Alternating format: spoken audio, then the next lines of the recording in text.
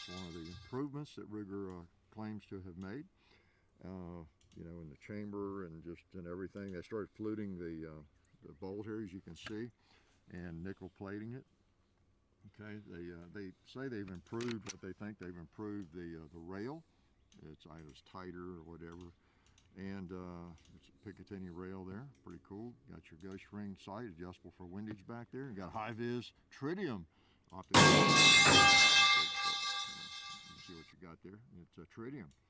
And you've got a threaded barrel. Maybe we'll slip on a suppressor before we finish from Silencer Central. We happen to have the Banish 46 here, and we appreciate them letting us use that. And we're going to shoot a couple of suppressed shots. They won't be quiet, right? This is not subsonic, but we might do that before we leave. Stream Elements. Welcome to my channel. Lurks. Welcome to my channel. Another viewer. Welcome to my channel. MArcH. Welcome to my channel. HVDES. Welcome to my channel. Sukaksai. Welcome to my channel. DNK. Welcome to my channel. And you're the best supporter of the channel. You all. We really appreciate y'all coming by. Welcome to my channel. Tim's SBL here. Just a couple words about it. You know, he's very pleased with it. You know, we get to thinking that everything that Marlin produced under Remington was trash. I think if you read the internet and believe everything on the internet. But some of their guns, I've seen some of them that seem fine, and we've had a couple here. One was pretty rough. The finish work was pretty rough on it. Welcome to my channel. I think we had another one that was better, and I've picked up some in shops over the last few years, and I really couldn't tell a difference. And so I think it was kind of hit or miss with Remington. Some of them might have been pretty atrocious in terms of quality control, while others were fine. Okay. And Ruger, of course, had the monkey on their back. I've been saying for 2 to 3 years they had better do well because everybody's watching, and apparently they have. My impression, if you've seen any reviews of this firearm from people with a brain, I think what I have seen so far is been very positive, and what I've read has been very, very positive about it. I'm glad to see it and expected it. Ruger really had no choice, and I've been anxious to see some of those models when they come out, blue and some of the pistol caliber versions, the Model 94s and different things. In some ways, this can be more of a challenge, blue finish and real regular wood. This is laminate here, like we grow on my place. I talked about before. Okay, that's one of the improvements they claim to have made, was the finish on the wood. Okay, and they look very similar, but in the check here, it's a little different. You don't have the kind of the same color that you have here. You may prefer the Remington. You may prefer the Ruger version. I think I like the Ruger a little bit better. It's not a big deal. Cold hammer forged barrel on the new ones. I guess on the old ones, I don't know. Threaded barrel, as I say. You have, oh gosh, what else in here? Just a nickel-plated bolt. They changed the little, little eye here used to be black and white, and the Ruger changed that to red. And the etching here, they changed that. Instead of a plate, you got a little etching, the man on the horse, the Ruger emblem there, which is kind of nice. Okay. By and large, it feels good, and I think the Remington, this one seems fine. The fit and finish on it seems pretty good. Maybe not quite as good as this one. Now this one does have a pretty good fit and finish. You did notice, I don't know if the wood, I don't know if it's split or what. The finish right there is not perfect. There's my finger, it's not perfect, but it's something about the wood there. Laminate wood, but it's not bad. Better than some of the others I saw in their finished condition. But nobody's perfect, and it might have been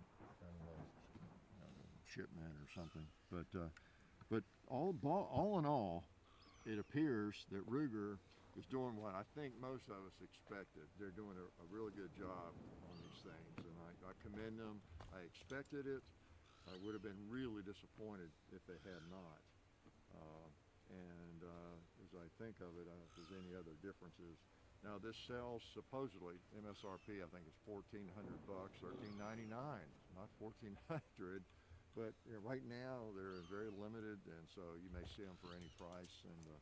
But hopefully, eventually, the new Marlins will be out in numbers, and you'll be able to get them at the MSRP or less, right? That should be low. But yeah, it's hard to beat a Marlin. Now this is a nice gun. It feels smooth. The edges, no real rough or sharp edges. It loads smoothly. Seems to, and just a nice gun. The old guide gun, just a great configuration, especially the stainless model. This is the T-Rex gun, right? It'll take out a T-Rex. I prefer the blue. I prefer my old guide gun. I'll be honest with you. And I've told y'all before. Many of you, if you hunt, you probably like this large loop lever like this. And it looks cool, just like the rifleman's rifle. It looks really cool because it's even bigger and everything. But it doesn't do anything for me because of the way I handle the lever. I don't put my hand inside. I do it like this, and so it just feels too big for me. But now if I was a hunter and I was out hunting in 20 below with gloves, with my Kentucky mittens on, I'd probably like that. All right, let's shoot something else. Like this guy right here. And that pink 2-liter. Woo! And an orange one. Boy, nothing like a 4570. Oh, and this smart aleck pot. Yeah, I'll finish him off. We got one more for that other 2 liter over there. What if I could shoot through him and hit that pig over there? Is that a pig? Yeah, it's a pig. Oh, yeah. He's right behind it. I don't know where it went. Oh yeah, it's smooth. He's a smooth operator, I have to say. Yeah. So you got your Picatinny rail. You could put a red dot on there.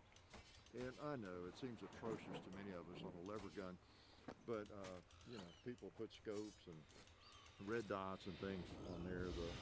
Like to me, you know, I've got that STP model Marlin that, you know, looks a lot like this.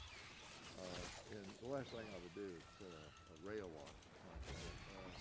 Even though stainless steel, laminate stock, it's not exactly like something, you know, Buffalo Bill carried, right?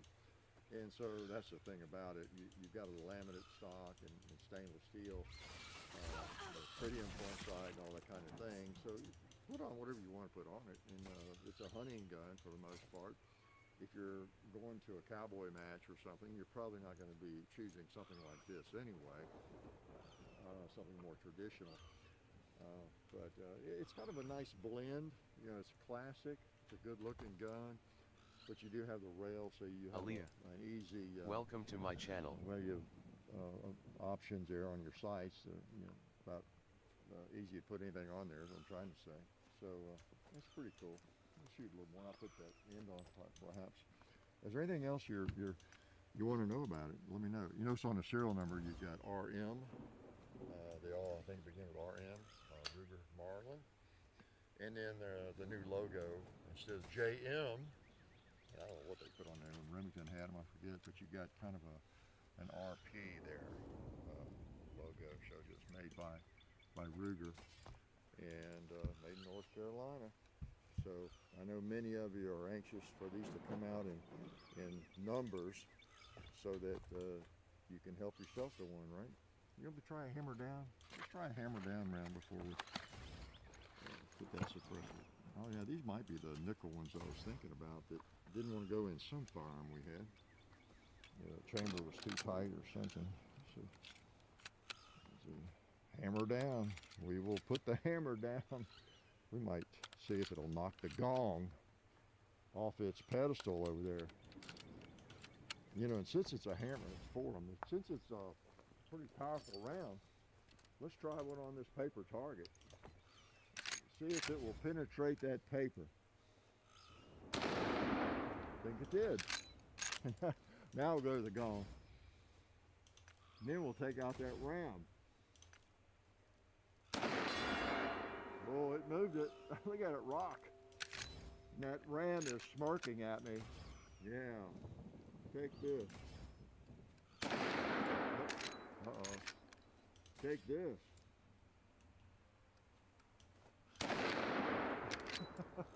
Okay. Now I'm challenged.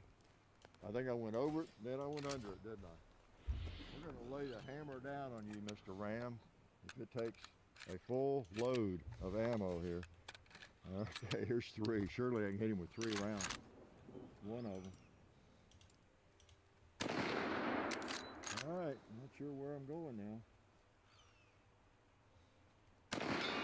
There we go. Okay, I think I was going a little bit low. Got one more. So before we put the suppressor on, let's just take out the...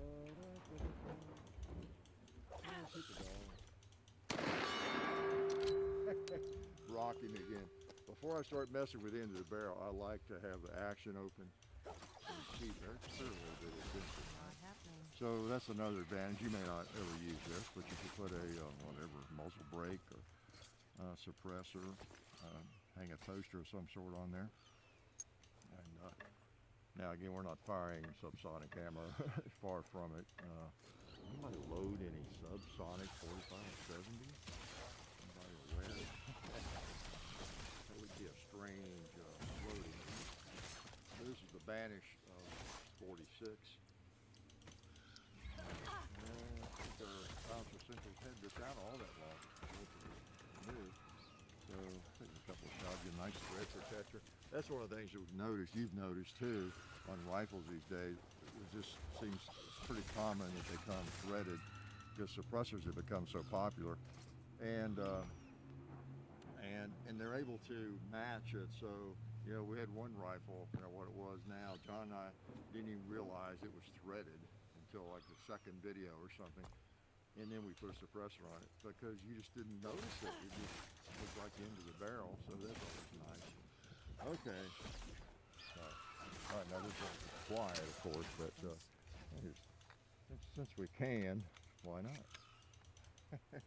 Sometimes you just do something Feel because mercy. you can, right? Welcome to my channel. No pun intended there on can. So we'll wrap up with a little quieter. I don't know that it's hearing safe with these rounds. So we'll go to the hardware store tomorrow and see if we can find some subsonic 45-7. Okay. All right, now it's really cool looking, isn't it? Wow, what a rig. Now that suppressor would really look odd on a, you know, like a model 92 blued Winchester, right? 92 or something, 1886. But on this rifle, you know, it just kind of blends in. You know? It's got stainless and black and laminate. Actually almost looks good, like it belongs there. So, let's hit the gong again. See if it sounds any different. Oh yeah, a lot more quiet to me.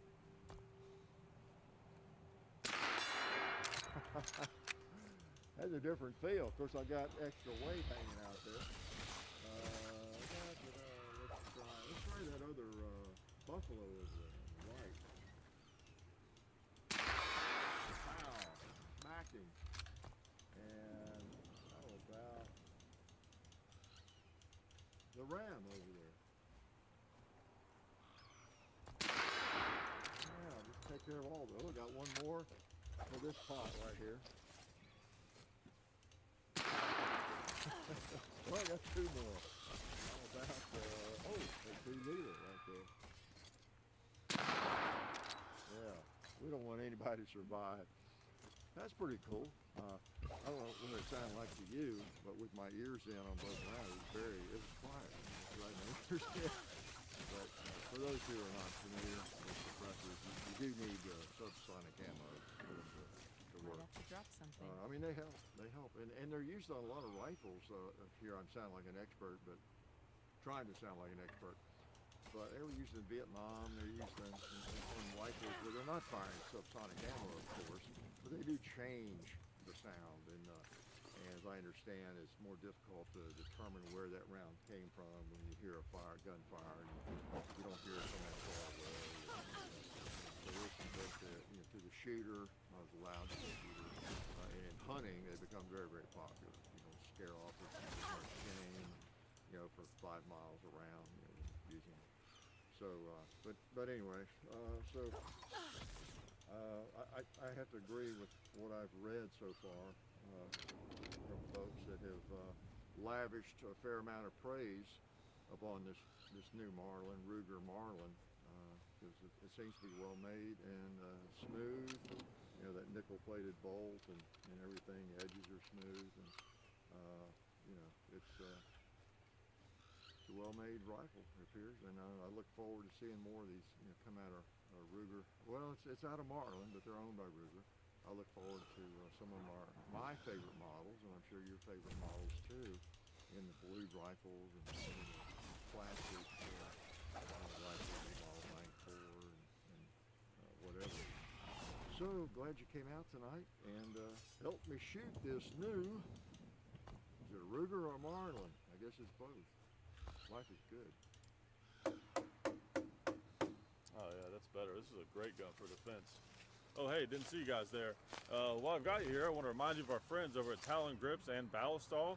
Talon Grips makes grips, can you believe it, for all different types of firearms. You can get rough texture or more of a rubberized texture.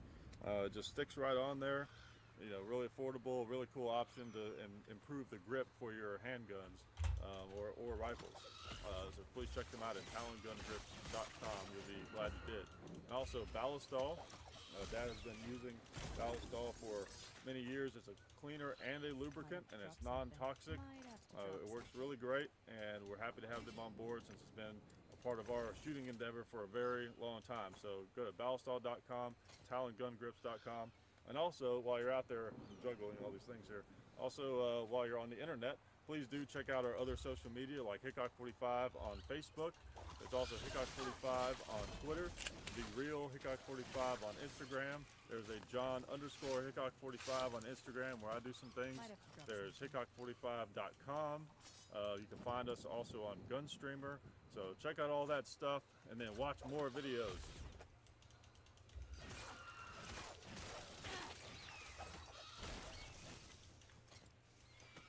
Might have to drop something.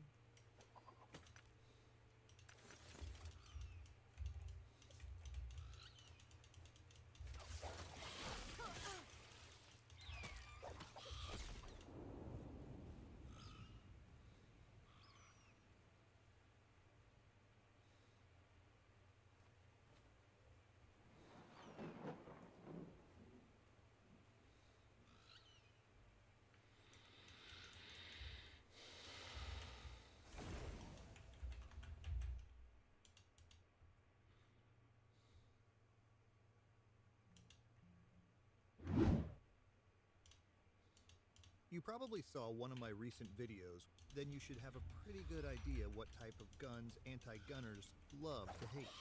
But if you don't, I can sum it up as follows. They hate all guns that are semi-automatic, use a detachable magazine, and allow for a pistol grip attachment. It doesn't matter to anti-gunners what cartridge the gun is chambered in, what particular ammo it's loaded with, or whether it has fiber optic, red dot sights, or anything that would help with aiming. In a nutshell, guns that look mean or scary are much more deadly than any other firearm. No gun store should be allowed to sell such guns, and no civilian should be allowed to purchase such guns. Take care of Heck, yourself. you can build yourself an AR-15 chambered in some measly rimfire cartridge like the 22 long rifle, and if the Biden administration signs the recently proposed 2021 assault weapons bill into law, all semi-automatic AR-15 rifles chambered in 22 long rifle will be banned. If that sounds absurd to you, it's because it is.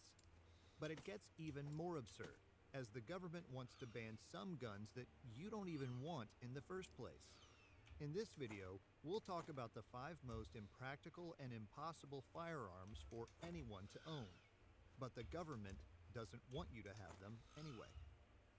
Number 5. The Barrett M82. Introduced in 1982, the Barrett M82 was originally marketed towards civilians before the U.S. Marine Corps commissioned the gun manufacturer in 1990 to produce more than 100 for them to use in Operations Desert Shield and Desert Storm in Kuwait and Iraq. It wasn't until 2002, 2 decades after it was released, when the U.S. military formally adopted it. Chambered for the highly destructive 50 Browning machine gun cartridge, or 50 BMG for short, there was nothing quite like the Barrett M82 before it was conceived by its creator, Ronnie Barrett. In fact, when he went to his local machine shops to try and sell the idea of a rifle chambered in such a big 50 caliber cartridge, he was turned down on more than a few occasions before he met the one guy who decided to take the risk and give his idea a shot, Bob Mitchell. It didn't seem like anyone needed a rifle chambered in such a powerful cartridge, but shortly after their first 30 rifles were sold out, orders came in non-stop. The CIA procured 125 of these rifles to arm the Mujahideen rebels in the Soviet-Afghan War. Then the Swedish placed an order for 100 for their military. Then the U.S. Marine Corps commissioned Ronnie to build several batches worth for use in the Gulf War. Finally, the U.S. military officially adopted it, giving it the military designation M107A1, Special Applications Scoped Rifle, and ordering an undisclosed number estimated to be in the thousands. Today, any firearms expert worth his salt recognizes that the most powerful rifle available to any civilian is the Barrett M82. But it is so prohibitively priced that for the price of one, you could buy 20 or so AR-15s, which is enough to arm a small militia. The barrier to entry is so high with the M82 that it's practically impossible to purchase one, which begs the question, why doesn't the current administration want you to have one? Well, they argue that terrorists could get their hands on an M82 and use it to take an airliner, which is just absurd. The FBI already conducts background checks on people who fill out Form 4473, which is a requirement for anyone to legally purchase a firearm, so there's no way that could happen. Not to mention, terrorists have done it with simple box cutters before, so why didn't the government ban box cutters? Number 4. The Calico Liberty. Designed and developed by two gentlemen named Michael Miller and Warren Stockton in the mid-1980s, the Calico Liberty line of firearms is one of a kind. It has quite a list of appearances in video games, anime, and Hollywood movies. Some of the most popular ones include Total Recall from 1990, RoboCop 2 and 3 from the years 1990 and 1993 respectively, and Tomorrow Never Dies from 1997. The Calico is superior to most other pistol-caliber pistols and carbines in the ammo capacity department, as it uses magazines with a helical design far exceeding conventional high-capacity box magazines, even ones that have room for a maximum of 30 rounds of 9mm. It has other notable features such as its slim profile and its near ambidextrous controls. But what makes it a real standout is the fact it's the only gun available to citizens from the factory with a stock magazine that has a 100-round capacity out of the box. Unfortunately, this ultra-high capacity helical magazine is also the reason why the manufacturer of the Calico guns went out of business in 1994 as the Clinton administration signed the 1994 assault weapons ban into law, which banned all magazines with an ammo capacity greater than 10 rounds from the civilian market. The ban expired in 2004, and sales to civilians have resumed since, but the company never recovered. And for some reason, these Calico guns are specifically included in Senator Feinstein's proposed 2021 assault weapons ban bill, which makes no sense as no one wants these guns. The thing about these Calico guns is, it's not only them anti-gunners who have problems with the magazines, but Rocket. enthusiasts as well. Welcome to my channel. The magazines are notorious for their feeding issues due to the Welcome helical to my design, channel. which is beyond the scope of this video, so we're not getting into it in detail. Suffice to say, there's just too much mechanical complexity in the design that the military and law enforcement to which the Calico guns were initially marketed before the 1994 assault weapons ban never bothered with them. Also, as the company went out of business in 1994, it was reportedly sold to a new owner in 2006. The new company has set up a website for these Calico guns, but they don't seem capable of doing anything beyond selling all the units the original company manufactured before 1994. Because of this, the new company is practically dead, and sales of these guns aren't likely going to increase in the foreseeable future, which makes banning them pointless. But you know how it is with anti-gunners. Number 3. The Street Sweeper. Considered by many to be one of the most popular shotguns ever built, the Street Sweeper is known by many names. Some people refer to it as Striker 12 or simply Striker, while others call it Protecta Bulldog or Protecta. But what it is a shotgun with a revolving cylinder that holds 12 rounds of 12-gauge shotgun shells. The original model, called the Armcell Striker, was designed by a Zimbabwean named Hilton R. Walker back in 1983. After initial production, it gained fame and notoriety as it was the only shotgun of its time that could hold 12 rounds in its non-detachable drum magazine. It was a huge success despite all the drawbacks associated with its design. The Armcell Striker's action is similar to a revolver as it uses a rotating cylinder. As it used a double-action only trigger that needed to rotate a very large and heavy cylinder before it releases the hammer, Walker designed it with a pre-wound clockwork spring to rotate the magazine. This made the double-action trigger pull short and light at the expense of a painfully slow reloading process. The weapon had to undergo a major redesign sometime in the late 1980s to address this slow reload problem. Walker added a cocking lever to the right side of the barrel. He also corrected the slow firing mechanism by taking out the clockwork spring and adding an automatic ejection system which replaced the ejector rod. The newly redesigned version was renamed the Protecta. The version built in the US was marketed as the Street Sweeper and used a simpler and cheaper design. It had a winding key in the front of its drum, and before it could be reloaded, spent casings had to be manually ejected from each of the magazine's 12 chambers, one at a time, using an integrated ejector rod similar to ones used by single-action revolvers. Like the original Striker, it used a double-action trigger which rotated the cylinder before releasing the hammer. As impractical as it sounds, what's great about the Street Sweeper is its action does not require recoil to cycle. But that's really the only good thing about it. As far as ammo capacity, it's long been eclipsed by today's semi-automatic shotguns that can use a detachable drum mag with a higher magazine capacity of up to 30 rounds.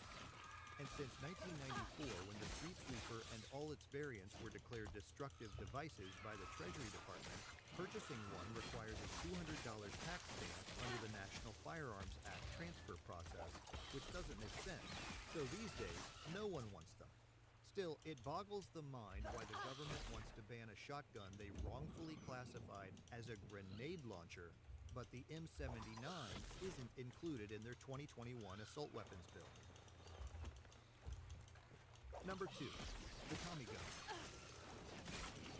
Designed by General John Thompson and marketed by his company Auto Ordnance as the first submachine gun, the Tommy gun was a lightweight, fully automatic submachine gun chambered in .45 ACP, purpose-built for American soldiers to break the stalemate of trench warfare, welcome to my which channel. reached its peak of development Sophia, on the Western Front in welcome World to War my I. channel. But it was too late for mass distribution, as the war was over when the design was completed. Because of the high-quality wood furniture and finely machined parts called for by the original design, and because the action used the Blish lock, a patented breech locking mechanism which had major physical flaws, the early Thompson submachine guns were expensive to manufacture. Auto Ordnance only had half a dozen employees, and it would take them months to build a single gun, so they decided to leverage economies of scale by commissioning a much bigger firearms company to build the guns for them. Enter Colt. In 1921, Colt agreed to build 15,000 Thompson submachine guns for Auto Ordnance at the price of $44.56 apiece, which is equivalent to $640.38 today, factoring in inflation. To turn a profit for their significant investment, the guns had to be sold to distributors for up to $157 apiece, which translates to $2,256.28 today. Final retail prices would then go up to $200 apiece, which works out to $2,874.24 today. Auto Ordnance had trouble selling the Thompson machine gun. A few were sold to the U.S. Postal Inspection Service, and some were procured by the Marines for use in the Banana Wars, but the guns never became popular due to their prohibitively high prices. They instead gained notoriety as they became one of the most preferred weapons by gangsters from the Prohibition and Great Depression eras, and subsequently by the law enforcement personnel who had to go after them. Early Hollywood movies that featured the Thompson submachine gun only made the guns even more notorious. The company would have gone bankrupt if World War II didn't happen, but it did, so the U.S. military adopted the Tommy gun in 1938. It was proven to have accuracy and reliability issues in the field, even after the military commissioned Savage Arms to simplify the original's welcome to my design. channel. But despite those issues, the Tommy gun saw extensive military use in World War II and several other wars and skirmishes all over the world. The most notable ones include the Chinese Civil War, the 1948 Arab-Israeli War, the Greek Civil War, the Borneo Confrontation, the Korean War, the Bay of Pigs invasion, and the Yugoslav Wars. Today, Auto Ordnance offers several semi-automatic variants of the original Thompson submachine gun to civilians. But even with the gun's full auto firing capability completely disabled, they're still some of the most expensive guns on the market, especially considering the prevalence of pistol caliber rifles and carbines. The lowest priced model, the M1 lightweight carbine chambered in 9mm, costs a little under $1,300, while the most affordable model in 45 ACP, $1,500. Sadly, there's nothing about these new Thompson semi-automatic guns that modern pistol caliber rifles and carbines don't offer at lower price points. So if you're not a collector, there's no reason for you to want one. And even then, Senator Feinstein endeavored to include 14 different Thompson models on her list of rifles she wants to ban. This just shows how much the government doesn't want you to have a Tommy gun. Number 1. The T&W Semi-Auto M2HB. And finally, we get to what I think is the most absurdly impractical and impossible firearm for any civilian to own. So much so, there is absolutely no reason for the government to ban it. The semi-auto M2HB, chambered in 50 BMG, which is essentially the same heavy machine gun as the Browning M2 with a heavy barrel designed by John Moses Browning for the US military towards the end of World War I.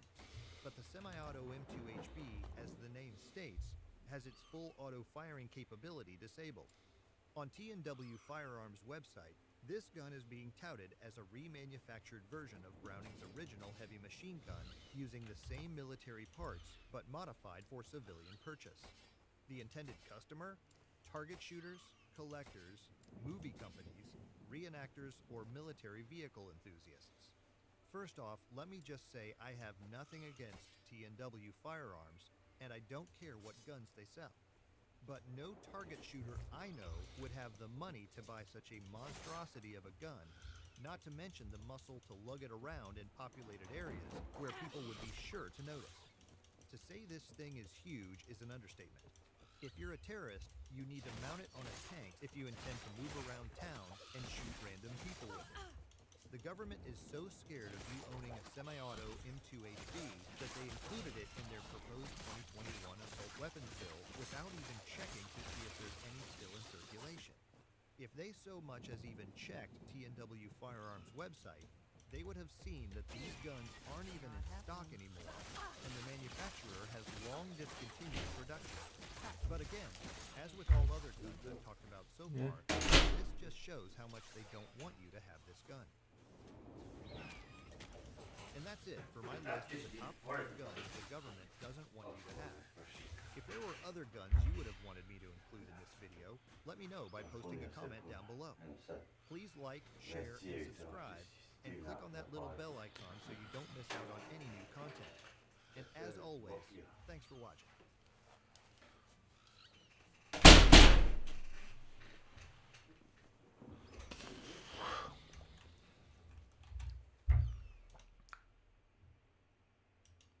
If you've been following the commentary community or this channel at all in the past few months, you've likely heard the name Camden Gerard Davis. It's the case that sparked all of the recent backlash against Mama Max, with his coverage, or lack thereof, doing little other than spurring confusion for the accused. Camden went by several aliases, including Cade, Quinn, Incade, Geomara, and Godric. His alleged cult was similar, with names like the Guild of Divinity, the Demons, and Eon Syndicate. If we're to take Max at his word, Camden stands accused of kidnapping, assault, and attempted human trafficking. The man had recruited hundreds of young children, subjecting them to sending CP, kidnapping, assault, and attempted trafficking. Almost 7 years later, Spencer and the other survivors shared their stories with me. This video serves as their scream for action against their perpetrator. My name is Spencer, and I am a survivor of Camden Gerard Davis, the leader of a destructive cult that has victimized hundreds of minors. This video is our scream for action.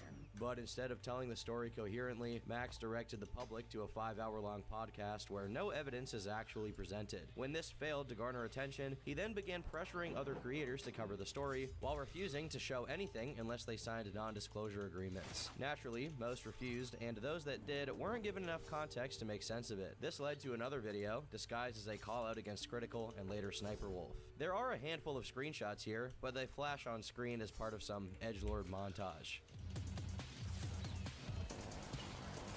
He seemed far more interested in role-playing as a Hotline Miami character and threatening creators than actually explaining the story. Camden Gerard Davis, the Leviathans are coming for you. I could literally cancel you, Chuck. I could literally cancel you, and I choose not to. I'm the friggin' pedo hunter. Max's bizarre behavior and inability to take criticism shattered his predator hunter persona. The sheer incompetence on display led his entire previous catalog to be scrutinized, only made worse once he admitted to faking entire videos. He favored a specific accuser named Spencer, who he'd known since childhood and began living with. That is because I'm contractually obligated to see this case through and make sure Spencer is taken care of. Spencer is moving over to me in a couple of days, actually, and we're gonna find her own place, and I will be paying for all of it. The result was the public at large being dubious or flat out not believing there was any credibility to her and the other victims' stories. Max Stryker's evidence provides without a shadow of a doubt that this might just be a video of a black man roaring like a wolf with fake vampire teeth in his mouth. Why are you putting it all on me? Because it's your case! This video is not about Max. I already covered the fallout and his entire career in my last video. Now, several people from his top secret evidence server have begun to leak info to the public. Many of the accusers have cut ties with Max and are putting together a legal case independently. I was able to obtain all of the evidence that leaked from the server. This video is an attempt to re-examine the story he failed to tell in full, in a chronological timeline with locations, dates, and even police reports. This is the case against Camden Gerard Davis. The story, as Spencer tells it, starts in Wiley, Texas. In the summer of 2015, Spencer met a girl named Carrie Sutton while attending summer school. The two bonded over My Chemical Romance. It was a decent friendship, recalling they tattooed each other and hung out for about a year. Early on in their friendship, Carrie introduced her to a guy she met online named Quinn. Quinn was the alias of 18-year-old Camden Gerard Davis. By spring of 2016, they were both 16, and at this point, Carrie was quote-unquote engaged to Camden. Spencer befriended Camden, believing his many purported claims of supernatural power. At some point, Spencer alleged that Carrie sexually assaulted her while spending the night. I spent one night with her and she sexually assaulted me.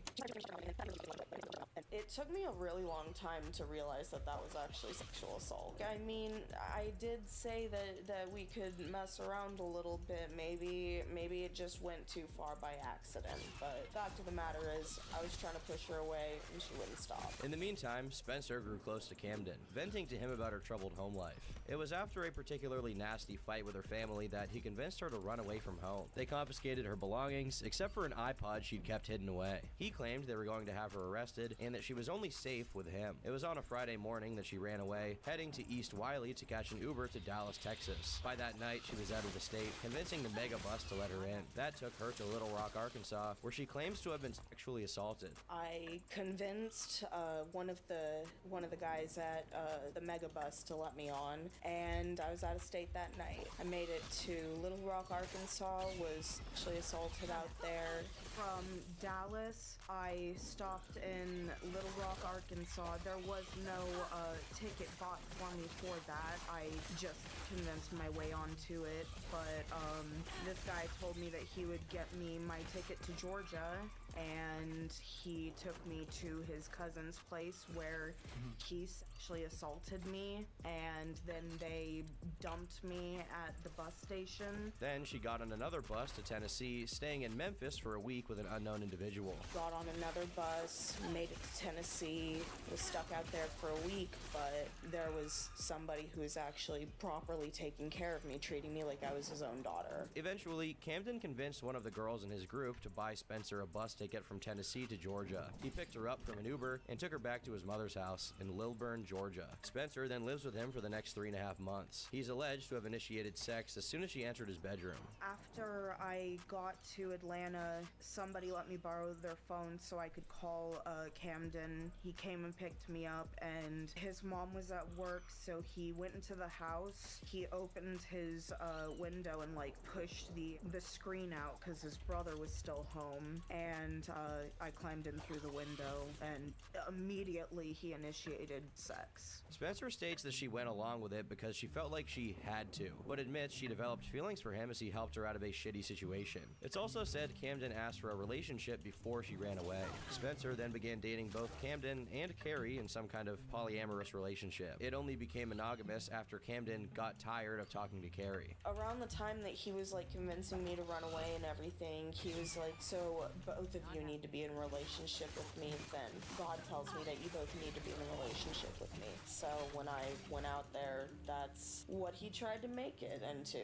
And eventually, I guess he just got tired of wanting to talk to Carrie because she was in school. And he told me that she cheated on us and broke up with us and everything. Before going any further, let's look at the available evidence and how it aligns with the timeline so far. In the evidence server, there were 2 screenshots of Camden's Twitter. The first is from 2012, in which Black Angel 11131 states he'd like to make an angel society. The second is from February of 2016 under the username Cade_555. This is when Camden began using the name Cade Demon instead of Quinn. On March 18th, 2016, Spencer was reported missing from her grandmother's home in Wiley, Texas. This poster was shared publicly a month later on Facebook. The date actually aligns with her story, falling on a Friday as she described. On May 21st, Spencer posts a selfie on Tumblr showing what appears to be injuries and even a bite mark.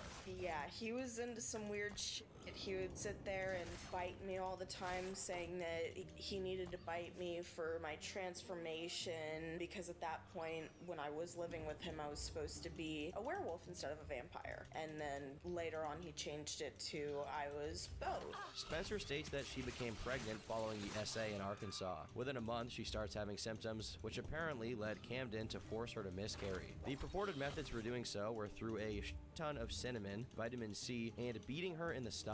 He allegedly got her pregnant 3 other times in the span she was able to see him in person. The reason for this, she claims, was so that he could traffic her by getting her body to automatically reject pregnancies. When angry, he'd apparently mock her for these 4 miscarriages. If we have had loved ones that have passed away or whatever, or in my particular case, him knowing that I had 4 miscarriages while I was with him, he would sit there and say, oh, well, your baby's soul will go to hell, and then your great-grandmother's soul will go to hell. The exact details of these purported miscarriages are rather confusing. The idea of vitamin C abortions is a false but widely circulated rumor, but that doesn't explain the significance of cinnamon. In leaked material from the cult, it says cinnamon is used to weaken a werewolf's healing power, which I guess could be what she's referring to. I guess the idea is that the cinnamon would weaken the werewolf fetus. Yeah. Oh my god, this is insane. In a subsequent interview, Spencer was asked to elaborate on the subject. She actually admits here to never taking a formal pregnancy test. How did you know you were pregnant? Because I got pretty sick and I couldn't figure out why, and then I realized my period was late. But you never took a formal test? He wouldn't let me. I thought before you said that after the 3rd miscarriage you did. Was that what you were talking about with the gynecologist? Or? Yes, so that's the only doctor I went to, but I didn't go to one right after the miscarriage. I was too scared to, because Camden kept telling me, if you go to a doctor, they're gonna find out about all of this. They're gonna find out about the supernatural. They're gonna find out about God. They're gonna find out about everything. You need to keep this under wraps. You can't tell anyone. Alright, so let's get back to Spencer's testimony. Spencer is indoctrinated into the cult, likening it to an MLM pyramid scheme. He even tried to force her to sell her 3DS and send the money to him. He then made Spencer and some of the main others, as Spencer says, the leaders of their own little packs, instructing them to seek out younger people to lure in. This admittance is quite controversial, as some argue it's self-incriminating. What was the operation like? Did he tell y'all, go to these places? So my particular recruitment style that he also encouraged others to do it this way too, was to go on Whisper and post about, oh hey, if you want to join a family dynamic and be a part of a pack, hit me up on Kick,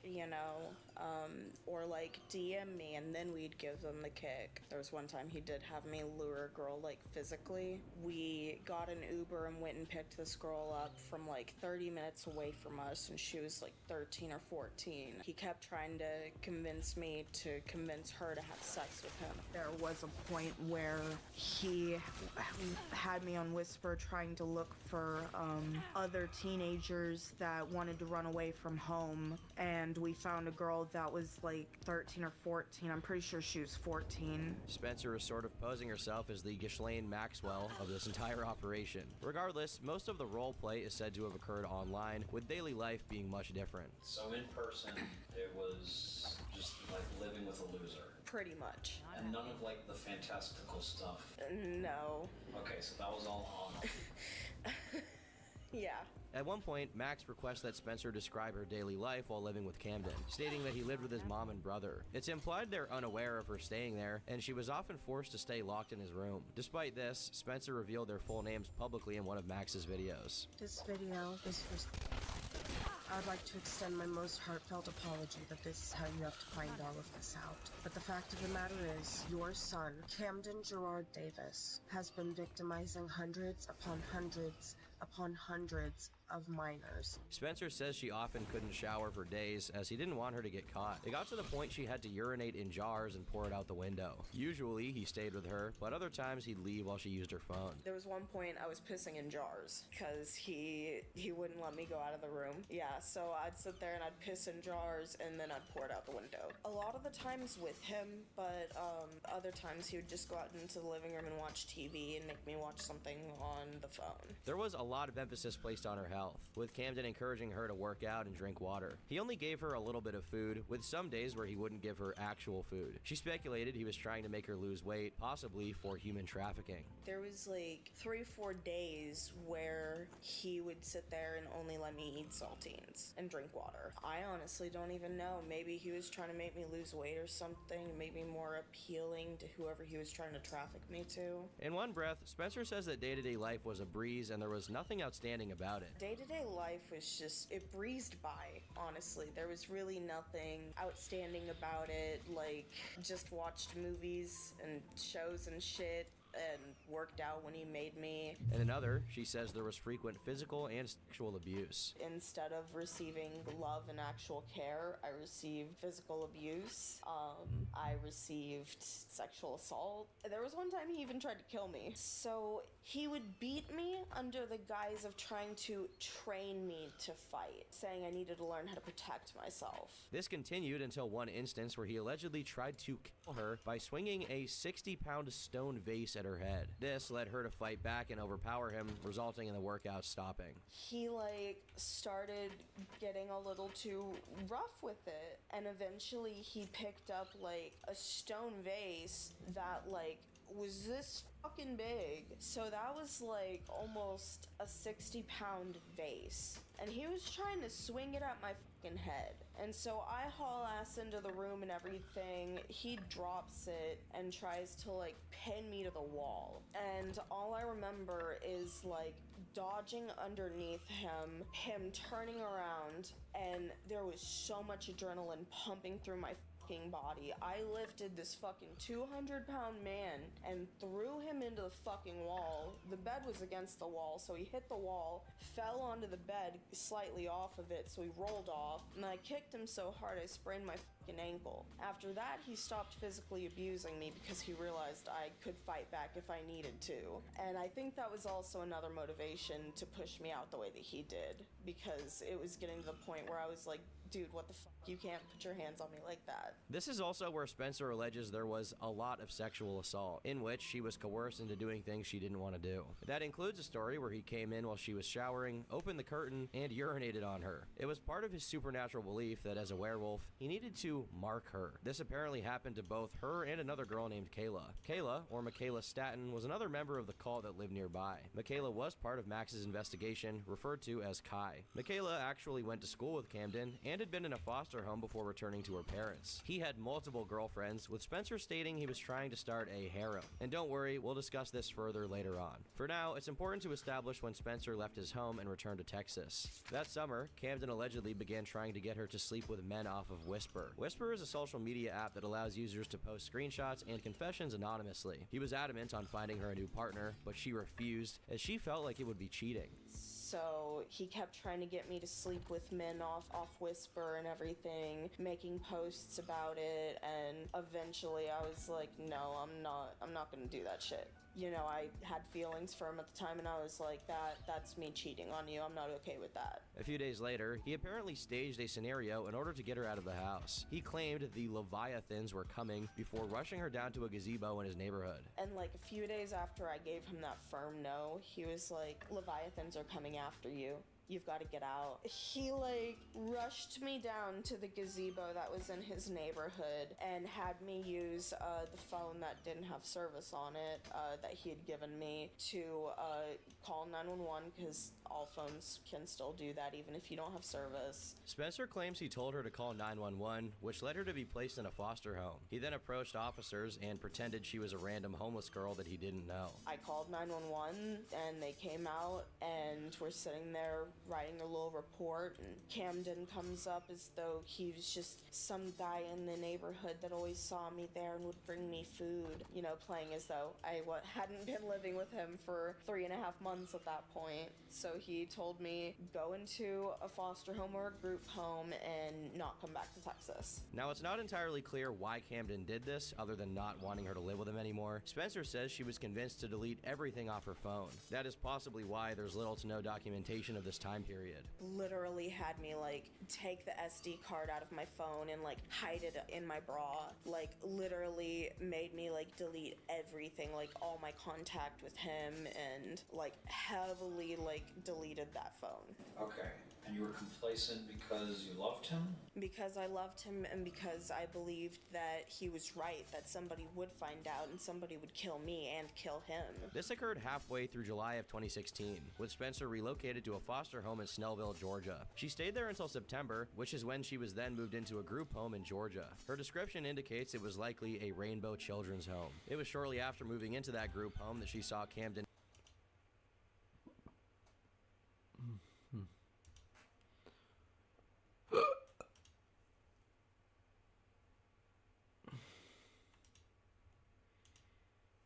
Oh my god.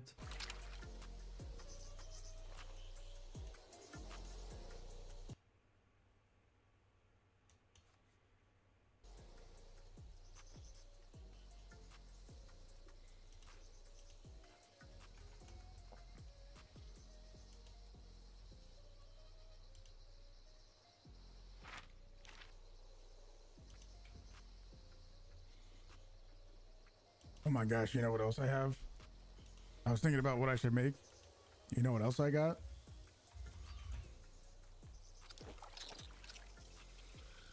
Glizzies.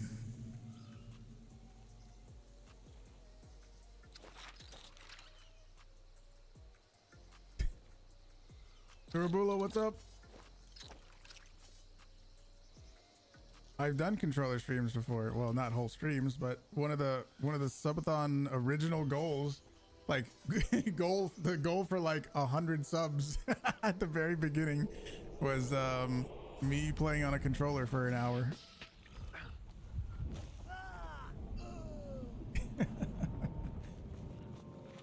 Oh, this guy is concerning. That guy was a solo.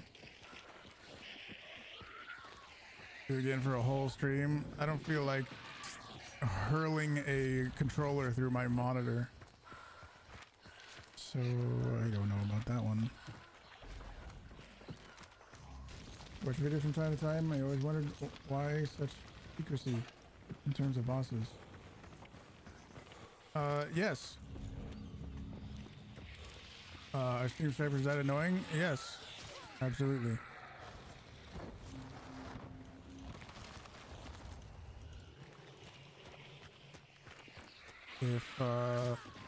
If you're trying to stream snipe me and you can't see what the bosses are, then it's more difficult to stream snipe. Not impossible, of course, but it's more difficult. Oh my gosh, what is that?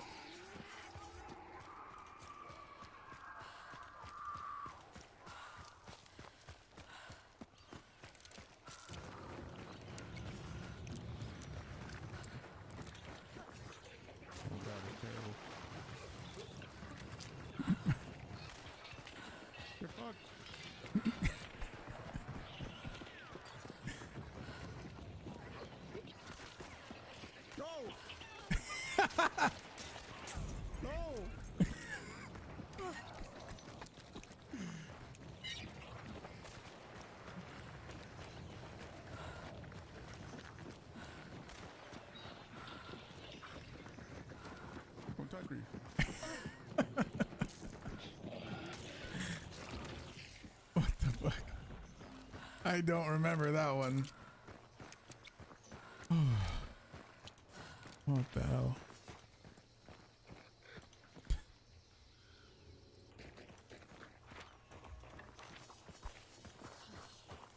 I'm not even trying. I'm using. That was a controller, dude.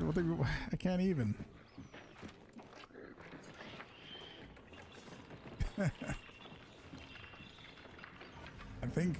I think that's what I'm gonna go make right now. I got some extra big glizzies that I'm gonna go warm up.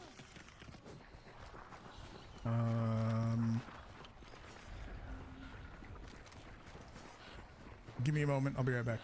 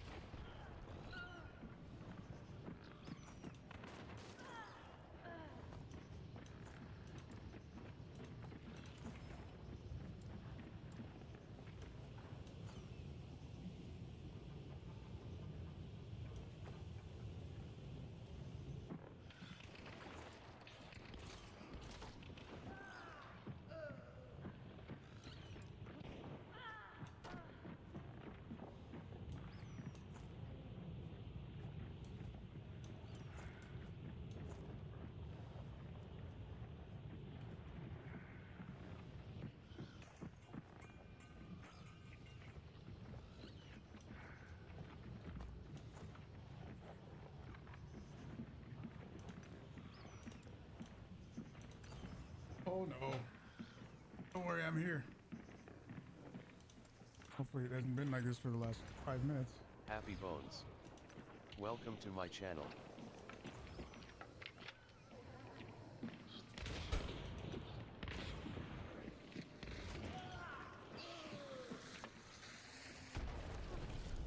Okay, good.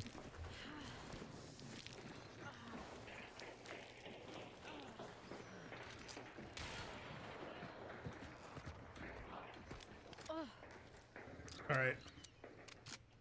I made him fast and messy, so I got him.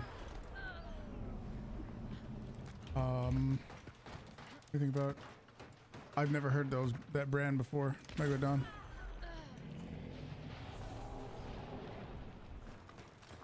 Hello, Up your hello. audio, and you're at a loss for what? Choose wireless with goodish sound quality.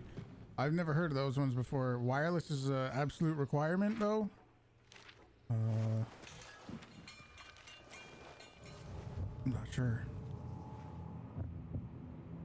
I am not in the market for some new headphones, so I don't know exactly. All right, I made these fast as fuck. But you want to know what I put on them? Ketchup.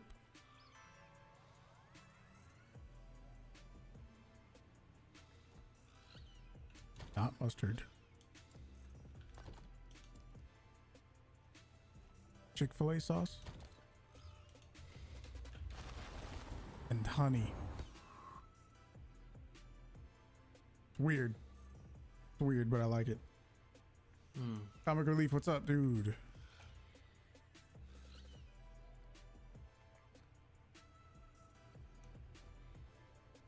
Yeah. I can show you. It's not going to look very good. I know that also this camera sucks.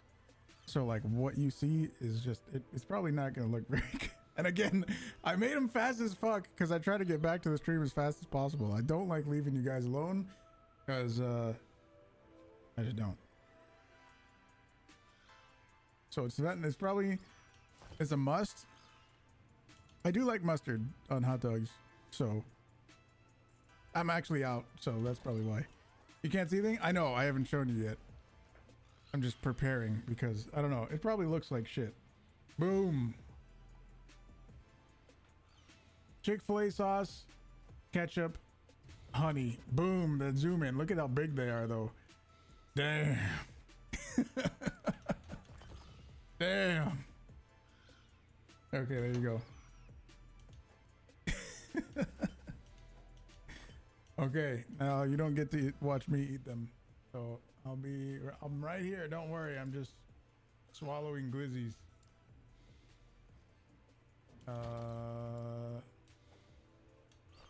There we go. Eat.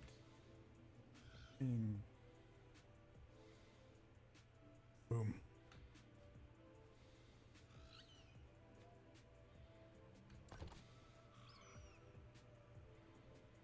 You're gonna buy some hot dogs, yes. Get some honey, get some Chick-fil-A sauce, and ketchup. And then Costco quarter-pound hot dogs. Costco hot dog eating competition? I mean, they are Costco hot dogs.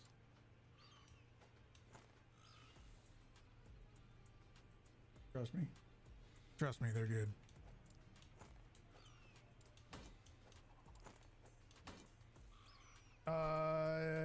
It's, yeah. Somebody can spell it correctly, because it's spelled weird. But it's Chick-fil-A.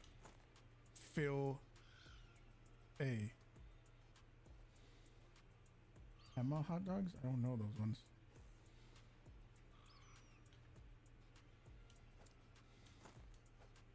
Yeah. Oh, and these are Hawaiian buns too.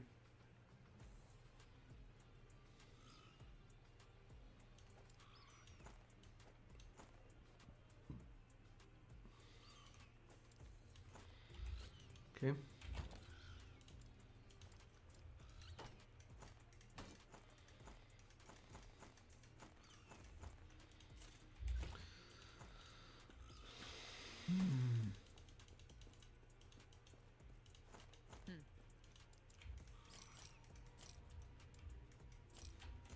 Take care.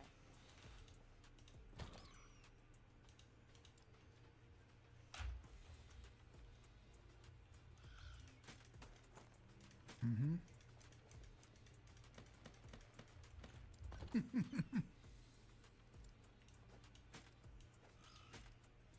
A hot dog doesn't have dog inside.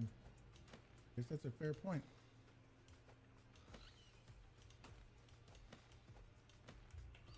Oh, hell yeah.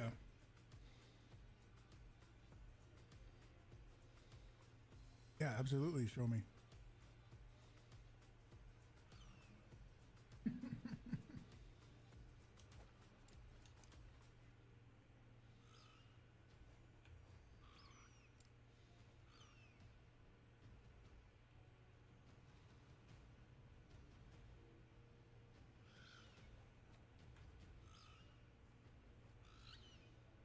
Oh yeah, and the way sushi spelled out Chick-fil-A, that's how it is if you want to search for it yourself.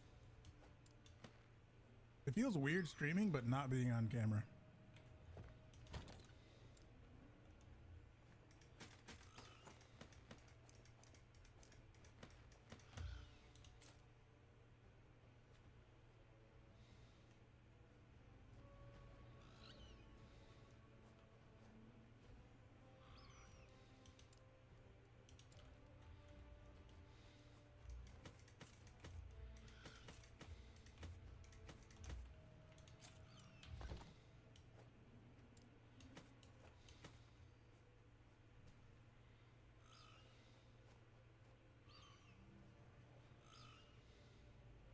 Honey does work well too. Barbecue sauce and honey would be really good.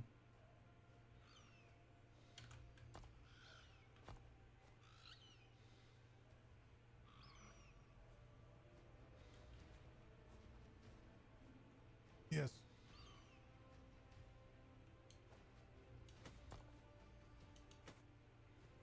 Whoa! That's okay. Oh yeah, if they got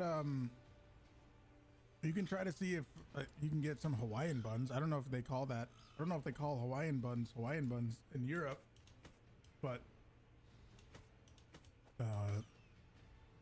Hawaiian buns are really good too.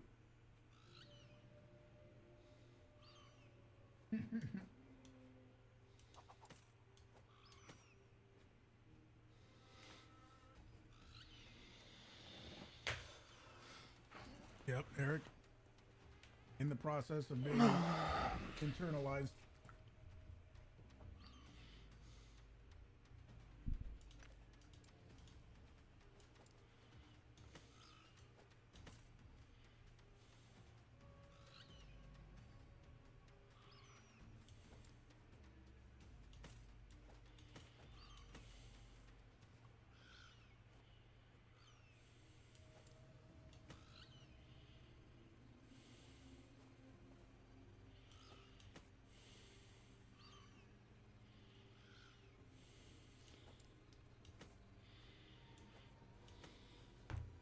Mm-hmm.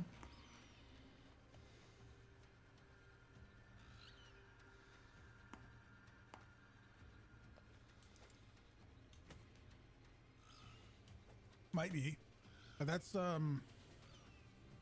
guess that's a restaurant that sells their own sauce and it's in stores and stuff. So maybe if you don't have Chick-fil-A restaurants, yeah, you probably have to get it like from some American dealer.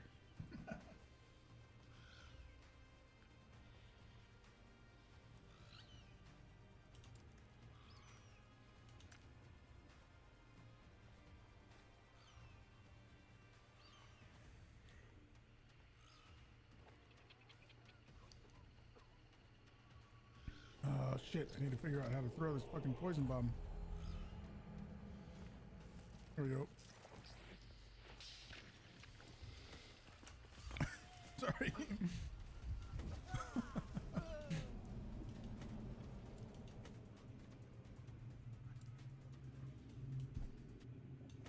So it's a lot harder to do this one-handed.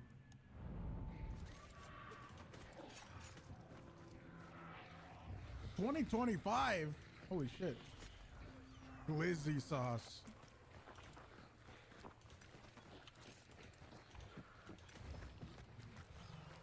Uh-oh.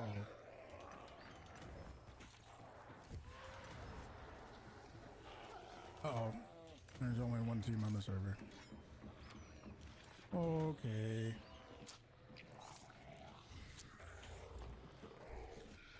One team on the server. Oh, really? That's pretty cool.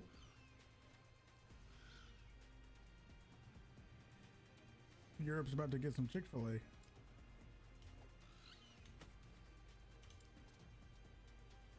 Veal Mercy. Welcome to my channel.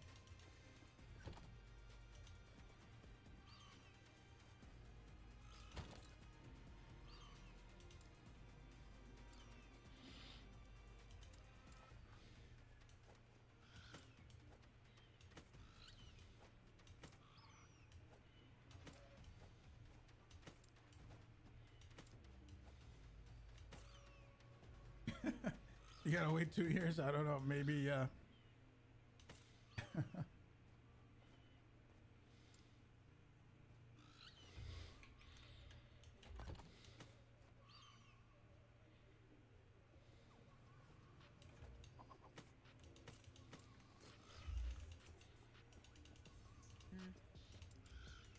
Oh. Wonder.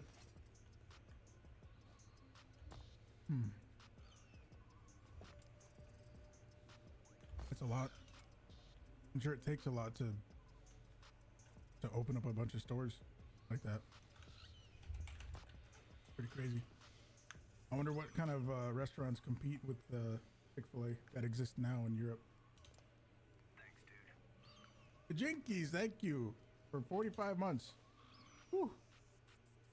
Long time, dude. Thank you. Thank you. Thank you.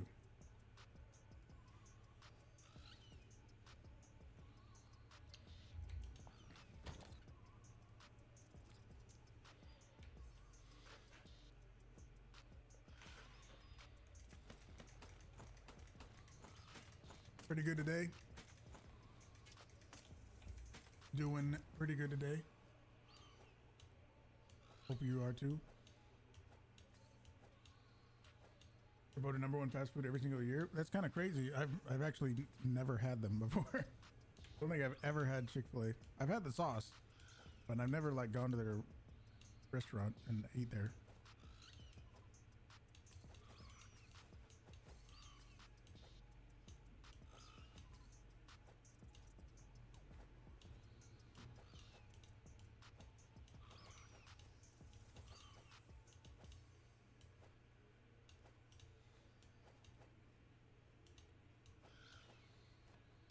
What did you think of Wendy's?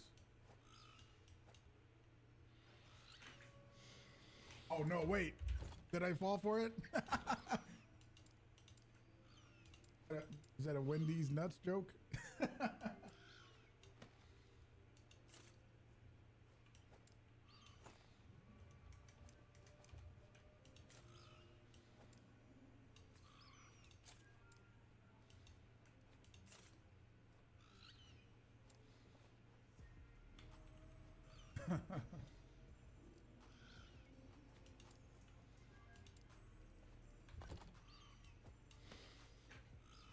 Exp Collector. Welcome to my channel. Just looks, yeah.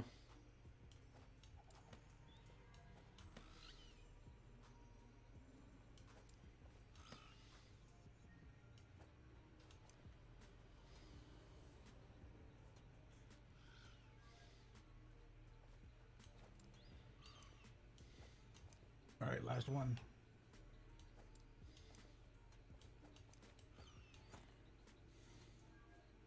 Ended up going to Wendy's 3 times instead because it was better than the others. Wow. What were some of the others that you tried?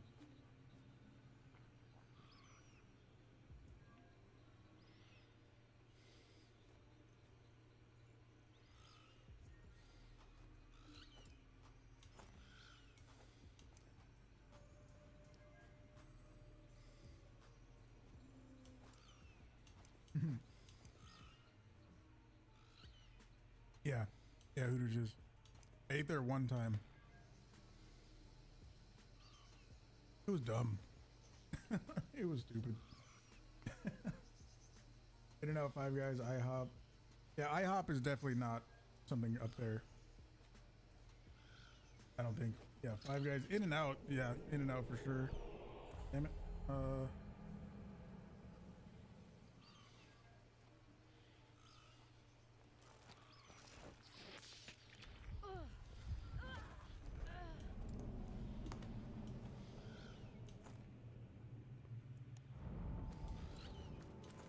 Hungry Jacks? Really? Is that what it's called over there?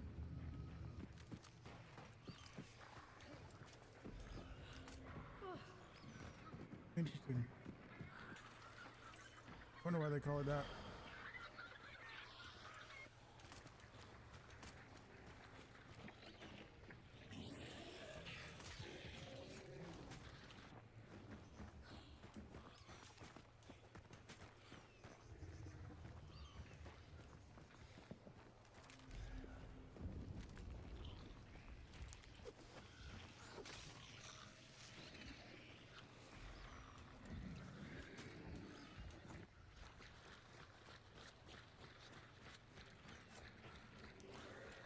Okay.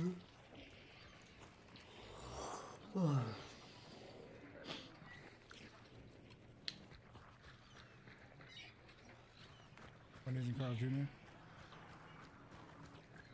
I'm surprised In and Out wasn't one of your favorites.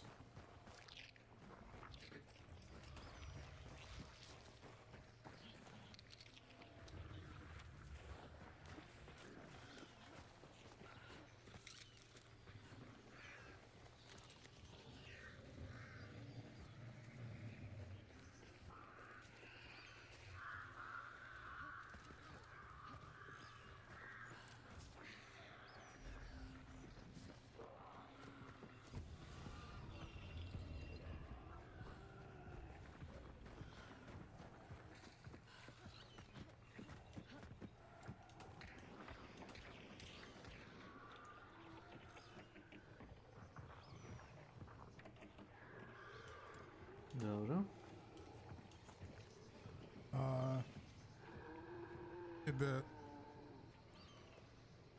Did the cup have little palm trees on it?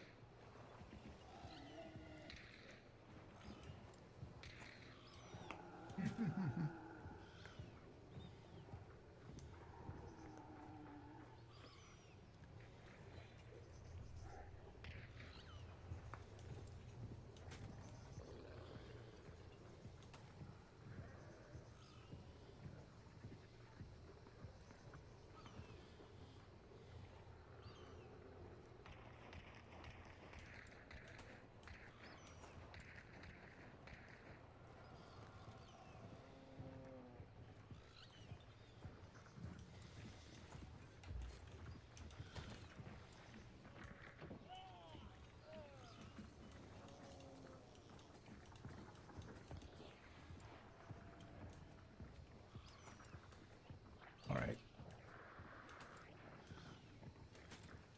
And now I have a full pound of glizzies in me. I'm done.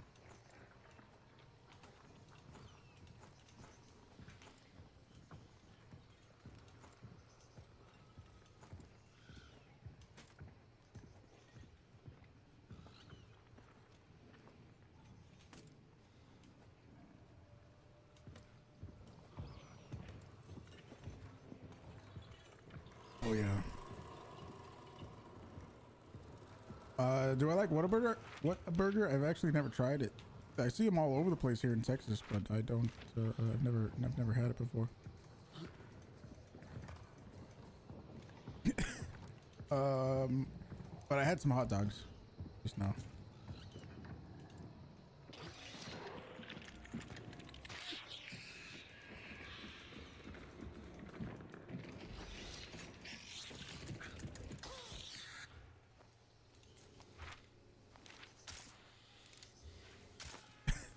Video gaming.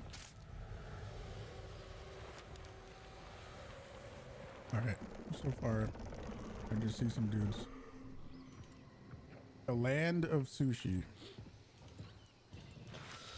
You're asking if I've ever been to Japan?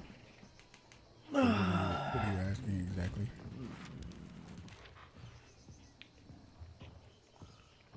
No, never have been. It'd be cool to go. A flight for me would cost $10,000 because I have to fly first class because I'm 6'8". I'm 203 centimeters tall. So me flying anywhere has to be first class. And a first class flight from Texas to Japan is $10,000. Yeah. I don't see anybody doing anything weird, and that's a boring game, so we're just gonna go next.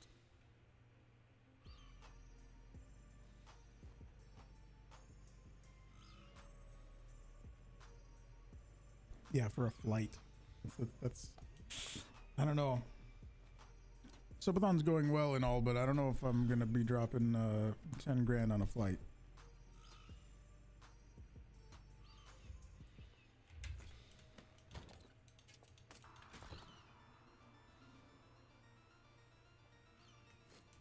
Okay. Armor, dodge, sun, avoidance, sword retention. Solid. Well, I wouldn't do that either. I don't think I'd do that either. Hello,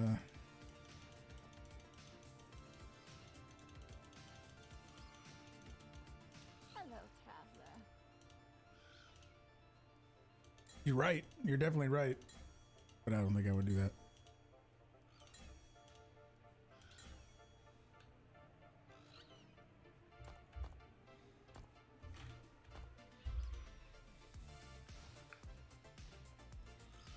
You want to see some cowboys? There's I forget the name of it. There's some places you could go.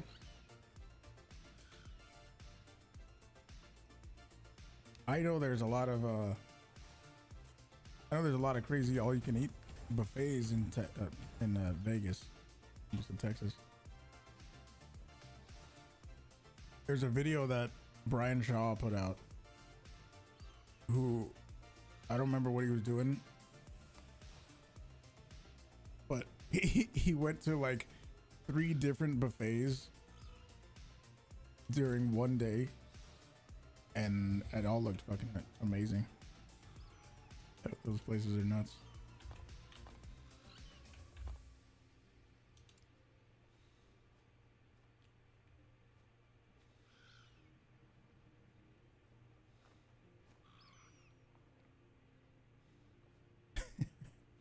Yeah, there's a lot of there's a lot of that around. You can just drive around, just go anywhere, and you'll end up seeing like some big ass fields with like a bunch of cows and shit, horses. Damn, that reminds me, we should play some fucking GeoGuessr.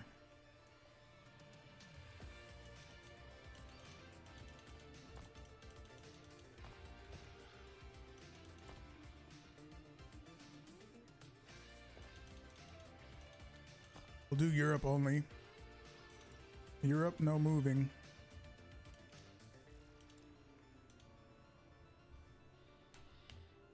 Enemy spotted. Did you like the new short? Stuck on 10K for a flight? Yeah, dude. Yeah, TV, it's nuts, man. First class from Texas to Japan. 10 big ones.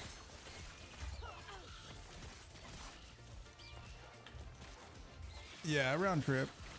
I'm pretty sure. It better be. I mean, I could. Here, let me search it again.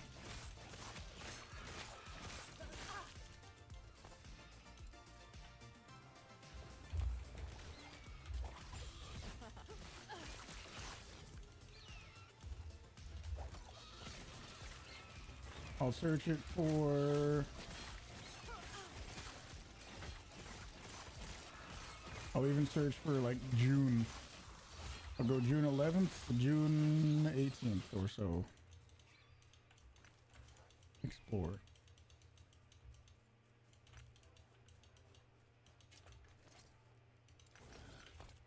I'll just say Tokyo. Let's see. Basic, regular ticket. 1,500 bucks. That ain't too bad, you know. 1,500 bucks.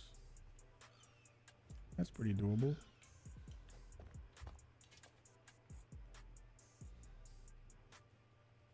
Now, let me. Where is it? Oh, economy, first class. 20. It's $20,000.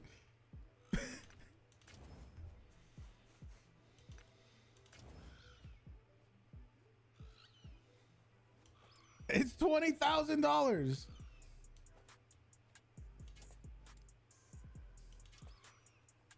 Hang on. Sometimes it'll.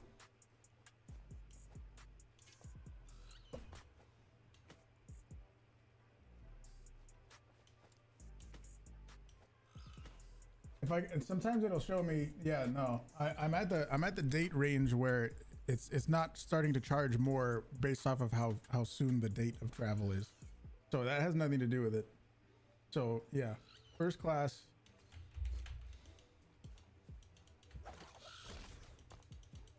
To go here, look, first class economy, 1,500 bucks. Nice. First class, $20,000.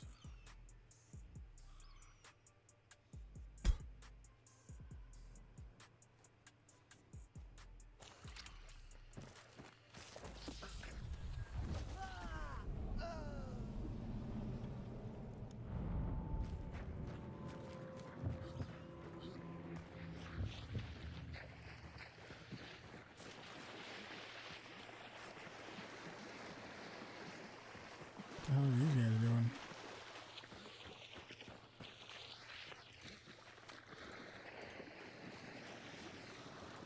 How to count on 10K USD? If you paid your rent all by yourself, that would be 13 months.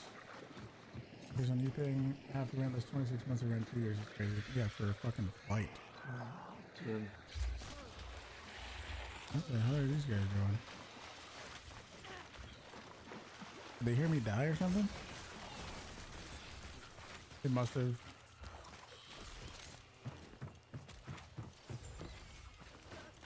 This is where I died, wasn't it? They must have heard me die.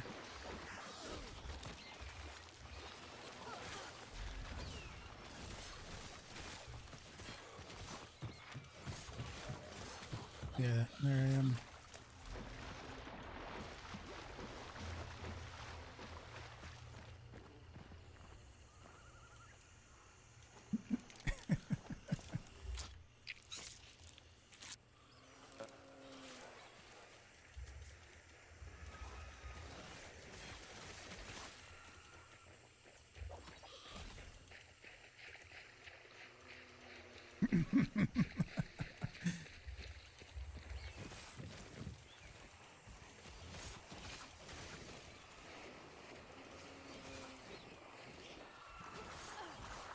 Posty, what's up?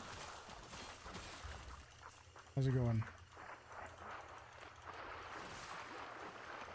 Why is he staring? I don't know. Maybe he's going to check out the stream. He's going to go check out Twitch and see if there's any streamers that are watching him. That's possible, right? Damn it, I think I got... Hi, Huge. I'm a big fan.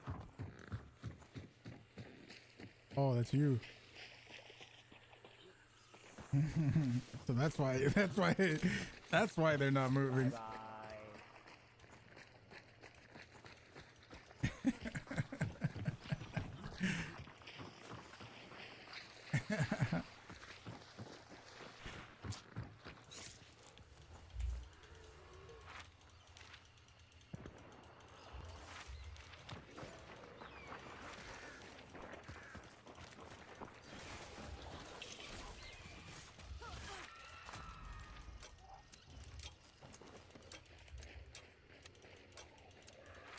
Okay, have fun.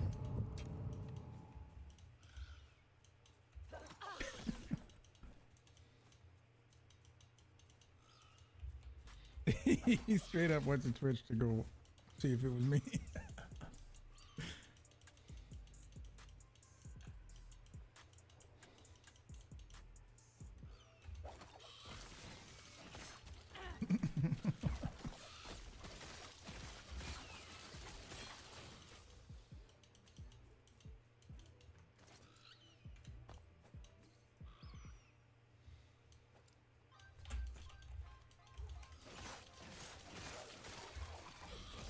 Exactly.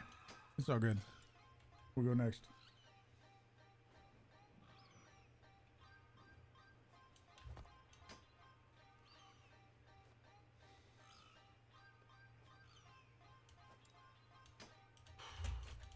A cruise? I wonder how much a cruise would be. But if it's a wait, don't cruises usually? I don't know. I've never been on one. Maybe they're different. There's probably different ones, but I thought a cruise would be like you leave one place, you maybe travel around, but then you come back to the place you started.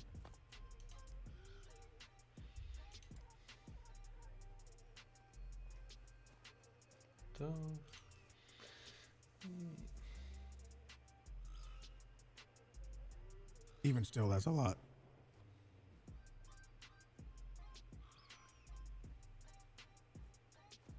I don't know. Is it what? Is it? It'd be cool to do. It'd be really cool to go some other places. I wonder what it is to Europe.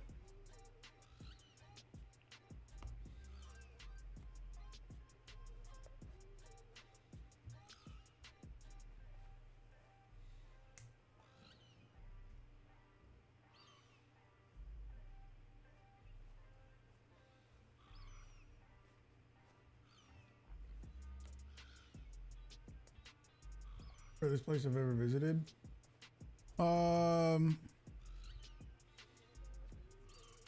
When I lived in California and I went to Daytona Beach, Florida.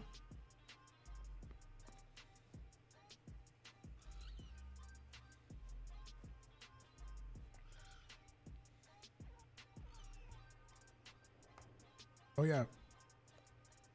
I forgot. Where is this? Horror says Spain or Portugal. What flag is that?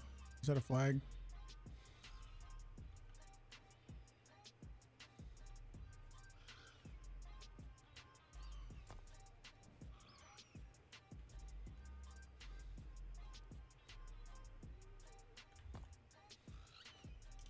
Trash bin? That one or that one? Oh.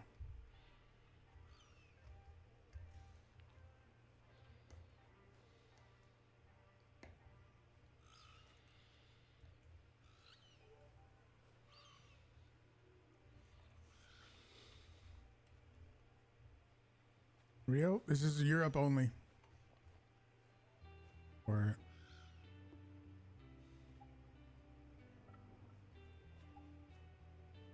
what Rio were you thinking of? I'll guess Spain. Might be Portugal? Oh. We'll guess it.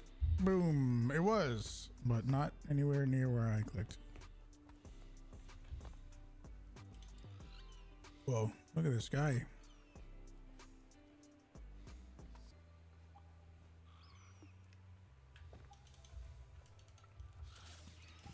Group? Yeah, that's German, right?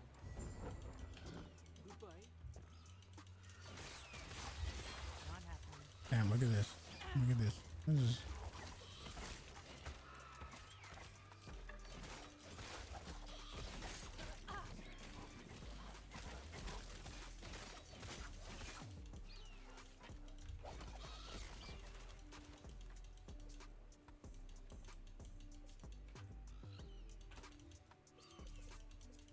Oh wait, Victor, there was a thing that you said before I wanted to read.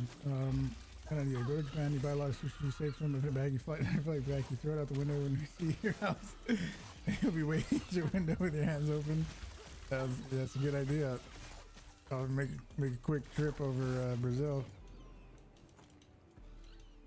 You want to cruise with a couple friends while studying at university. If you've never been hung over on a ship, rocking back and forth is something you'll never expose yourself to again. Yeah, I can imagine. Austria? Let's go with Austria. I don't know Austria at all, but we'll go there. Boom. Oh, it was, but it was in Graz. It looked beautiful.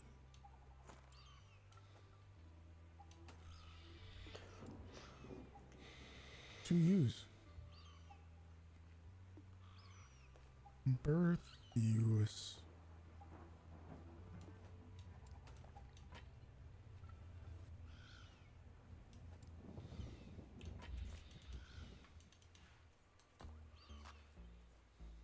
Netherlands? How do you know?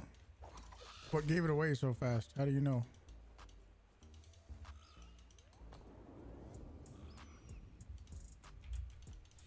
Just the words.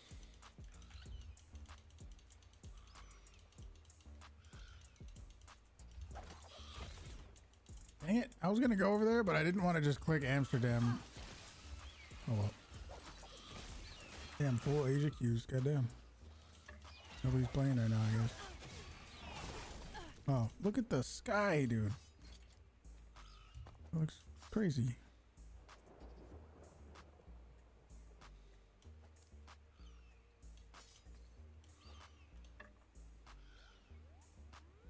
What is up with that roof?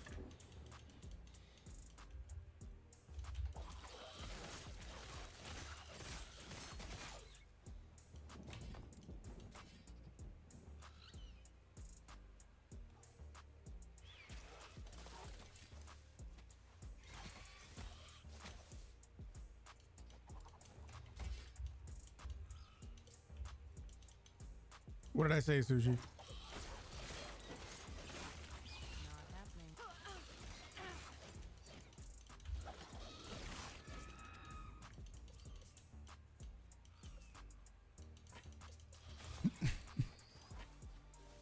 Oh, well, it was.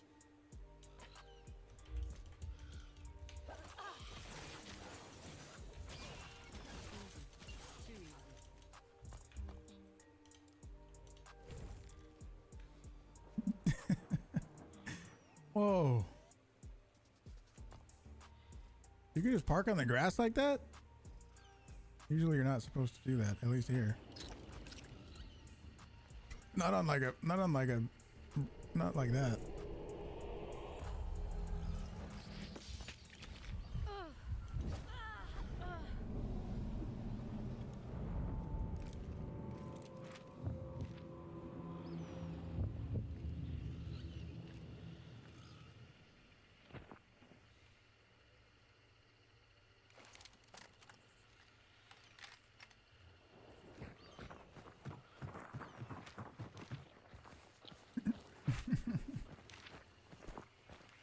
Jazz, how's it going?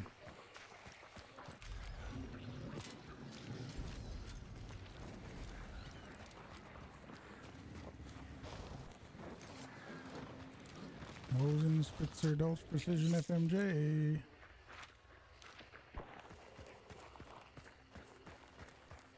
Demonovsky, what's up? I'm doing pretty good today.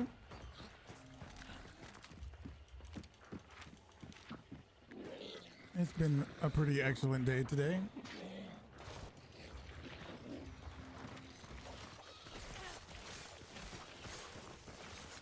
I had some good ones before.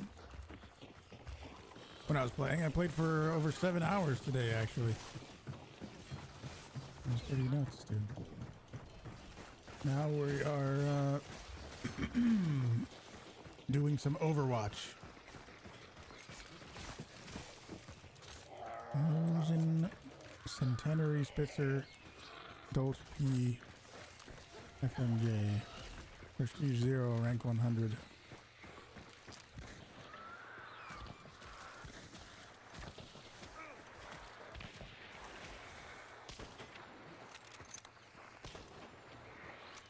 Triple M. Oh, he's doing the exploit. Yeah. Look. I'm gonna turn the name blur off. Look. This guy's doing the exploit where he has a bunch of he's got 2 frags, he's got 2 regen shots, he's got 3 ammo boxes, and he already took 2 stamina shots. Can I report it? I don't know.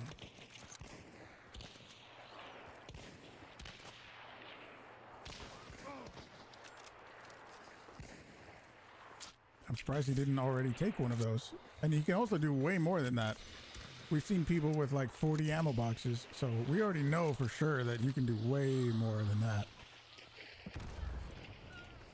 Is it bannable?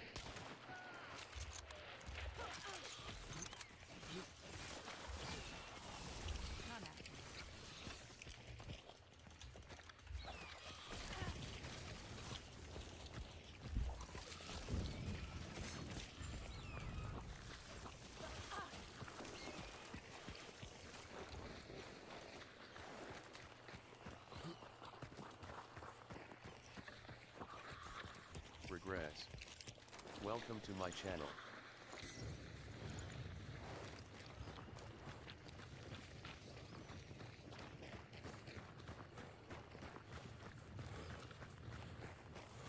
Yeah, it didn't seem like he was doing anything cheat-like. I didn't see anything weird happening. He didn't immediately know exactly where the enemies were. I think his teammate heard them and was calling him out, but when he looked over at them, he didn't like immediately snap to them, you know what I mean? Is Crytek even aware of this? I'm sure they are. I'm very sure they are. I have not personally told them about it myself, but I'm sure they are.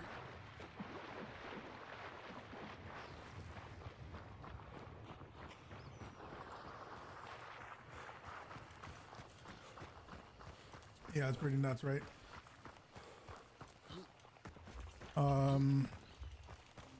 I'm not going to explain how to do it, of course, but how you do it is sort of tied to something else in the game.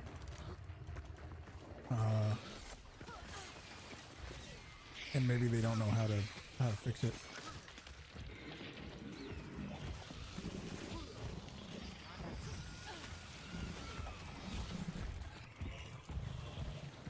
And also, I guess you could kind of argue or assume somebody could try to say that they're not going to do any big fixes until after the engine update.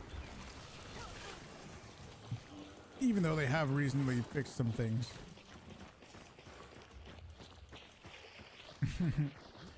Yeah.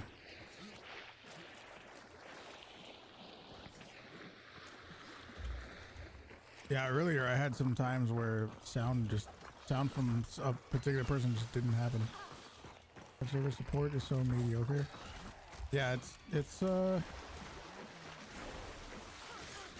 don't know, they try to you know, Welcome to my channel. brush everything off and act like everything's perfect, but it's really not.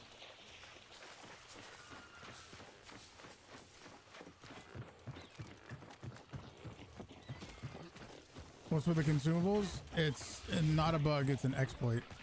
There's an action you can do. What is that grunt doing? Did you see him? That dude was jumping. Yeah, it's an exploit. You can do it and you can carry like dozens and dozens of consumables. I'm not sure why this guy, maybe he's just doing it to be where's he going? Going to the resupply maybe?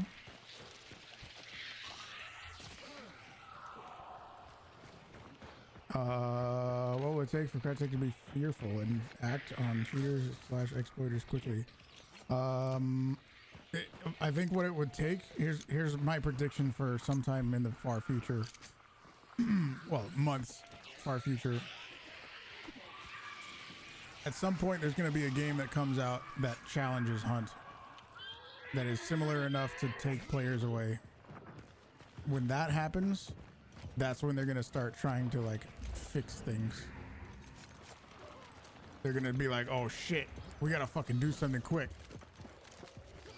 They're going to realize they can't just keep copy pasting the same event. They're going to have to actually do something good.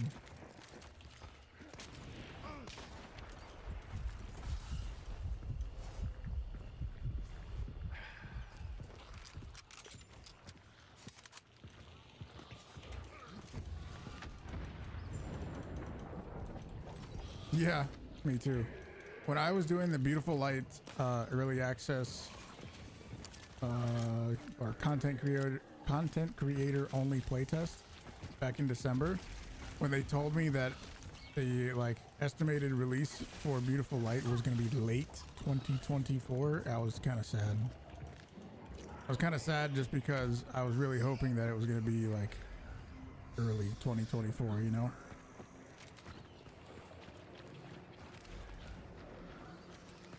I'm gonna look around at other people and see what we see.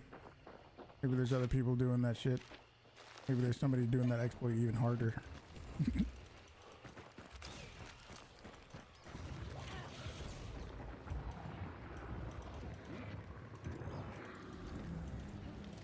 Nope. Nope. And then this is the guy that's doing it. Let's see, this guy's sitting in a bush. This guy...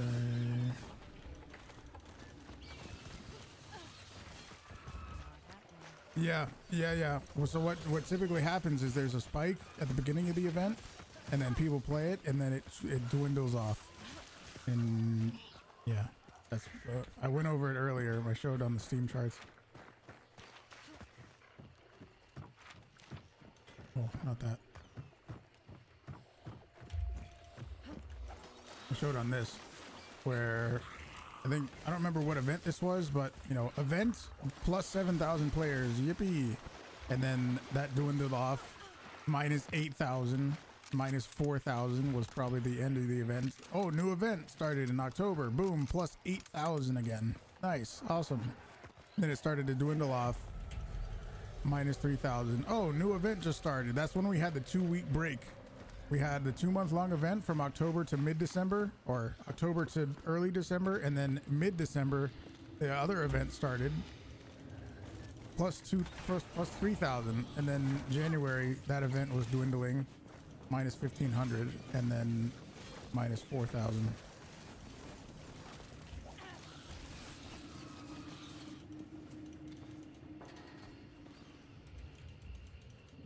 But what does that data tell them? I'm sure they have their own data that they look at, and they can see exactly how many players. That's taken from Steam, and maybe it's slightly different, but they see roughly the same thing, you know.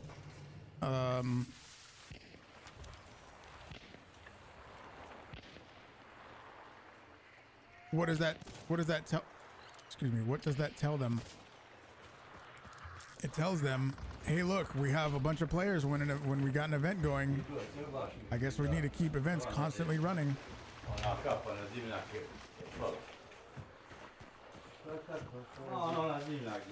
So that's why they have events constantly. I don't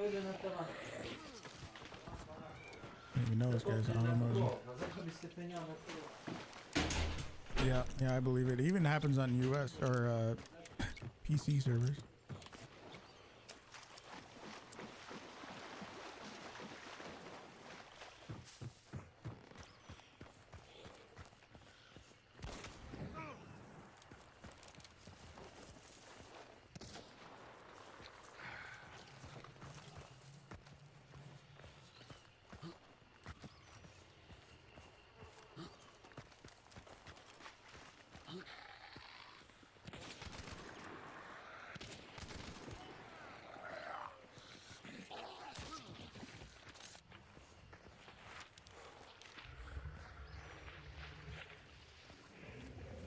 Well, that's what I'm saying. Like they gotta do something differently with the events, because it's the same shit.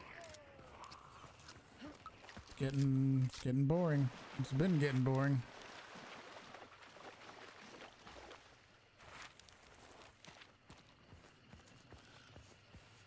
I'm gonna be right back as fast as possible. If this guy dies, I'm sorry. I'll be right back.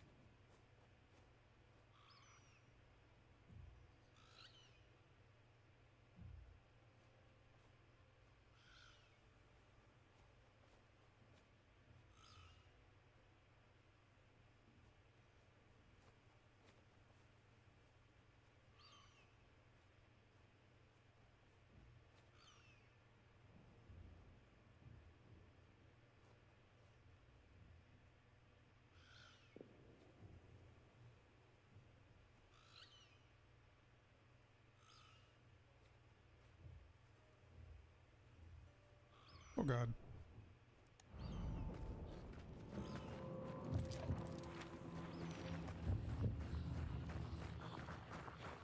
Who would bleed on the Dolch? Yeah. Good question. 30 hours. He died 3 seconds after I left? Oh my God. I'm sorry.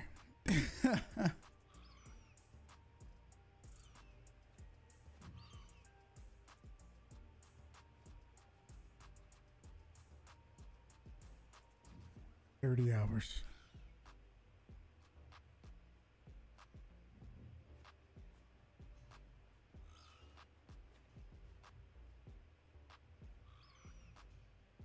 Thank you. Yeah, it's amazing, right? It's amazing.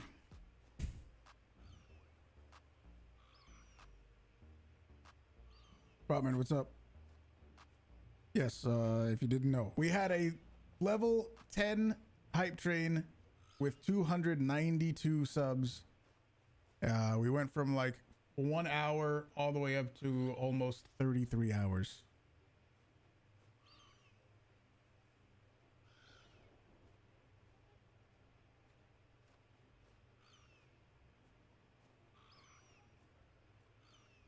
It's been insane.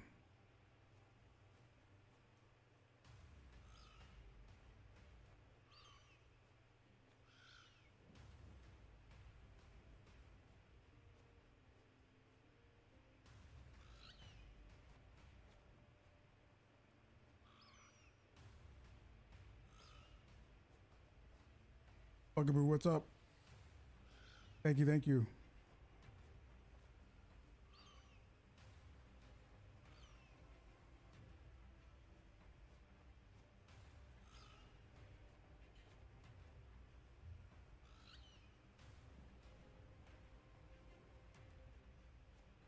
Wasn't around for crappy events, so I don't know what they did for that. But I've heard from multiple people that the event was one of the best ones. Yeah, it hasn't really changed since then, I don't think. It's all been mostly the same. Even the early events were kind of like, what are the earliest that I remember?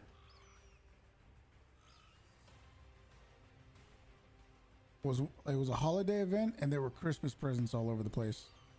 I don't think that was the first one ever. It might have been the Halloween one before that. Zam, what's up? How's it going?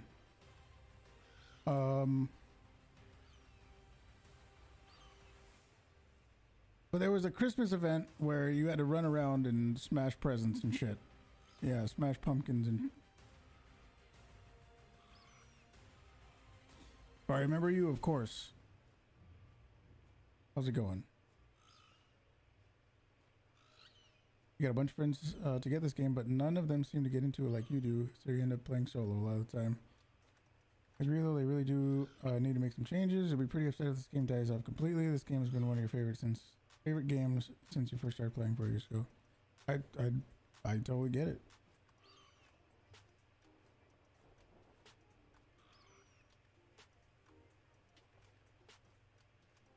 Thank you. If you guys haven't seen the newest short, it's at the top of chat.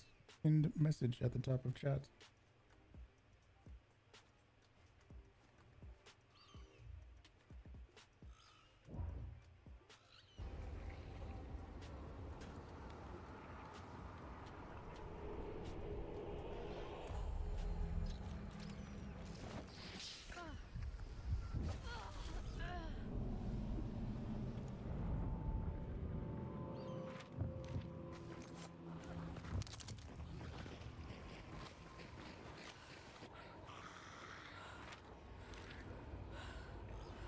Have I ever, like, actually IRL, have I ever gone to Brazil? No. No, I've never been to Brazil before.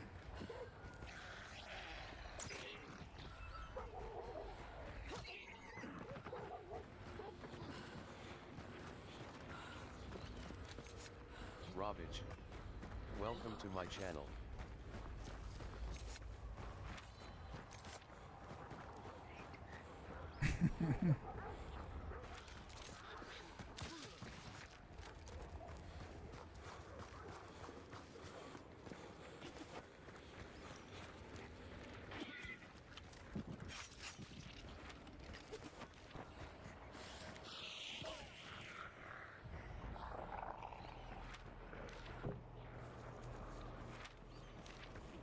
What time is it over there right now? There's one guy that I wanted to watch.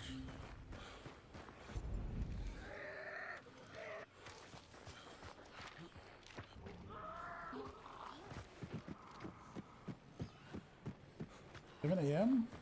Okay.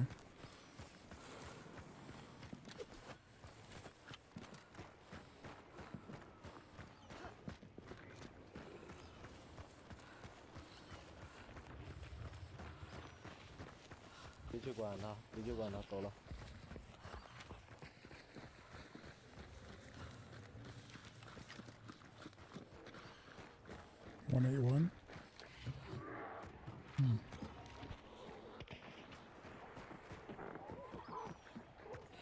Where's the one guy that was... Where'd he go? There was a Prestige 1 dude somewhere.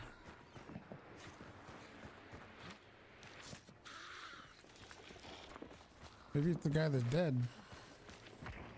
I don't know. No, this is Asia. This is Asia.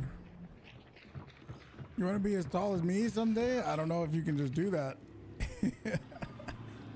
I don't know. You can hope. There's have you seen that surgery you can get where they break your legs and then they separate the bone by like a millimeter, and then they put braces on so that bone gets filled in.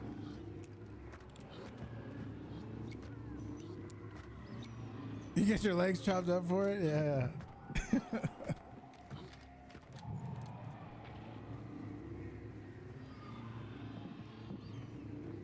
Wow, you guys got Stretch Armstrong over there too? I didn't know that.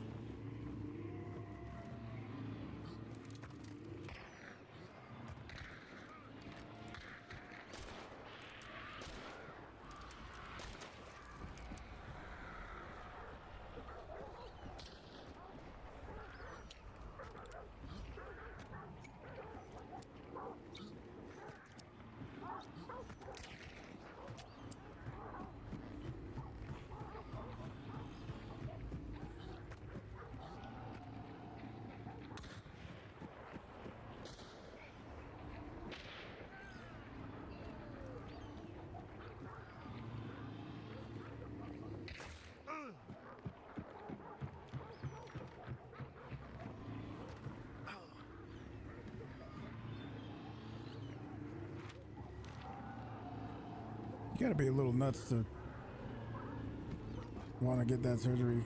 They break your legs. That's kind of crazy, dude.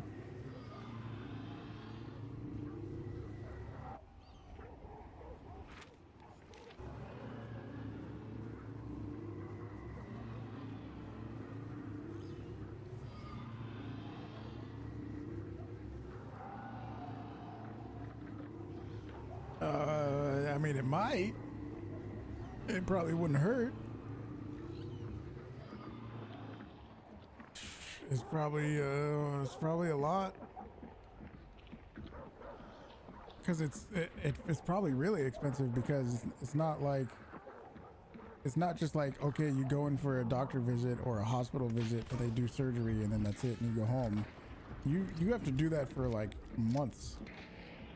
They break your legs and then they separate the bone. They make it so that it's a little bit separated, and then your bone naturally heals, and fills in the gap. Then once it's healed, they go and do it again, and they just do that over and over and over until you're at whatever height you want. So that's like a bunch of processes over months.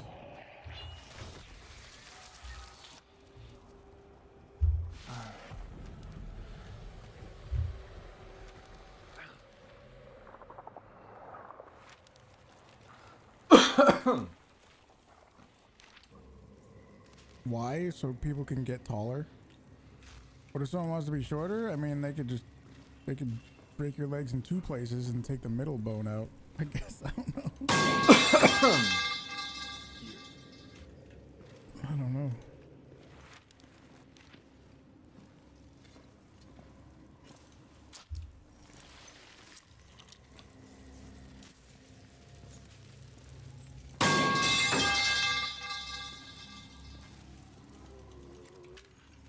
Yeah, I bet if I go search, let's search it up.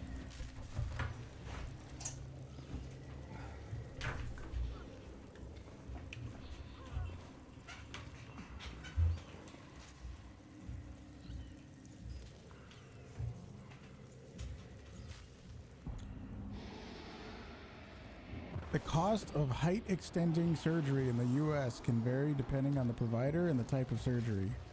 Bilateral femoral lengthening, which is a bone in your leg, can cost more than $120,000, while tibia and femoral lengthening combined can, well, I guess that would be breaking both the bones in your leg and doing them both, can cost in excess of $250,000 with some providers.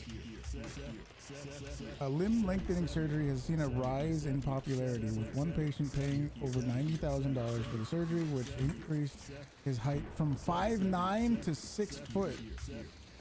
The cost of limb lengthening surgery starts around $75,000. This is it, like summarized from different articles. $75,000 in the U.S. and health insurance generally does not cover it if it's an aesthetic elective procedure.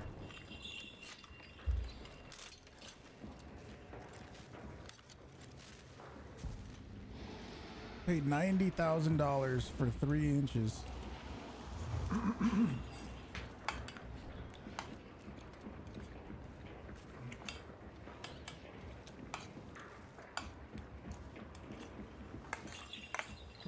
There's probably some people that would pay over $90,000 for 3 inches.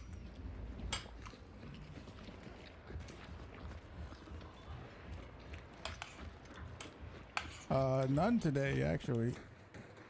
Haven't seen any today. I actually played Hunt for over 7 hours, so we haven't been watching for that long. About 2 hours. We haven't seen anybody today. No weirdos out there yet. Depends on where the 3 inches are going. Okay, true.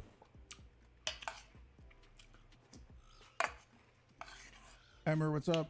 Is it going good?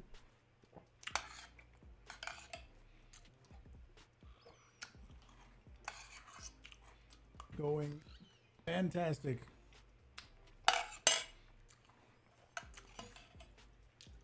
Maybe they're all on a break. All on a big cheater break.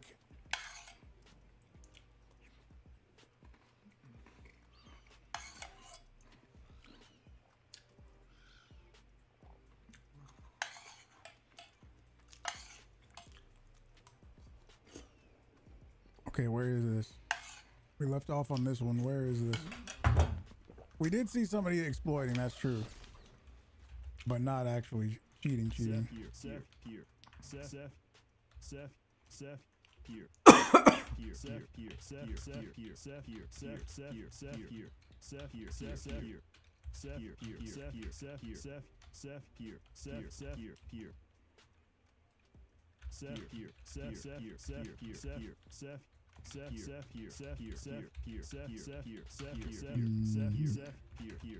Everything looks so nice. Like this road looks so perfect, except for this house. Same with all this. All this looks super nice. Pretty nice. Not perfect. All of it looks super nice, except for this house. It's got a bunch of shit all over the place.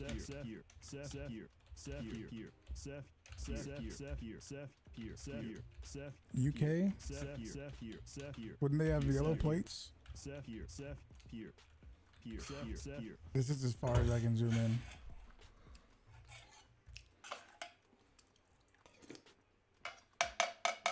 Whoa. Yeah, I don't know what that says. I mean, I can read it, but I don't know what it says. Maybe you can.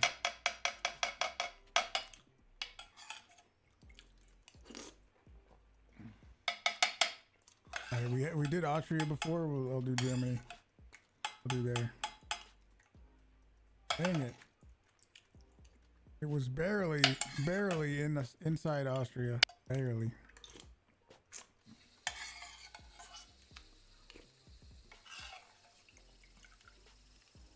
You can get a fine if your house isn't nice, so it's like having a countrywide HOA.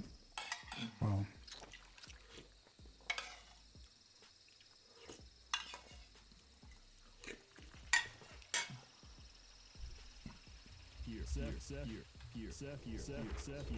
Here.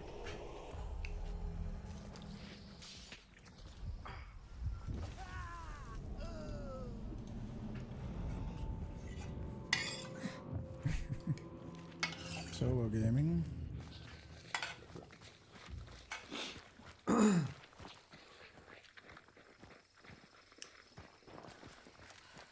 let's Bangalore, what's up? Whoa!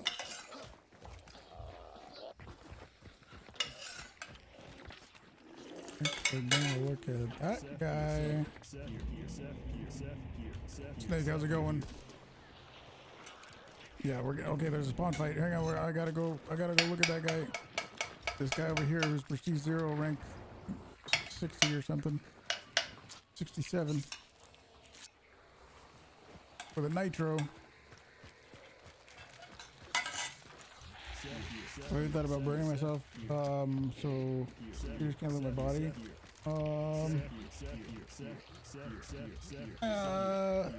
I think I've thought about it, but I don't remember. I think poison bombs are cheaper or something. New account? No. Oh, you mean this guy? Yeah, the one we're watching? Yeah, I thought you meant my account.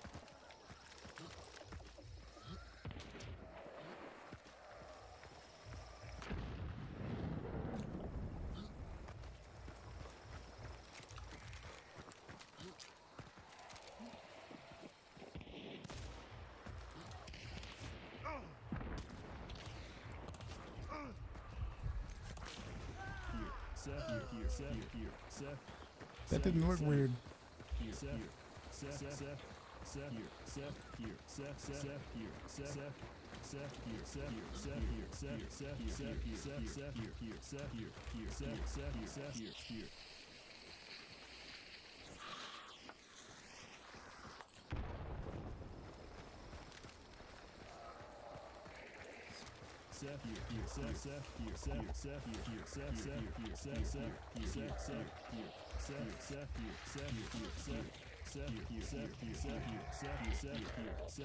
Definitely has played the game before.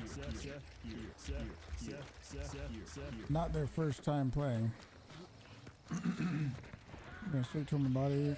I was laying out on the edge of the map and looted it. You're thinking to stop that? Yeah, that's not a bad idea.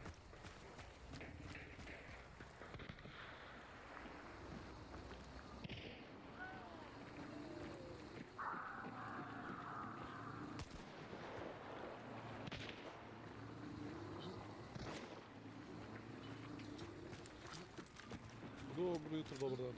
Zora kad se naštiva. Evo, došli malo jebati igram. No jel? Pa da, neko je vreme. Feel mercy. Welcome to Zasluženo. my channel. Nešto dobro je završao sa platformom, tako bi malo. Skoro da mi se igra igra. I think it's just a second account. I don't see anything weird at the moment. A gledam Nešto mi se ne tiče solo queue. Ne. Ja gledam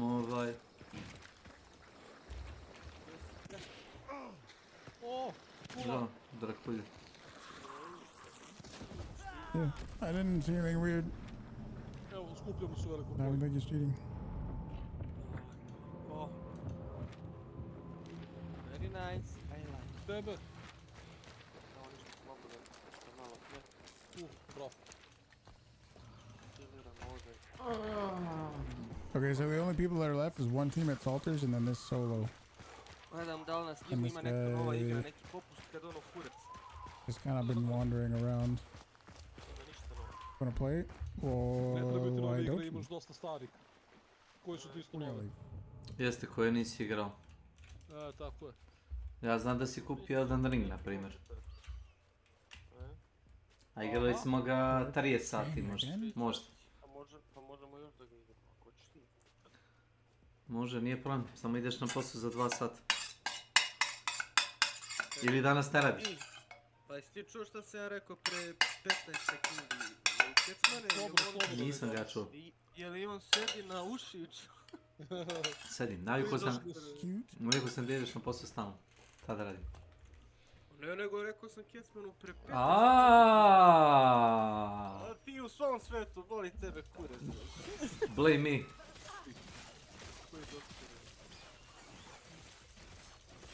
Još sam ti sinoć rekao da se hvala. Yes, he does. I opet me pije. Yes, he does.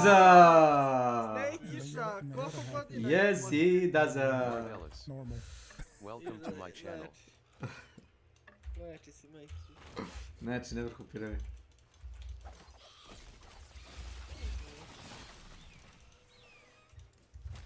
Oh my darling, oh my darling. House. Oh, and then look, this looks like a back end of a bunch of houses that are all lined up, right? We've seen that before. When there's just a fucking giant line of houses. And they're all different types. Okay, we have a good one. Kaže, krajte, kad ne znaš šta novo da ubaciš u igru, pa ti uzmi pobaci još jednu Winchesterku.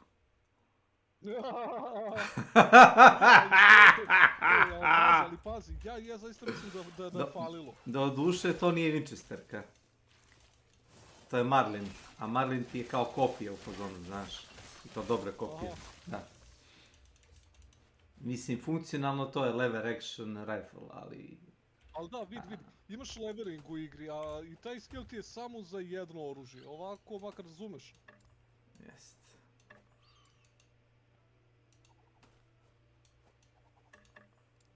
Tako da ja mislim da je ipak ono, to nije toliko loše. Pa, nije loše da ljudi vole da pucaju. Nije loše, ali nije ni Porsche. Ja nisam mogao da verujem da će... Moja pretpostavka je bila da neće stavljati nikakav novi event u igru. Pre nego što urade update engine-a i pretpostavljam novu mapu možda. To je moja pretpostavka bila da žele da prezentuju novu mapu zajedno sa engine upgradeom da bi... Jer nema pojente da ubacuješ tamo nekakve kao poboljšana podrška za DX12, bolji rendering vode, ja to ne vidim ako igram stari nivo, razumeš? Stavi nešto novo i razumeš, showcase-uj. Kao kad napravi, ne znam, Toyota napravi novi motor, ali stavi ga u stari auto i kaže sad ide brže, i svi kaže jeste, ide brže. Niko to nije ni primetio. Ne, napraviš novi auto. Paže? Ej, Franje. Nije to Franje. Njih se upisao Haze, Black Windows 94. Koji brate Haze? Franje. A? Franje. Da. A gde su pisao? Na prate kodu neki Haze. Ne vjerujem da je Franja. Čisto sumnjam. Ili imam PlayStation? Čisto sumnjam.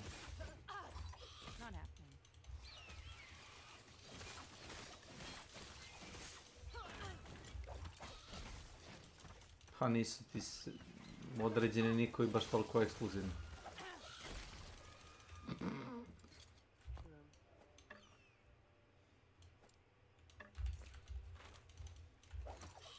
Ona je skočila nazad, ja napred.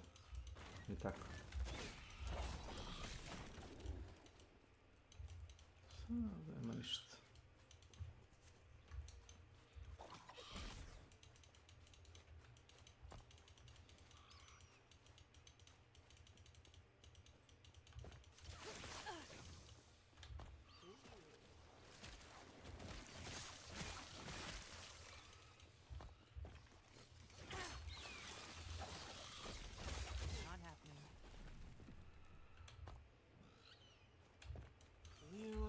Ja. Jako da. Yes, he doesn't. Jest. I have warned you again and again, yet you persist. If you wish for Lagon's temple to be your tomb, then so be it.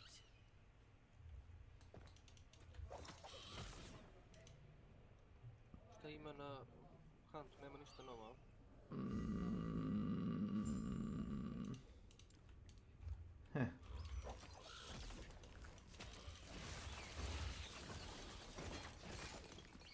Kao što rekao, kraj tek planira novi event. Event? I kao... Znači ljudi sa toliko skinova. Toliko, da, pa ne znam. I kao posle toga eventa, kao onda ono, ide planovi za kao novu mapu i kanđe navde. U suštini izgleda mi treba više vremena i novca, to je moja pretpostavka. Gods be with you.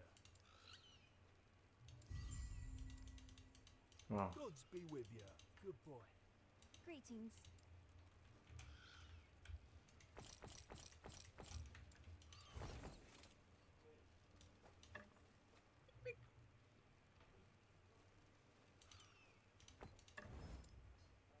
Beži bre u pičku gdje mi je mimik. Igraš onaj event s mimikom? Zanimljivo bre. Ono, dead match i ubijem zombi. Realno jeste zanimljivo. A sad ću ja ući. Fajn društvo. Gdje mi je sanduk?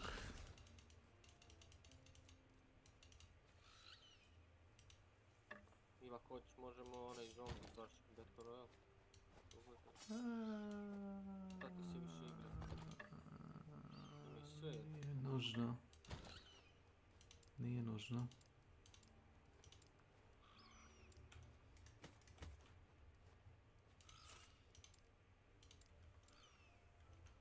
Ja, skočio kroz prozor pa upao u teksturu dole. Ovo je mimik.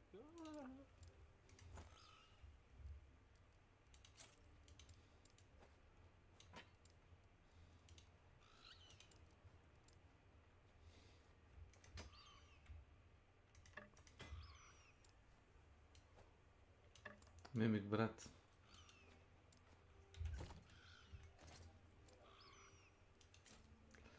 Dobro, bolje ništa da ne pokrećem. Znaš zašto? Što moj stari malo pre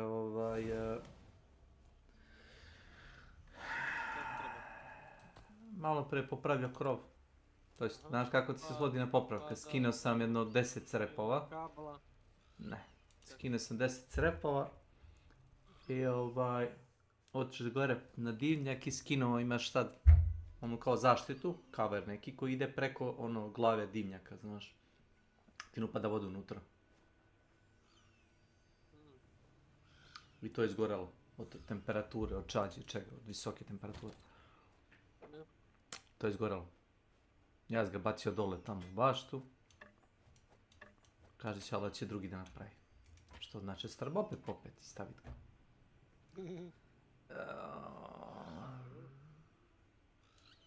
Dobro, sad ćete zvati vjerojatno. Kako si to pogodio? Da, kao nisam znao.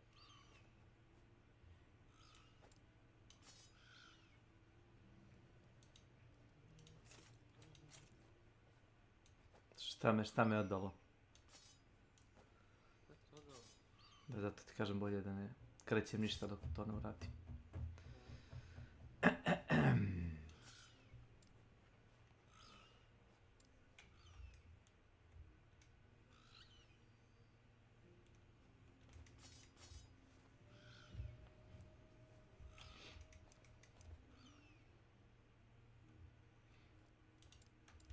Gdje si mimiče?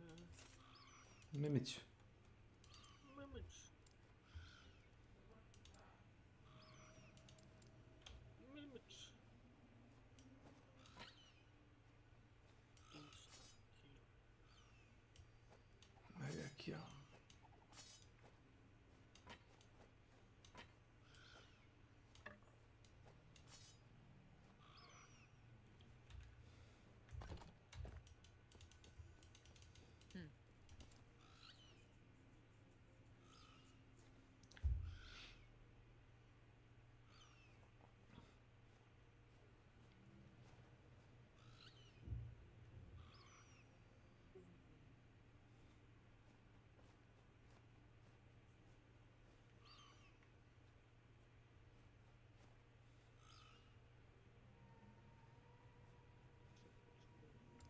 Samo ne mogu da craftujem i doći. I doći ne mogu da craftujem.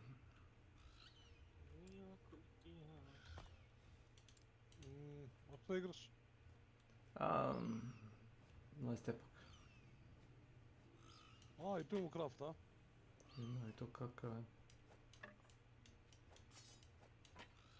Moraš da vidiš da li ti item ima prvo taj crafting potential, pa ako ima, onda da li ima jedan atribut ili 3 ili 4.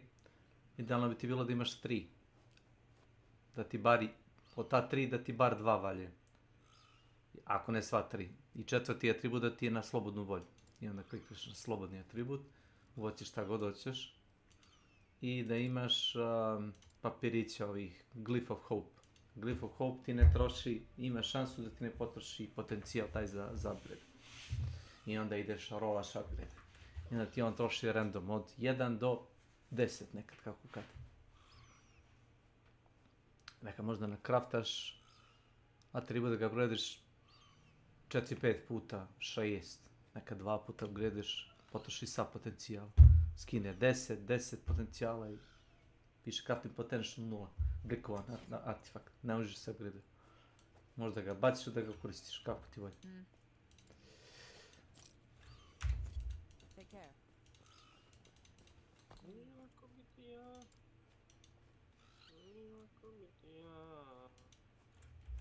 Možda mogu Call of Duty. Taj deathmatch stigne s tobom. To je plafon. Da vidiš kapetana. Trashback. Ne.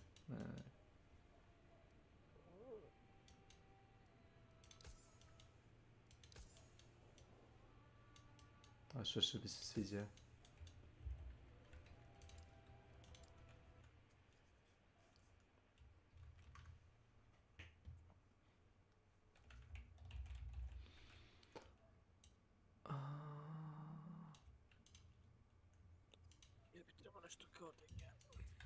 To nisi ništa doručko. Nemoj, naučit ćeš se, onda ćeš morati vratiti svaki dan. Moći moraš svaki dan jesti. Ne. Bolje ovako reći. Odupri se. Od 5 sati. Od 5? Pa idi, jedi. Ostavi sve i kreni.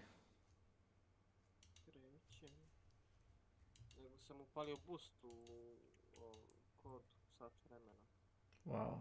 Dobro, propašće ti 15 minuta, 20, ajde, idi.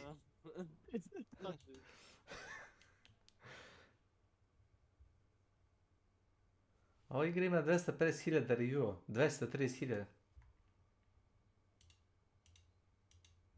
Palo World. 230.000.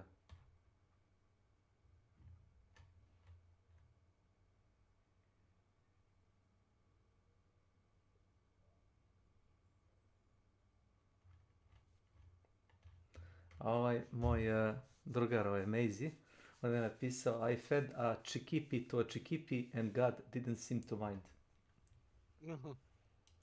Nemam pojma šta je to, ali postavljam. O, neko tvorenje, najvratnije. Da. Možda dobro čudno. Kanibal od njega. To. Joooo.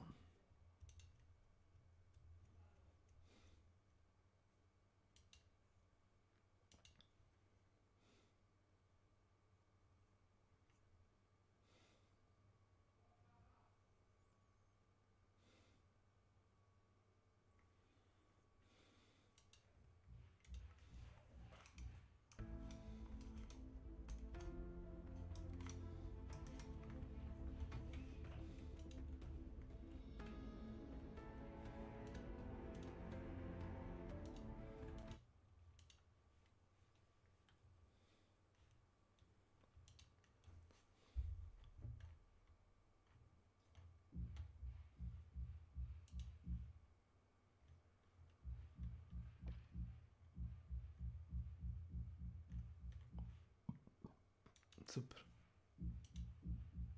And in person.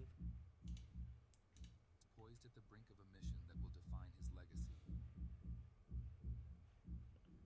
David was a child of many homes, molded by the United States foster system. His path led him from the Green Berets to the sands he became more than just a soldier.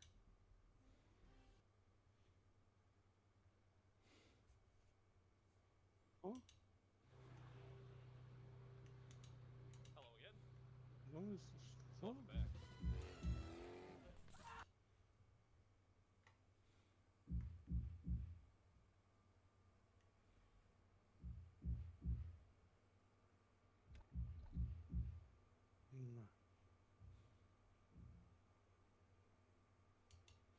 What's up everyone?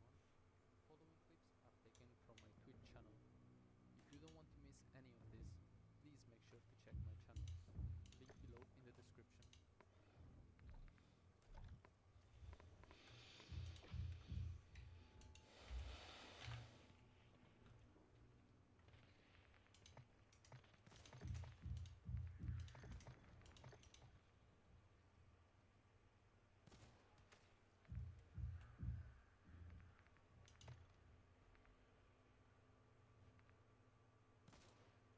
No, don't shoot me. Don't shoot me. No.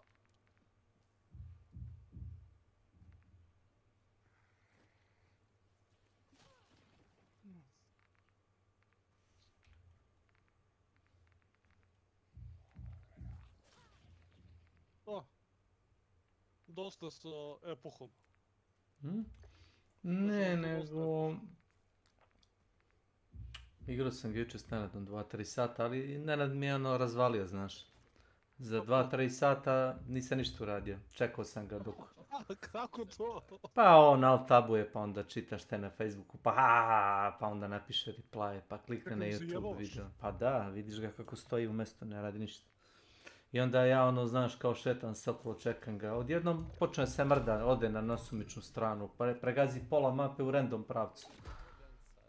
Mogu samo da pokupim materijal za njim, XP ne mogu da dobijem jer je predalek. Aha. Onda ode u grad, ja mu kažem našao sam item da ti damo, kaže gdje si, ja nemam pojma gdje. Zabaguje mi se onaj indikator gdje je on, ne vidim ga gdje. To toliko se udaljio da je ono, van. Ne, ja gledam gdje je, nema čovjek.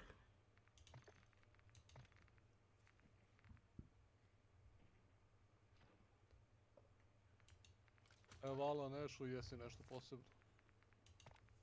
I onda kad je konačno završio sa... Facebookima, Instagramima... sa društvenim mrežama, onda je počeo kao da igra, onda je bilo već 11-12, onda smo igrali 1 sat vremena, ja sam rekao 12, prijatno, ja odam do kreveta i izvolite dalje. Pa je tako.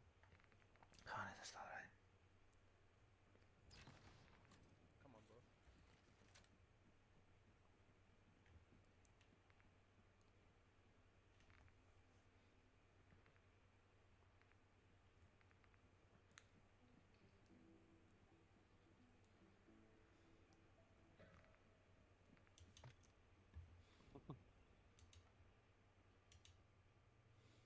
Jebate kako ga ne mrzi da se idete po tim društvenim mrežama toliko da se triggeruje, ja ne znam. So the developers just made a dev post sharing some statistics and analytics of Dead by Daylight, and we have learned some really interesting things. The twins are still the least played killers. Windows Opportunity is by far the most used survivor perk still. And Skull Merchant turns out is the strongest killer in the entire class by a wide margin. Now, some of the things were more or less predictable, but some of them were a real shock. And I've spent the last...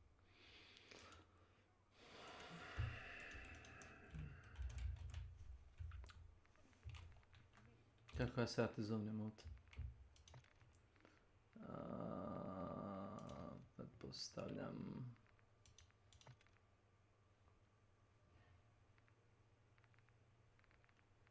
Ovako.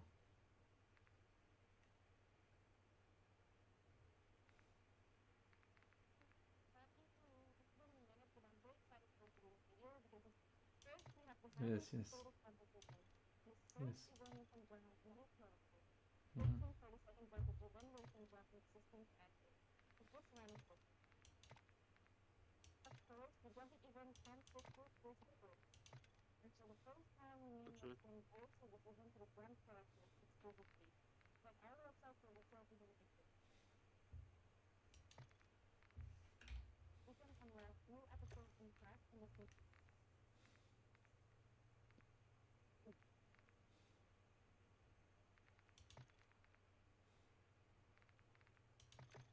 last one alive. I got this. Evo ti najbolji skin u igri. Stižete Drakula sa levelom. S kojim levelom? Ja sam prešao čitav Battle... Drakula vežba dok niko ne gleda. Čitav Battle Pass. Ne znam koga misli da stigne.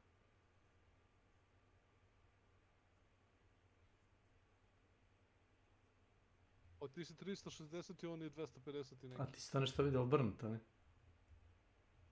Kako dobro to pas. Tu je na ekranu bilo. 360 si ti, a on je 257, eto vidiš. A zbog ti je to sati igranja? Dobro, stižete, ne, ono, mislim, jeste, ali opet. Pa i treba da ne stigne, ja ne igram ovo svaki dan. Igram kad, na primjer, okrenu za 5 sati taj weekly challenge da stave, ne znam. Ovdje je bio... A tako ti igraš, završiš weekly challenge i ono kao... A weekly challenge ti je deo za oružje, na primjer. Aha. Receiver za bolt action kao sniper. Onda attachment za assault, uglavnom za assault rifle. Motorna testera, bukvalno. Mini. Uglavnom pada framerate kad je koristiš. Ne znam kako to da opišem. Ono mi Sean iz Walking Deada, da, sad je krenuo neki novi Walking Dead. Store, event... Ako ti je to čudno, kad počneš da radiš Battle Pass... Motorna testera.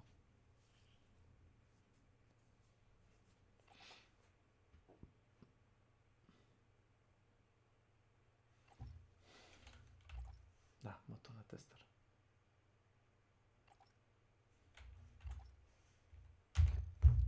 Imaš njega.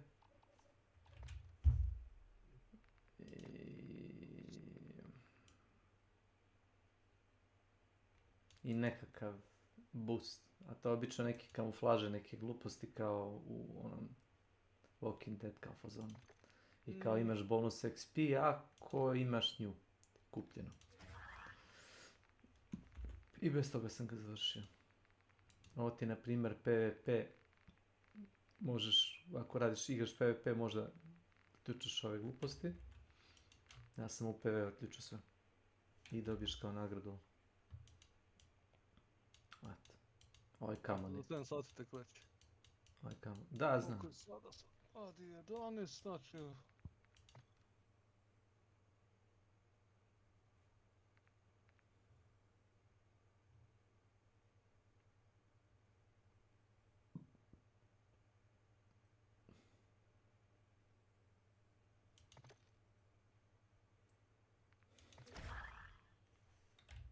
To mi je jedan od boljih nagrada bio.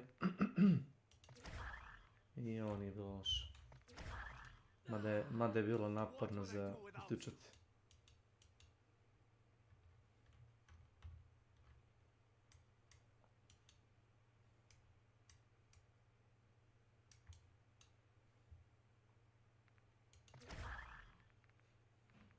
Ovo su gluposti. Kao in-game itemi. Baš mislite.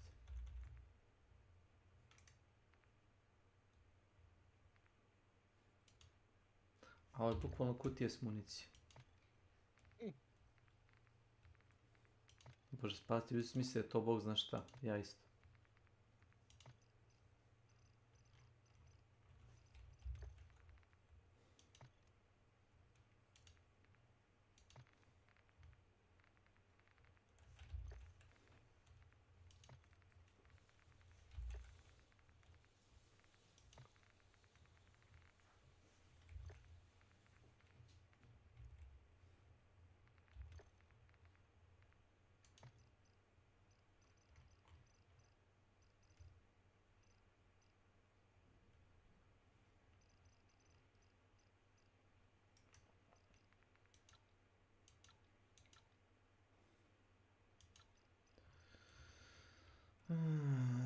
Šta god. Ne znam zbog čega sad kad vidim koliko imaš tih otključenih stvari pa mi nekako se to nerealno izgleda. Ne, nego sam samo igrao. I igra mi je konstantno otključava neke gluposti.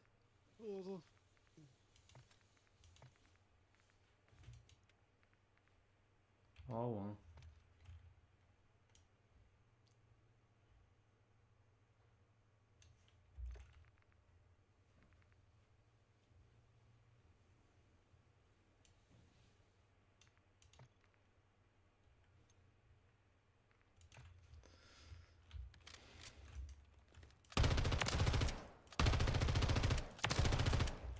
Naravno, ne može gluplje nego pošto postoji.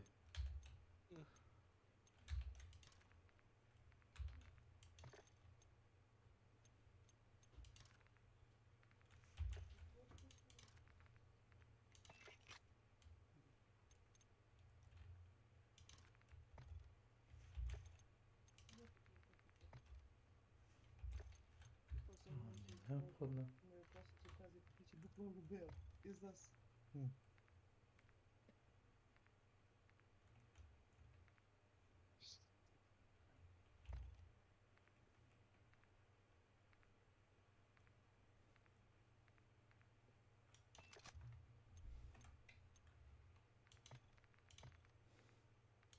Dakle, izaš.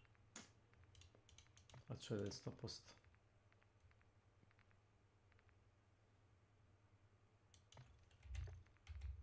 Nije Drakula se samo utirao. Nutrišao dede, izaš. O, sad je izašao. Kad mutiranje nije dovoljno. Pisala mi je you are the party leader. A, to.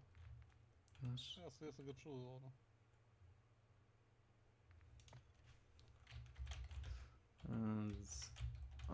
Snake.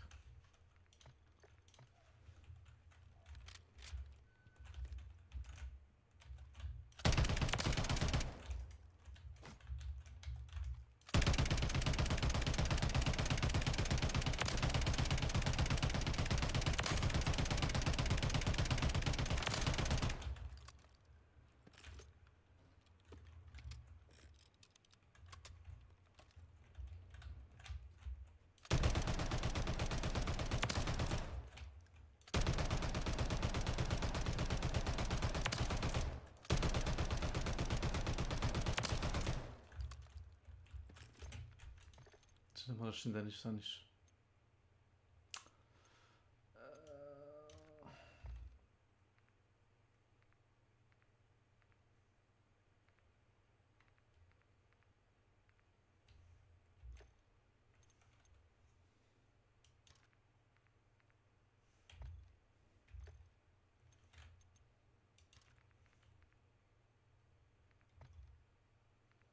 Evo što imam ovdje neke ljudi, brate, na ovom Battle.netu koji verno igraju ovaj Diablo Immortal.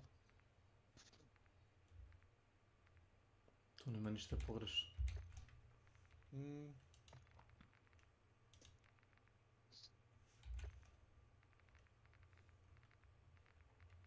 Evo ga Diablo Immortal veći nego Diablo 3, znači da dišemo gigabajta.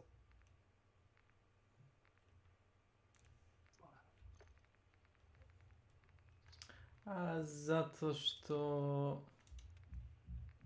je vjerojatno igra koja ima ono developere koji konstantno rade na igri. Da, izbacuju čak i nove zone, brate, gradovi i to. Ali su izbacili onu klasu, one kao Vampire, Hunter ili... Blood Knight. Jest, tako neki ćao. I interesantan. Da, za nešto što je u suštini, da nije free, ali... Ajde da kažemo da je free da se proba, ako ćeš ozbiljnije da igraš moraš već da platiš. Pa šta je znam ono? Ne bih mislim on imaš kao pay to progress koji u svemu. Da, free to try. Pa ne, ja sam ga igrao free, mislim, dosta sam ono sa par likova, kažem ti da sam skoro 500 para gorno.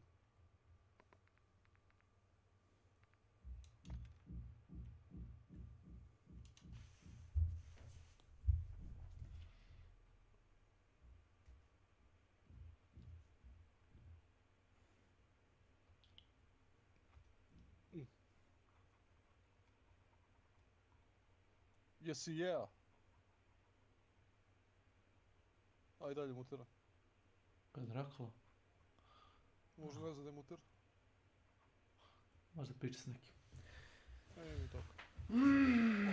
Obzirom da je došao na chat. Možda je restartao bio kop. Također.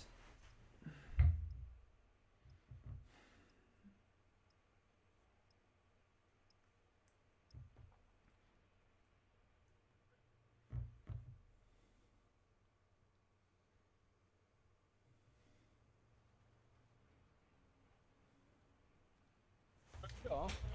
Wow. Da. Idemo. This is not my loadout. Very nice.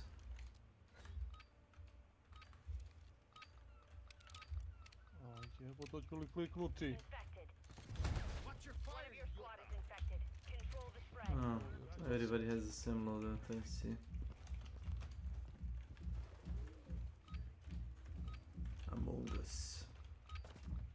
Ajmo sneg da vidimo. Sa šotkom, a? Ne. Neko infektovan. Among Us. Done, guys. A, to je jedan od tih. Fuck you, guys. Survive it all cost. Idemo. Fuck you, bitch. Roleplay.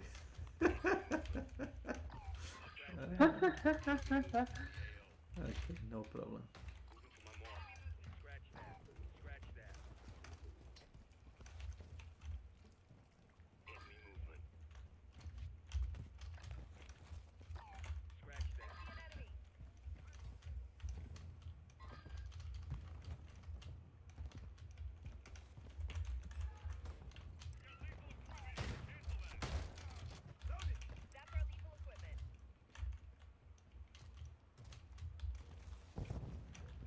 I koliko ovih claymora po mapi.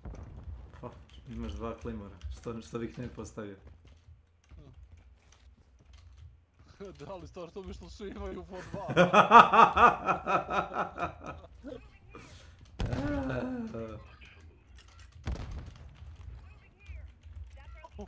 Znači nema šanse da neko rođe ovdje.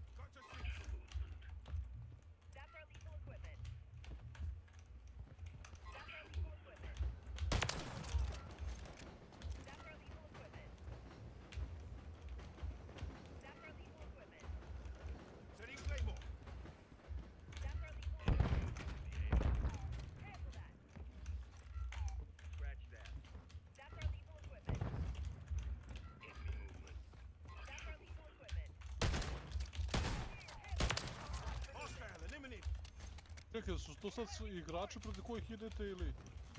Da.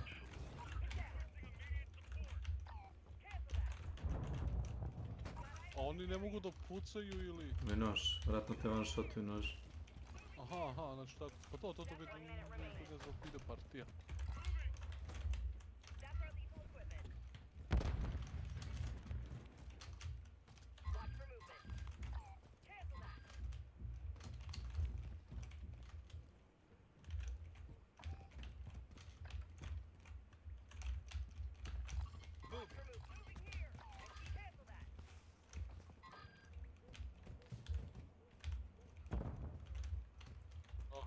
Vidi se.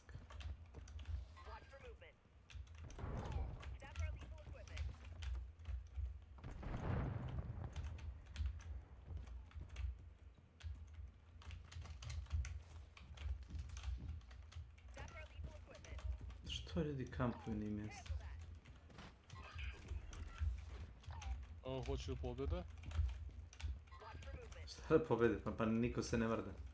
Stari su 2 Claymora i to je to.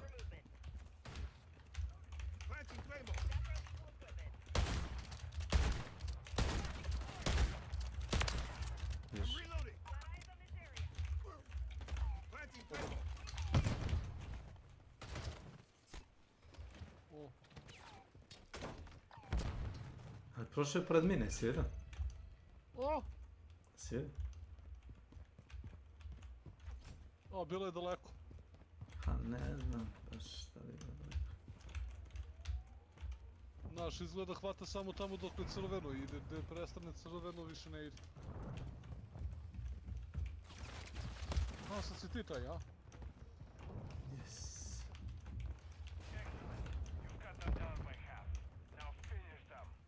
Uf. Šta ti na E? Ne znam, a ovo je respawn ovdje.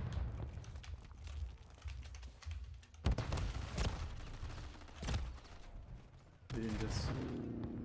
Leko se štekio. Pa ti ima pun kurac tih, brate, jesi sigurno želiš tu. Pa šta znam. Vidiš, zbog toga se i štekaju ljudi, brate, neće da dolaze, brate, naš ono...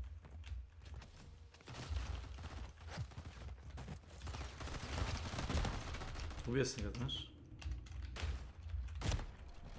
Ubio sam ga nožem u trku. O! Si vidio? Ne sebi, možeš li baciš nože, dobro, to je dobro stvar. Pa vidio sam da imam jedan nož i jedan onaj flare. Flare ti daje kao respawn. Vidiš, paf, nože gubi. Infected su pobedili. A džaba su se uštekali, šta su radili gore? Pa zato su i izginuli. A, zašto se treba samo skrećiš, imaš čovječ, imaš shotgun, imaš pištolj. Da budeš nepomičan, a stoji ovaj ga nožem samo, znači ono, Ne, ali glupo šta radi ljudi, mislim, ako zaslužili se da izgubi. Mislim, glupovo, ali... Zabavan mod, ali ljudi su... Ne, bilo bi zabavno da ljudi hoće da igraju, razumeš, a ne da, brate, dođu i naš kao napravi bunker je kao sad ti dođi. I oni kaže, brate, neću doći mi šta onda, znaš. Ka ne možeš mi ništa. Pa pokolno, znaš, ono kao koči partiju, znači, ne, no.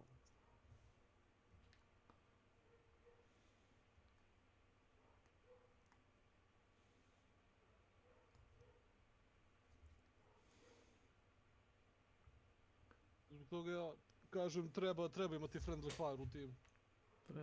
Treba ga lupit kundakom, da makne s mjesta. Hoće igru, evo, znači, cijela pointa jeste da se svi ono rastrče i da bude ono... Mislim, da hoću da igram Battlefield, ugasio bi ovo i počeo bi igram opet Battlefield, onaj 4, Battlefield 5, Battlefield 1, velike mape, mjesta za kampere, kako sad voliš. kad si rekao Battlefield, jebote nešto radi, baš sam razmišljao, kad je neko pomenuo, da li Neša, pre neki dan, ja mislim, ono, smo isto nešto pričali. Znam da isto imam Battlefield Cats, imam i Battlefield, da li 5 ili ko? Da, 5, ti je drugi svjetski rat. Da, drugi kad imaš da gradiš one bunkere i to sve. Da sam teo to da radim, igrao bi to. Napravio bi bunker i osmatračnicu, uzeo snajper i popeo se gore i ono, kao, sad ja čekam. Ili bi uzeo, postavio oko baze, one, kad imaš kao ono, inženjerije. Iskopaš rov, postaviš one, kako se zove, one barikade za tenkove, nosiš nagazne mine i jebi ga, znaš, aj sad prođi. Battlefield, da, kako se zove ono njihovo sranje? Šta kako zove? Kako se zove ono njihovo Dinengan instaliranog? Je. BF 2042, šta? Origin, ali to nije više Origin. To se sad vodi kao EA aplikacija. EA. Ivan ne nosi ništa, nema puške. To da skinem to sranje, to i ja. Au jebote, koji mi je... Gdje si neko? Neću, brate, hoću skinem to sranje, bre. Nosim kesu za smeće. Vidi ga kako skin ima. Mučenik.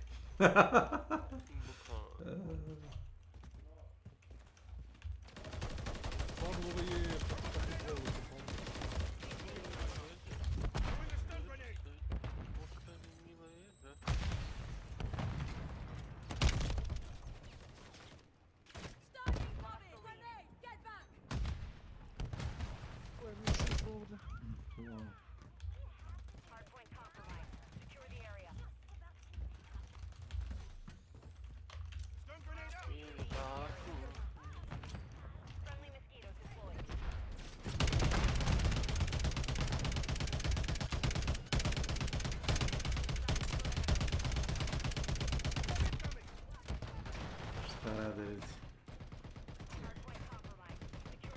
Ne možeš da radiš ni suppress fire.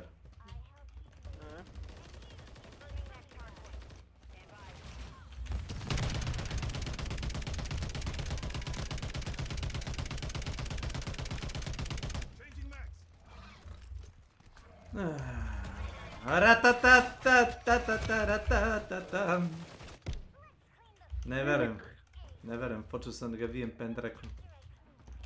Sa mimika? Da.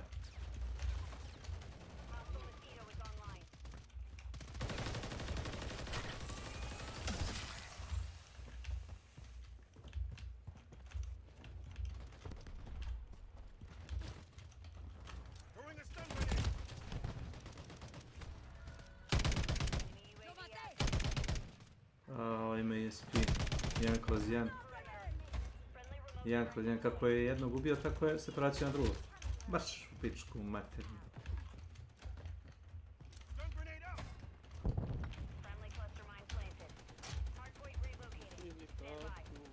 Se jebavaš, brate. Šta, pendrek? Pendrekom gubiš koliko... Ne, nego šifre, brate, ne mogu da stavim šifru, ono, nikako. Za? Vidim što god ukucam kao već si koristio tu šifru, a... Ko ti jebe mater, tako staviš šifru. Ako to ne radi, staviš ko ti jebe mater 2.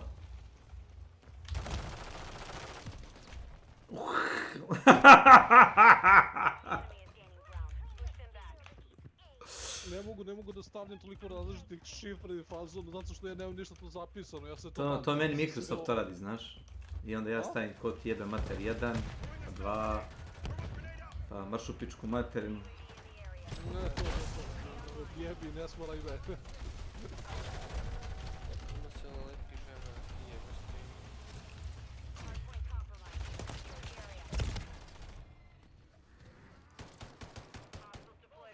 Kako li ovo izgledalo na njegovom ekranu?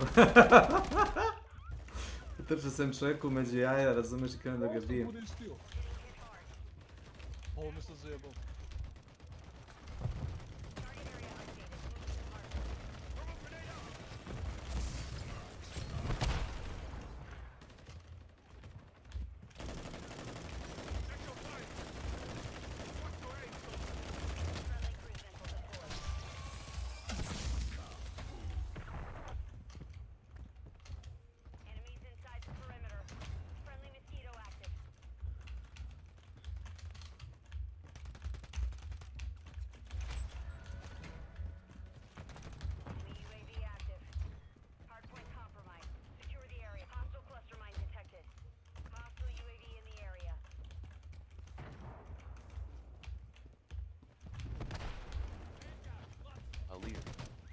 Welcome to my channel. A si ga to ti krenuo klat? Sve se ga izlupao pendrekom.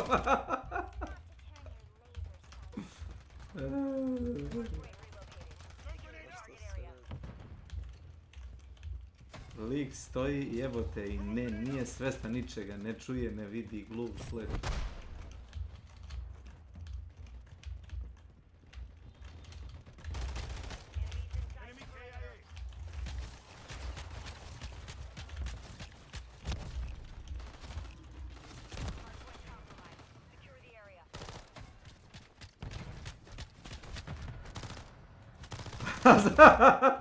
Lik stoji među 5 zombija i gađa ih, ono, znaš, pravolinijski, a ja ležim na podu i udaram zombija po nogama. I lik posle nekog vremena uzme i okrene se, znaš, i kao ovo pogodi me. A ja sve vreme stojim ispod nogu mu, razumiješ, negdje u predalu muda.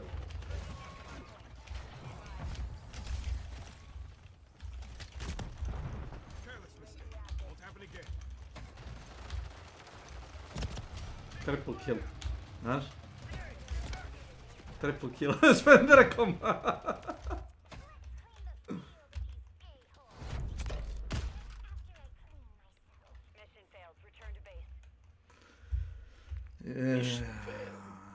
Kažem ti, probaj nož na ovom modu, ozbiljno ti kažem.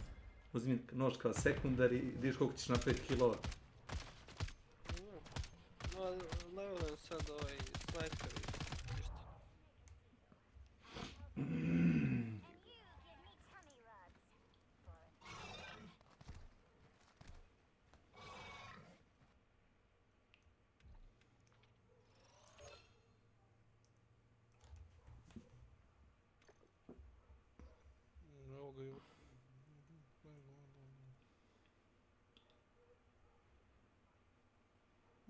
Znači više nisu Origin, zamisli.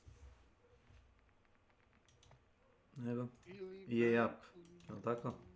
Da, je up, a... Vrlo originalno, jel' tako? Veoma. Ide Mišon.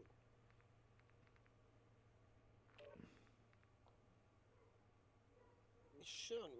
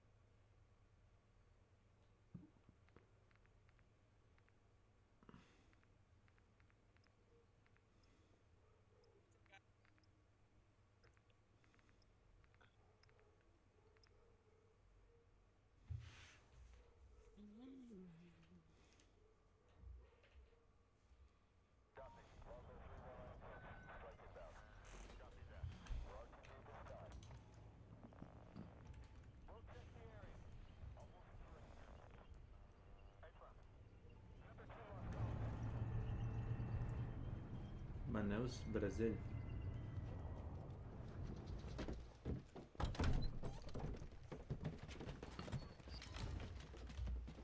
Inač bila Eurovizija, znači ja nisam ni znao. Ozbiljno? Ne.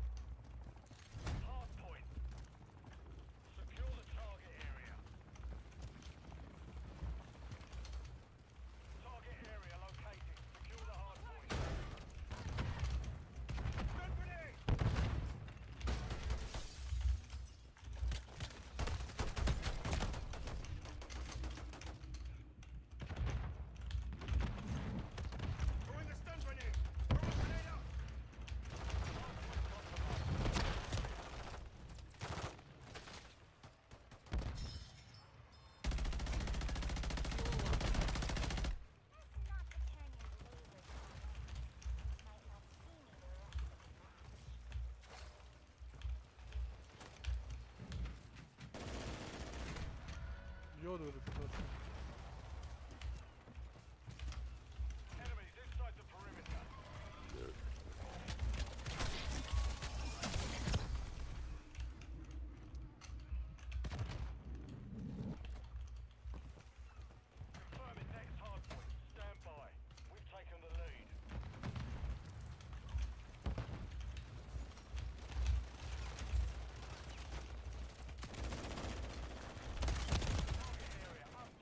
Imaš dvojicu pored tebe.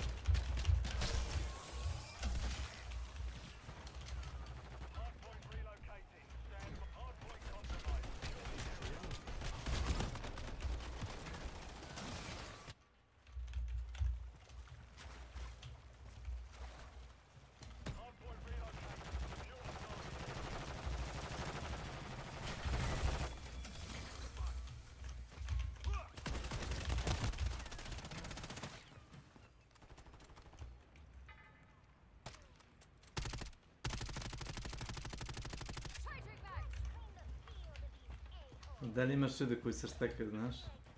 Pa da. Znači, bukvalno mu stoji kao objective taj hard point. Lik, razumeš, stoji kilometar od hard pointa i...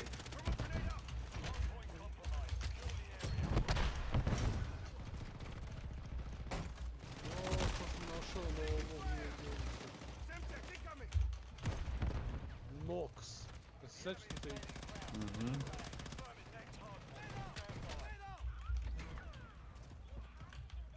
Jade Empire, jel te ne vidim ono. Dungeon Keeper, čak ne ovo Dungeon Keeper Cats. Battlefield 1, Battlefield 3 i Battlefield 5.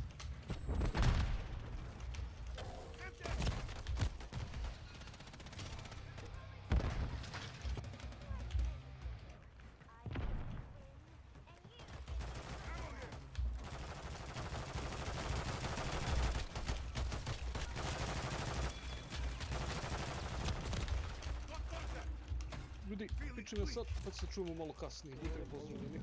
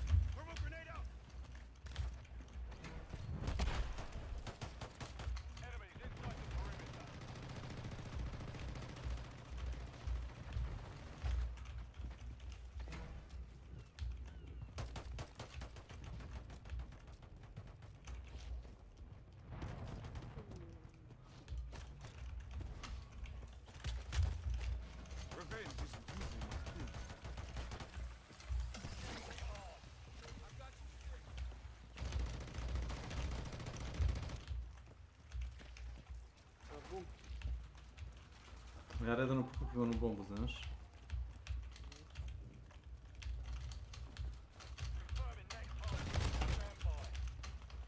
Bio sam onog Black Noira, tako znam da po pucnjevi sam čuo da se lik zavuku negdje.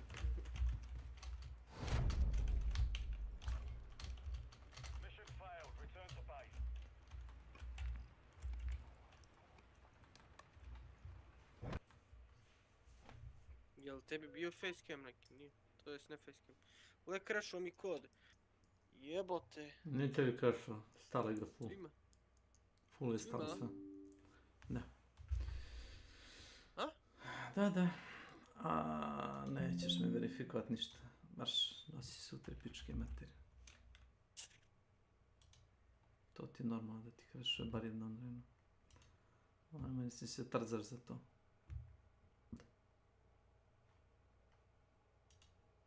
Možda je Steam na milisekundu se diskonektovao, znaš se. Ne. Koji kurac?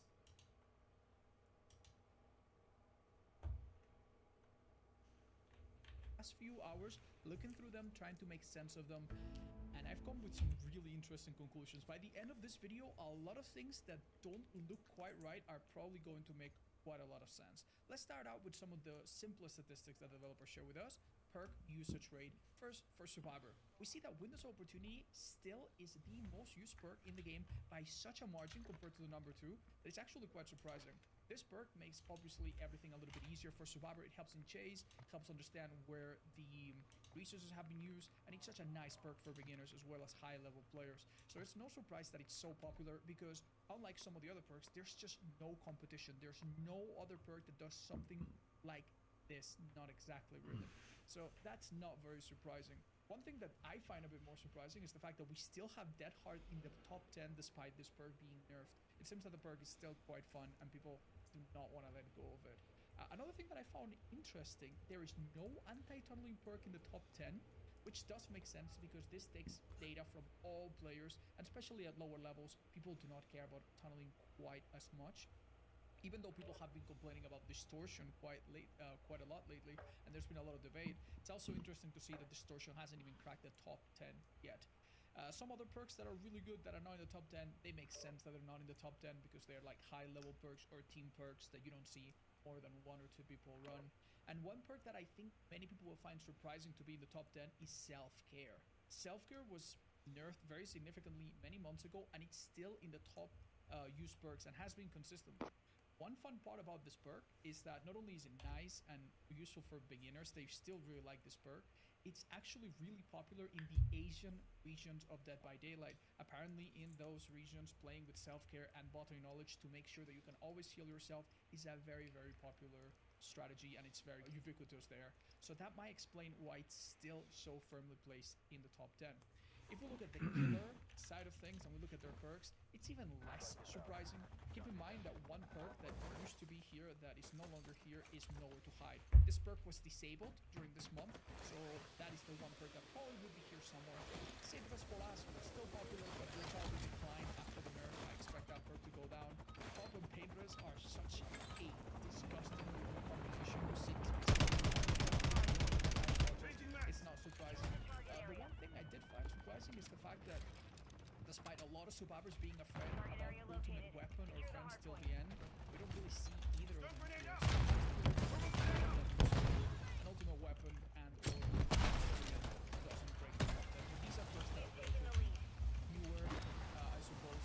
So maybe with some time they could, if they don't get changed. Now we're looking at the popularity of killers being played. It's no surprise that a killer that is relatively fun, relatively easy, and the most recent killer, Chucky, is the number 1. That will probably change with time, but that's pretty predictable. We then have 4 out of the 5 free killers. So Hunters, Grave, and a little bit lower Trapper and Nurse are also popular. I expect Hillbilly to decline now that they've changed them, but this is a little bit Wolfsfist apparently has always been very popular, so has Legion. I'm surprised to see mine go this high up, but it's still really, really popular. Probably more so than other teams. Blight is also really fun and powerful, same with Wesker. Blight is also popular. Still really resistant. All of this makes a lot of sense. Now, let's go from the top to the bottom. What are the least played killers? Well, the least played killer is still Twins. Tyrant Twins typically always are on the bottom, but Ja! Next one piece of something. Ja, hier was ik hadden een video gone this far down. I think at the end of the day, it's just boring. It's not like he's super weak, as we'll see in a minute. He just doesn't have much of an identity, and other killers are either more powerful or more powerful. So, yeah, the fact that he doesn't have any cosmetic, his perks aren't particularly exciting, and there's not a lot of reasons to play him as a beginner or as an expert. Yeah, probably explains why he's so low. I still can't quite explain. Artist does make sense. Funny enough, anybody wants to perks. Za malo double kill. Znaš kako smiješno izgleda, trče 2 zombija, trče 2 zombija i ja trčim za njim. Single Singularity, though, that is probably the biggest heartbreak in here. Singularity is a very recent killer, one of the last 4 To se sad čeka da se popremi, ja Dario po guzice, no se krenulo odmah. Che mimik jebote.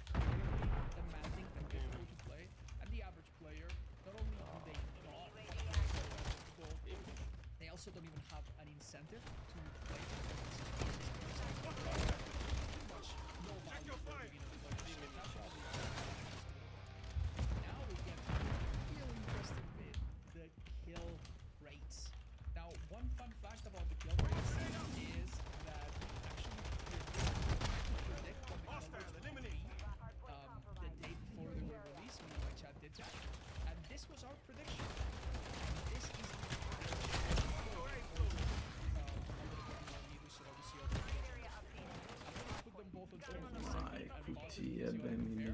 pretty close. We guessed number 1. But back to the official kill rates now. Let's have a look and try to explain why each killer is where they are. The queen of Dead by Daylight right now in terms of kill rates is the Skull Merchant. The Skull Merchant at this point, this wasn't the old one or the rework. This is the newest Skull Merchant, right? The latest rework. How is she still so powerful? Well,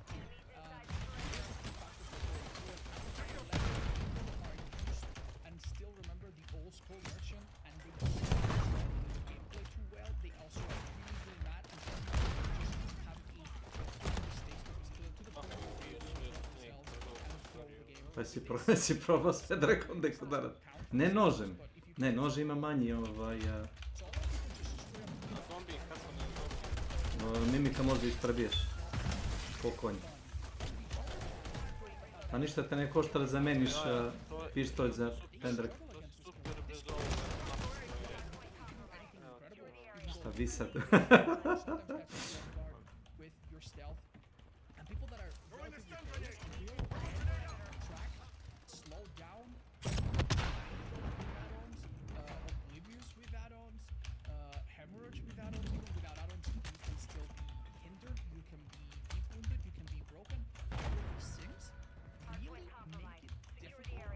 Survivors to understand what is going on.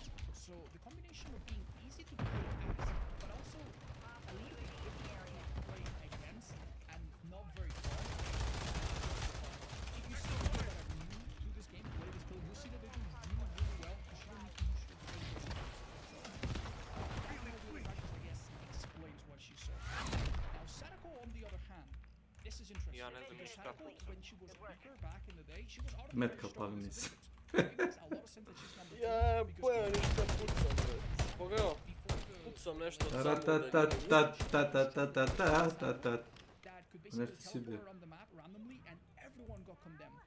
And all of this also had a similar effect where she was very easy to play, but very difficult to play against. If you were in an indoor map, you had to find TBs, which wasn't always easy, which weren't always on, and then pick them up, and then take them to another TB, but during then she could find you with add-ons or even without, and if she hit you with a tape, you gain condemn. I'm telling you, even with Lamar playing Sadako felt so easy, and survivors had such a hard time. And that's at the higher level. At the average or beginner level, you obviously have a stealthy killer that makes very little noise, that jumps on survivors constantly. This will be a trend going forward, but keep in mind that recently they nerf healing speeds for medkits, so anything that can catch you and interrupt your healing is going to be a lot more powerful, right? That's why we somewhat accurately predicted that Sadako would be around this level of strength. Next up, a little bit below, but still pretty high, comes the Cenobite, Pinhead. Now, Pinhead used to be the strongest killer in the game because he has a passive power that is really, really powerful. It forces survivors to have to stop what they're doing and go find the box. And without good communication, or if the survivors are playing solo, this can end so badly. Even if you don't do anything much, it can make life very, very difficult. It can prevent gens, it can prevent heals, it can prevent altruism, it can prevent a lot. So the passive box used to be really, really strong. Now, in recent times, this box has been nerfed slightly. The box no longer gets interrupted by random chains, so it is a little bit easier for the box holder to solve it without going down and making things worse for the team. Because of this little change, I predicted, and it seems like we are mostly accurate, this killer would drop a little bit, which I think that was one of the hardest things for beginners to feel. Obviously, at a higher level, he's still a fantastic killer. Welcome to Brazil. Welcome to the Brazil. Rio de Janeiro. Samo on nije vidjelo. Dobro, jedno ih gore, ali Long story short, I don't know for sure. This is one of the most surprising and surprising placements. What if they did? It might make sense. First of all, he's not really popular, so the people that play him might actually play him with the express purpose of winning, knowing exactly what they are doing. And at the higher levels, this killer is fully using generator-related perks like pop, like nowhere to hide. Pratio sam lika dobar minut, znaš. He's really good at it because he can eliminate the map factor to some degree. Even if you are in a really big map, right? If you're in a big map and use a sword to a corner of the map, far away from everything. For other killers that are slower, this often can fly. For Freddy, he can go down, he can get a hook, teleport whenever he wants. And eliminating this map dependency is huge for, I believe, the average player. The fact that he can use gen perks pretty effectively, I think Freddy is also a killer that has a few add-ons to punish survivors on checks and has a power that forces survivors to do something if they don't know how to deal with it otherwise. So I also come to the fact that maybe at lower levels people spend too much time trying to wake up or using or try to wake up around stuff. Having a side objective, as you will see, is a huge boon because many of the killers that play at lower levels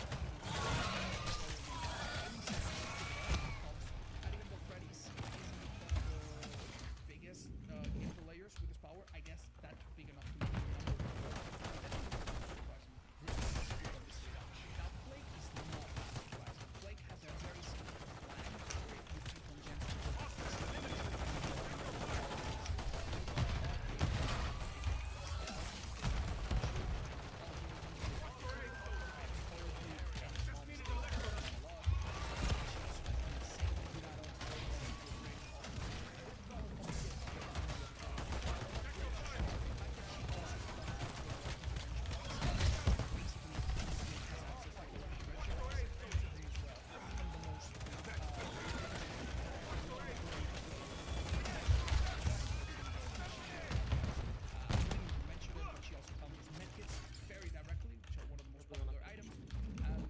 Sense that she's this Millet mentioned earlier that self-care is a really popular perk in some parts of the world and on some a killer that can basically immediately some of the most popular perks out there is obviously going to do very well. Then we have Pick. Now Pick, she doesn't have the best perks, doesn't have the best power, but this is not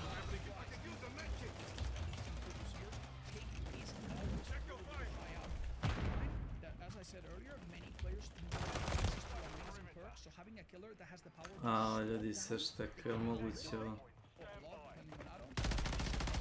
Absolutely huge. It also helps that if you trap someone at the end of the game and you chase them, čovjek sedi pored kutije, znaš. they get a lucky hatch. So the fact that this killer also has like a one guy even in the worst case scenario is a big deal. At the higher levels, obviously the fact that the survivors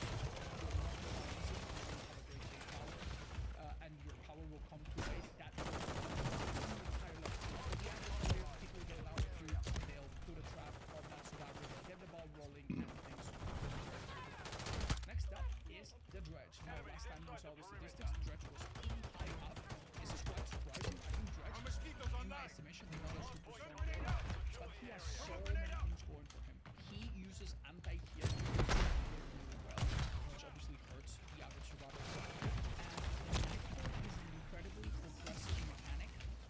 Evo, Moskito ubio trojicu.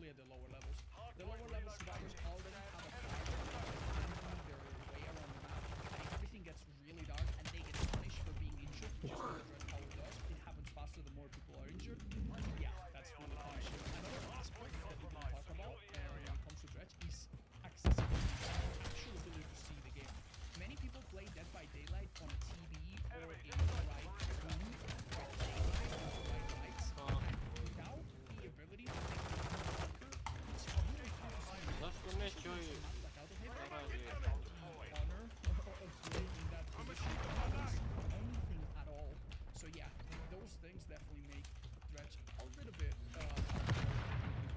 Now the Spirit is an interesting one. She's the only really strong killer that we've seen so far that you would think would be this high. You would think that maybe people wouldn't play as her too well because she's quite complex. I guess people can and Pogledajte koji zadnji kill. I think the most important thing about Spirit is that she also punishes Survivors immediately once you are injured. It's super easy to track you, even with very basic missions of how to play the Spirit. Overkill.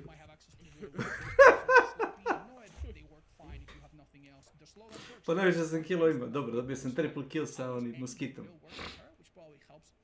People across different ranges. Yeah, the thing that Spirit does, it just eliminates a lot of skill from the survivor that you're chasing. They do not get to just go to a place and drop a pallet. She's pretty strong, but I wouldn't be surprised if she was a little bit lower. It is quite nice. Now the next killer, MArcH, is quite surprising. Why is MArcH this high up? I believe he's more popular in other regions, so I can't really speak from a lot of experience, but at least the MArcH that I see at the higher level, they definitely always bring some of his strongest add-ons. The fact that he has a small turret radius and he can catch people healing and interrupt them is a pretty significant deal.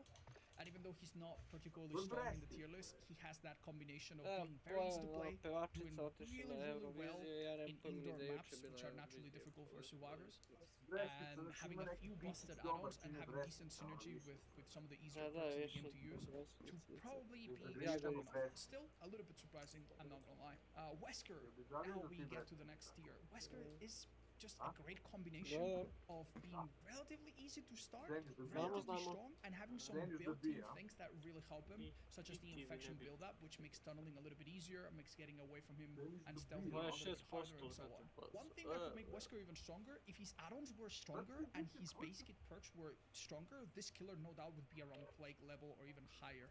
But his add-ons are pretty restrained, and his personal perks are not that great. So it makes quite a lot of sense that he's not that high, even though I expected him to maybe be a bit higher. Ostaje mi jedina igra, da kažem aktuelna, nova, ali smećiša. They're all incredibly unpopular. All of them are in the least played killers, but they are. Šta je s njim? Jel on igra kod? Zarko radi verovatno. Hoću da radi. Zadnje što sam čuo od njega bilo je da... Vi jebote, dobro je pošto nema više slika Ružice i... And they are strong killers that get very, very little. They're not free killers. If these guys were free, I would expect them to drop very significantly. Hack might be free on some platforms, but for the most part, these are killers that people only play once they're really comfortable, and they might get played very little only by people that are quite dedicated. So it does make sense that they are this high. This is a fair reflection of I am quite surprised to see Xenomorph this high up. Rio de Janeiro. Be a very mechanical killer with some players But I guess it goes both ways. Survivors also waste quite a bit of time setting up turrets that in the end might do nothing. So when you look at it from the survivor point of view, you have a strong killer, decent stealth, smaller turret radius, right? And something that makes survivors waste time, which as we explained is super important. Black has been up since the last time. I guess people have gotten used to playing him more. Maybe players on console that would have not been very good with Blight because it's a bit hard to Wesker or perhaps now the players that still gravitate towards Blight are just the stronger ones. But yeah, Blight is obviously a monster, has been really strong, and he wasn't even nerfed yet when this thing like it makes sense to be high. Vidu, čemu je? Evo za 2 minuta. Dobro, može ti, a može i 5. Napravio sam one klake, vidiš. Stavi pa da se puška širi. To je kao? A kiša ne? Kiša? Znači nema ni naznake da će past kiša. Kakav bre kiša? A to si. Šta će padati kiša danas? A skinuli smo pad s repova pa ono...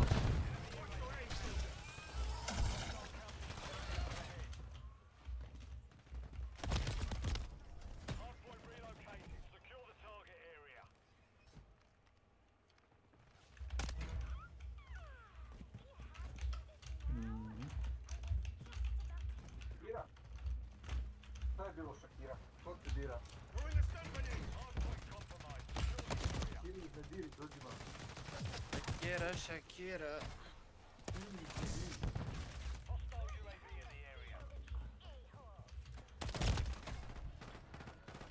Vieni pipa. Vieni pipa.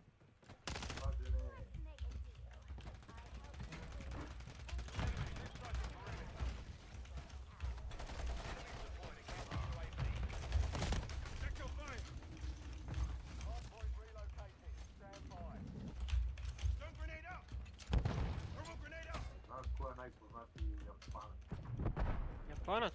Ko?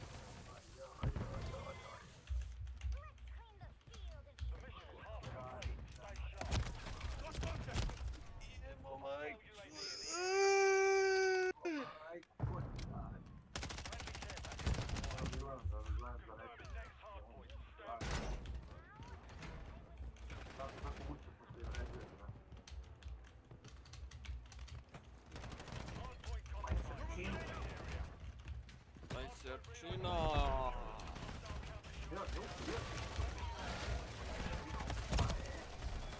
Starčina!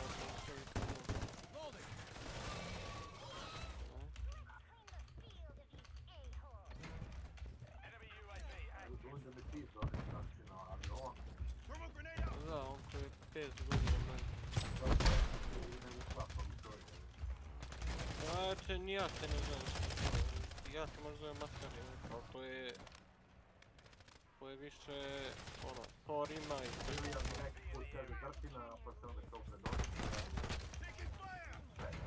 a to je lepo, već. Možda nije lepo, ali Tako će i nas neko zvati isto, ne brini sebe.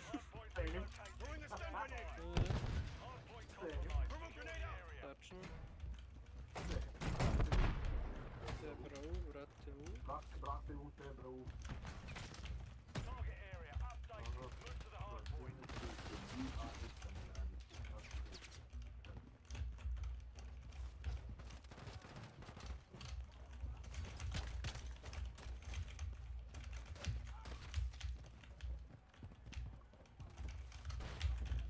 Učiniti, a ništa ne radi.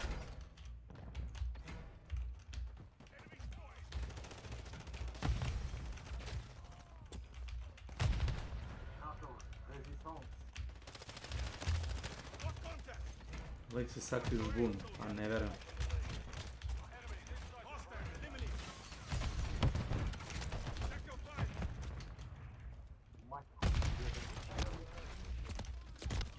Familija!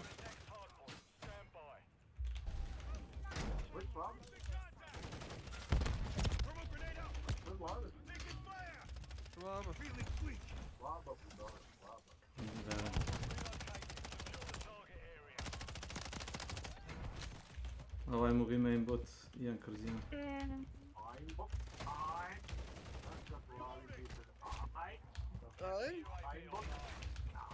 Znaš sad ti pendek snim? Gdje si, ja?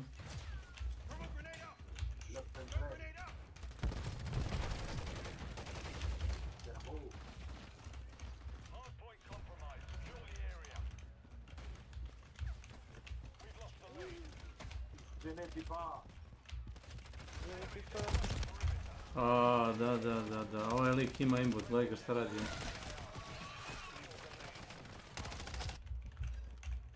Odbijam da povjerujem da ga je slučajno okrenuo.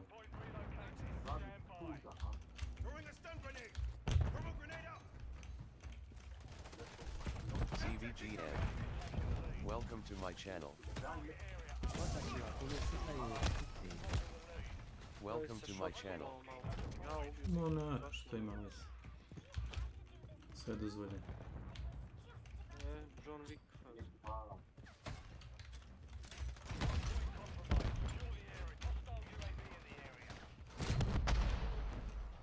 ne.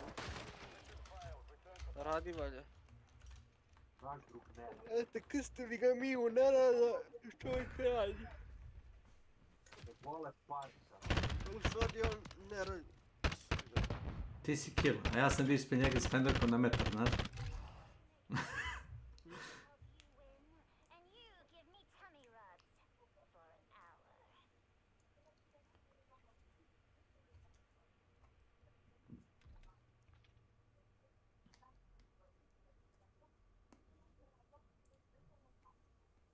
JSL. Welcome to my channel. Pa tek treba da kažeš, boj se.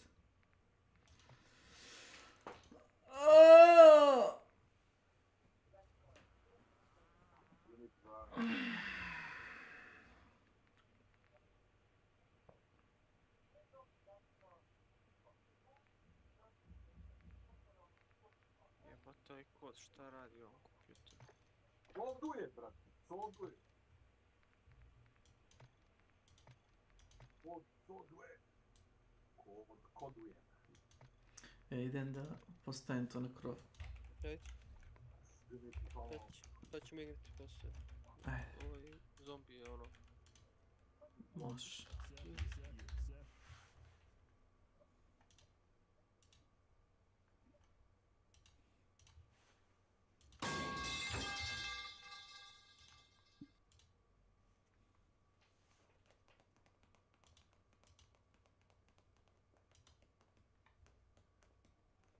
Pročitaj general.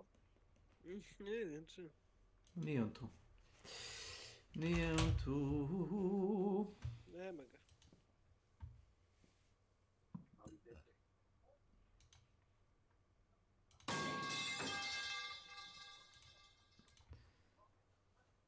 Le toxique, le fantastique. Papadžik. Šapsone, bapsone. Manje šapsone, bapsone. Moj iPhone, rekao Loviću. Ima. Evo.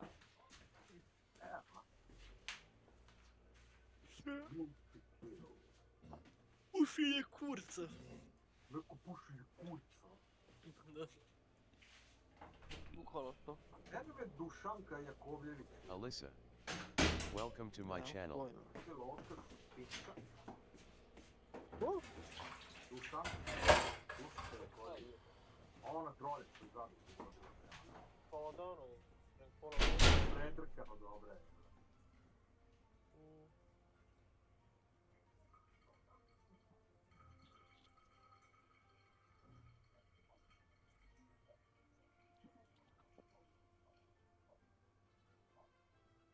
Reci koje su to drolje. Pre 2 godine kače sliku sa rođendanske zabave u Istanbulu, u Turskoj, Dušica, Soraja i ne znam kako se zove ona treća, ne znam se Milan Pali, neće se stavila rebra, Ana neka, Korać, ne znam. Korać, dobro, znam, nebitno, neka... Njih tri onako nasvirano, predrkano, nadrkane, one čarape na samodržeći, onako. A rekao, uzeli s koje ste pare uzeli da se jebete na toj rođendanskoj zabavi, to sa Turcima jebe, materi, znači... To znaš gadije, ta govna jebe. No,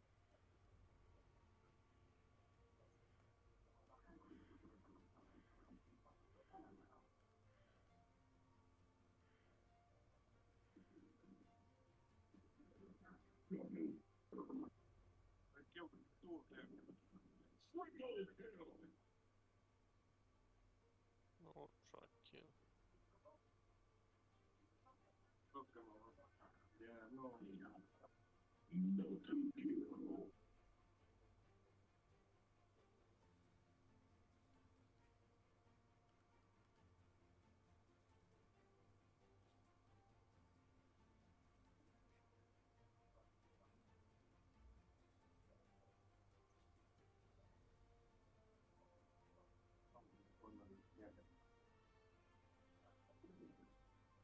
Surprise, motherfucker!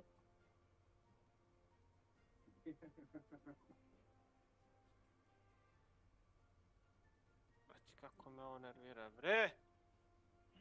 Kako se ovako zabaguje, bre?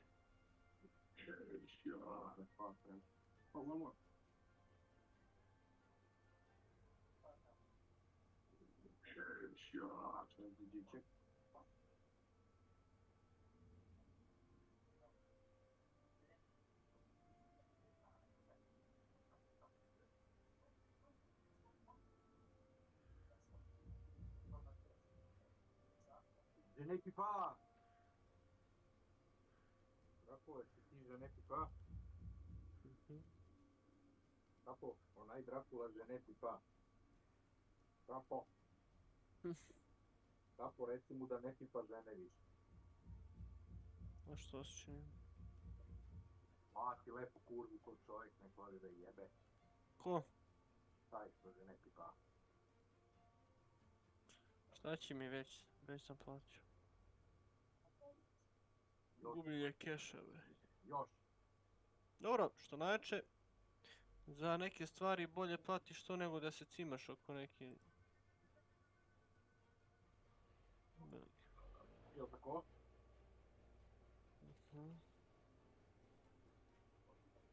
Šta ti, brate, u? I brate u, šapa u. Ženiti pa. A ženima.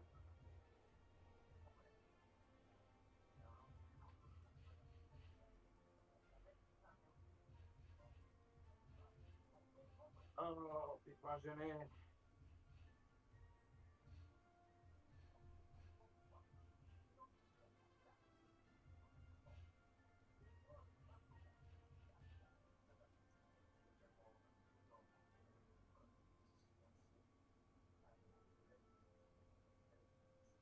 Izašao meni neki obaveštenje.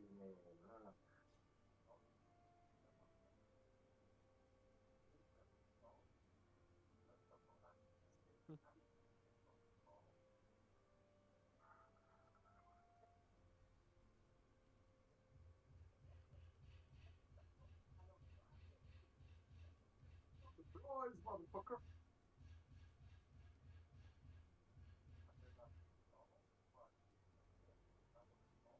Surprise, motherfucker!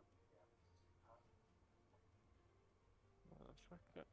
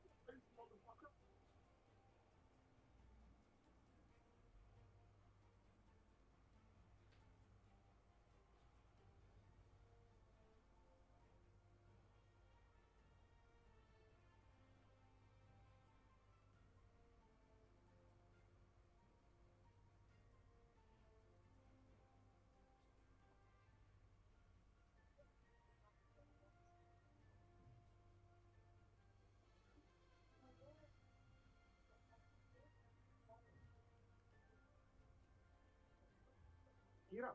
Šta je bilo Kira?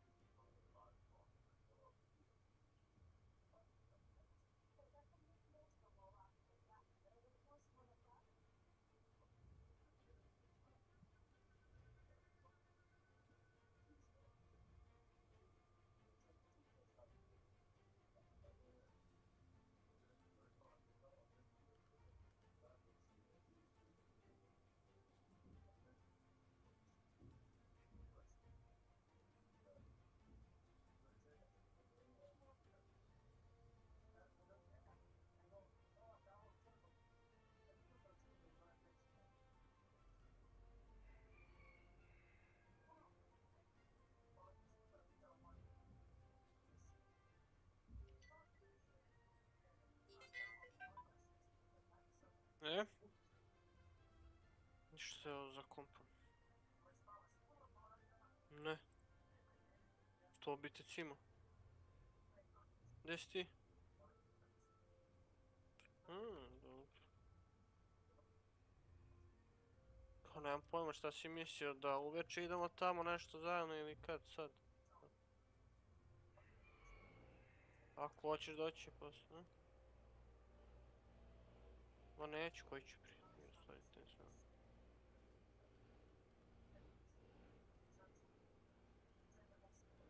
Okej.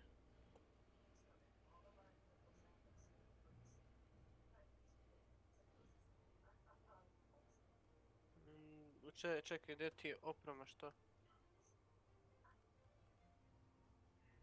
Aha, dobro, okej. Dobro, ajde, ću.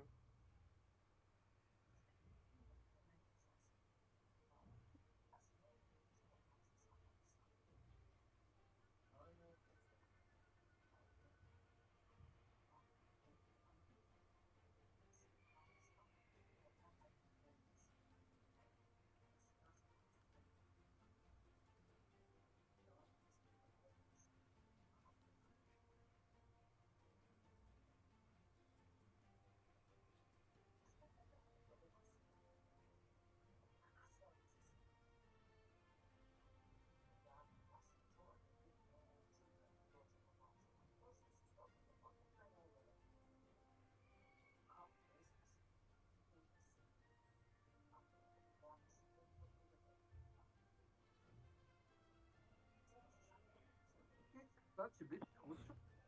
Palit ćemo. Jer da palimo, a?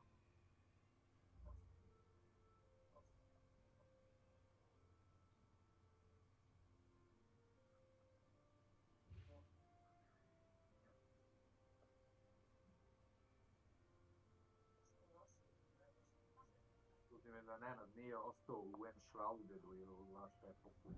Če nije ostao? U Enshrouded ili Last Epoch igri da je ostavio uključeno i ode na posao. Onda sjebe mene, ne mogu da uključim Cyberpunch kad on nije uključen. Pići mater. Fatio, će bacimo nešto u usta, jel, šaksane. Šaksane, papsane. Će bacimo nešto u usta, tako. Pa. Pa. Više jedan mali šaks bak, znaš.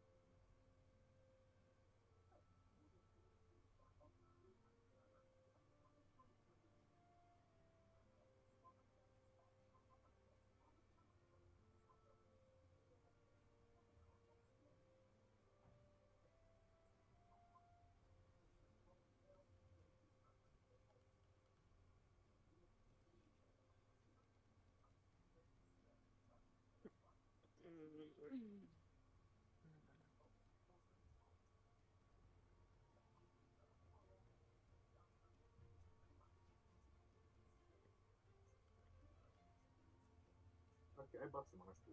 Doći, ajde, ajde kači. Ajde da jedemo, kači. Kači. Sve to ne uopšte nagovoriti da mi ode iz krila. Sve to nekoj paniku da ću da jebem kao, znaš, no. Ako je toliko ova šapa, znači. Šapo ti si ličina.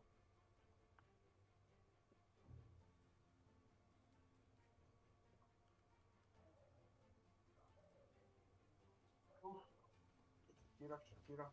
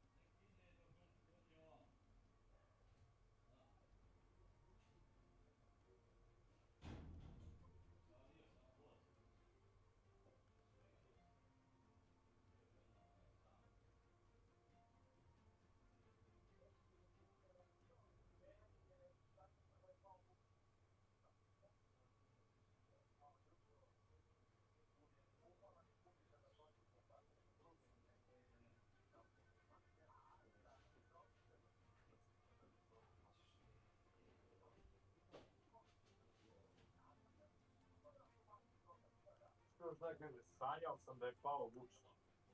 Sanjao sam belog slona. A? Sanjao sam belog slona, mislim. Sanjao sam da je pao Vučić. Dosta ovdje. Sanjao da je pao Vučić.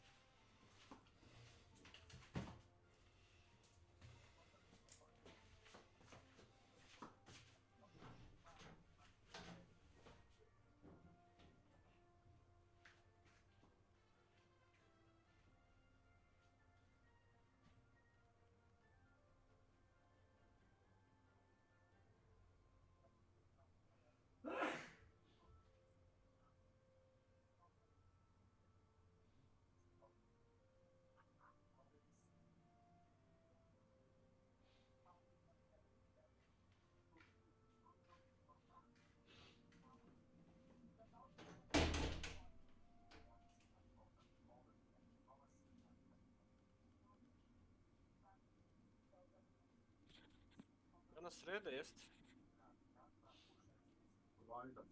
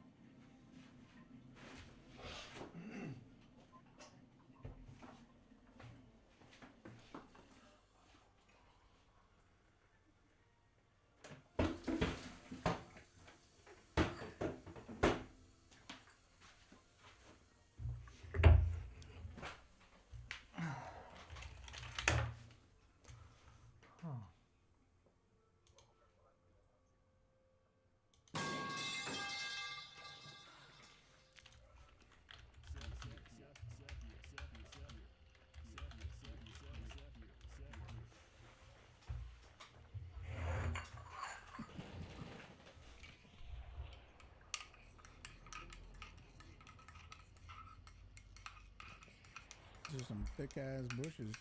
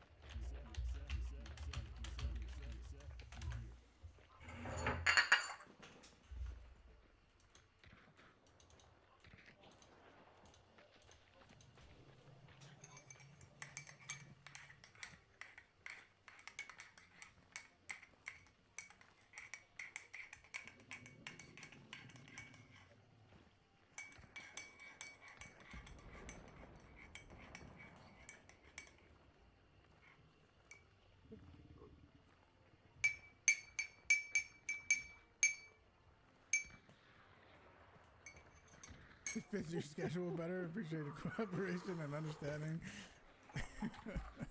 Oh, gotcha. Okay. For sure, dude.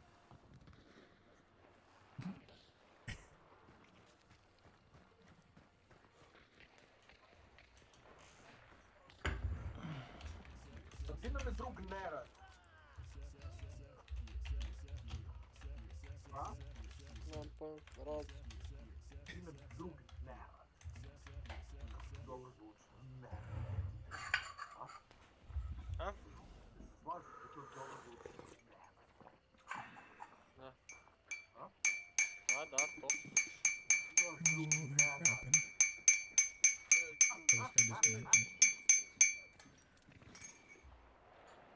Šta se radi na azijskim serverima, rat jebote. Gdje bre? A gdje drug nerad? Ja bacio sam te link tamo, klikneš na onaj Twitch TV huge. Čovjek speca ove što igra na azijskim serverima, to ti je kao drugu igru da igram. Samo gledaj. Ovako nisam gledao, na američkim serverima igraju agresivno, a ovo izgleda ko ima bolji cheat, tako se igra na azijskom serveru.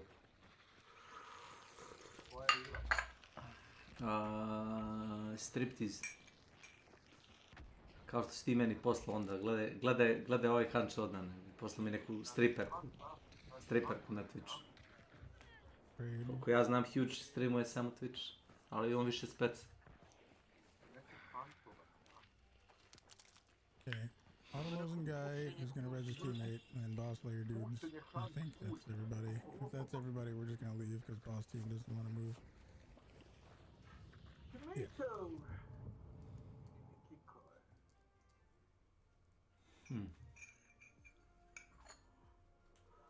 Any ideas? What do you think?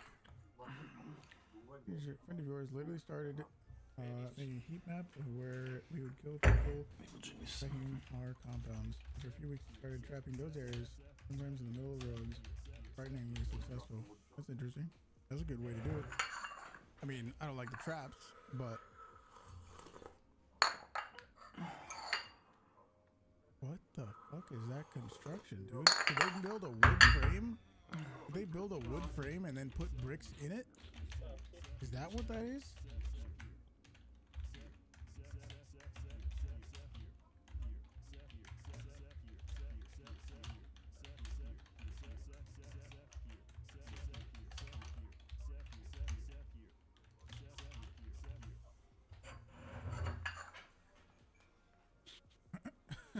What the fuck?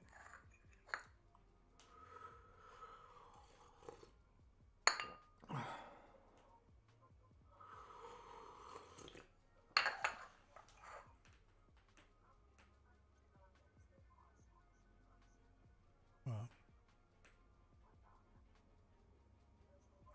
Wow. I've never seen that before. Oof, jebem, Marko. And the car, Marko. J-Man, what's up? 27 hours. We had a What's your money? Solid. Hype train with 292 subs. We went from like 1 hour all the way up to almost 33 hours. Yes. Subathon continues.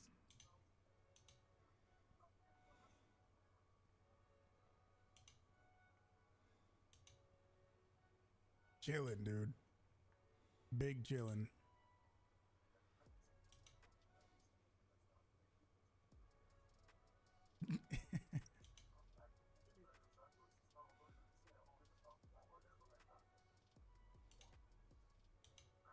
$27? Oh shit. Yes.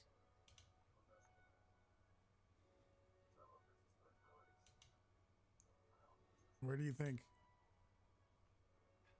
Where do you think it is?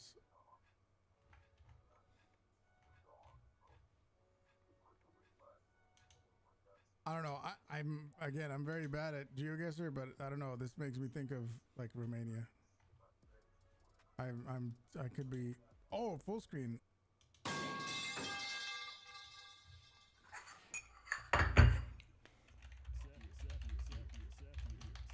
Yeah, my bad.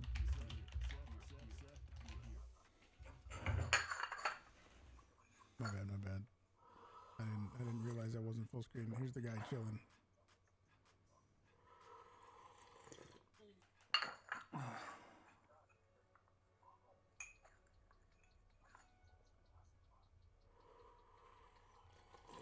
Damn, so you guys didn't even see this?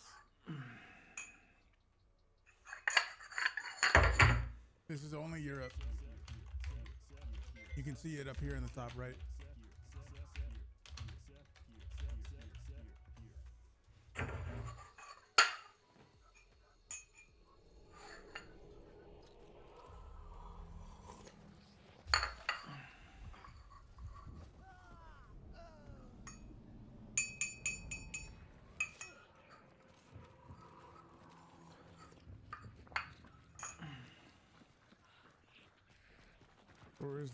Where's the Borat movie shot? Where was he from? He was in Kazakhstan, wasn't it?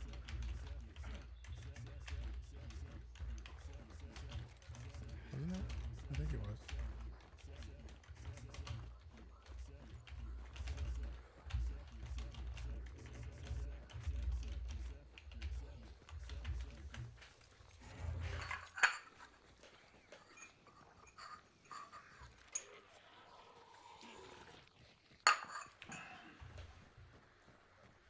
Oh, we got another guy? We got another one of these guys. Hello? That don't look right. That recoil don't look right. This is another one of those weirdos who goes in with nothing, essentially.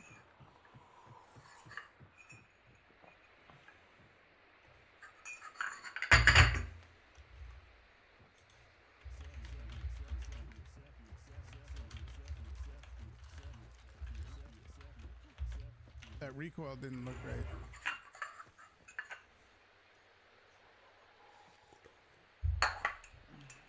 No ti pogledaj stream Peci.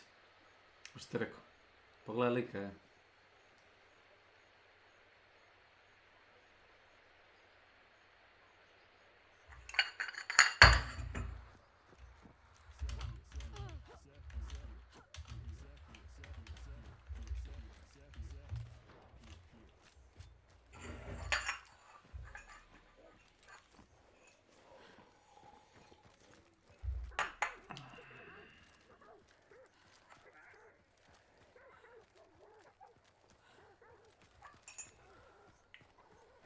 No, there was people over there. There was people over there. And look, he's not getting any clues. He doesn't give a shit about anything. He's running. Yep. Look at that awareness.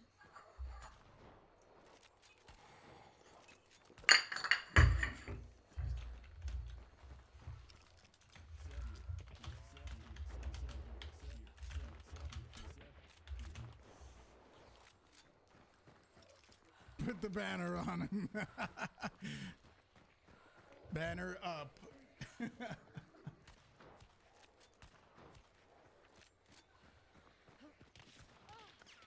I mean, even if he dies, he's gonna D-rank.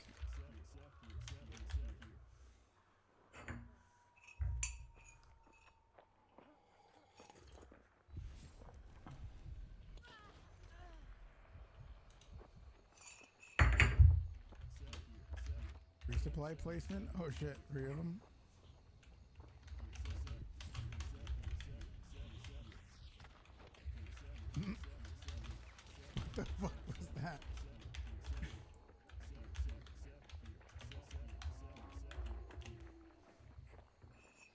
Yeah, he's gonna derank so he can get even easier opponents, I guess. I guess cheating isn't easy enough. So he's gonna derank and do it against easier opponents.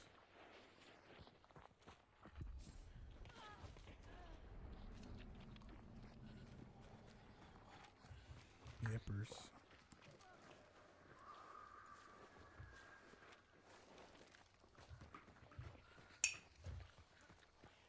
Yeah, so we've seen, I think that's the third person we've seen do that today, where they go in with like a free loadout or no loadout.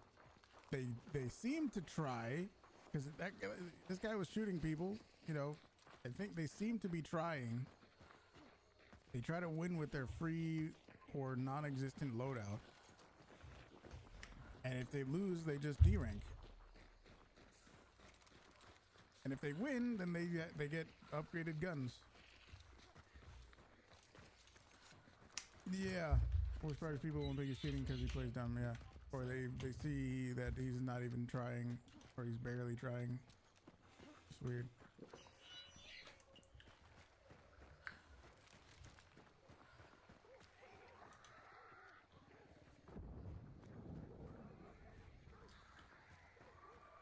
I don't know. I'm guessing there.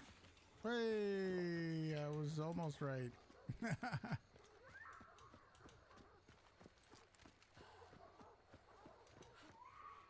Whoa.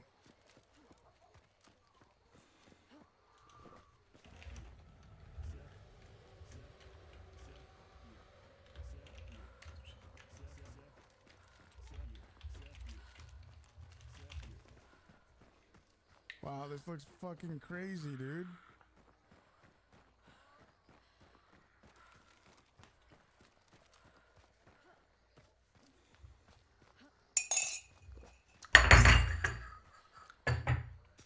We got the mirror there so you can see.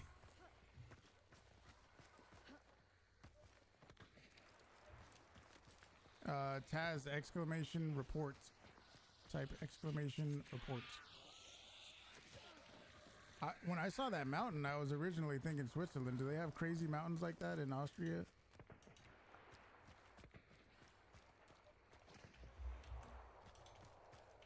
Yeah, that's what it looks like to me. I was thinking Switzerland because it looks fucking amazing. Montana.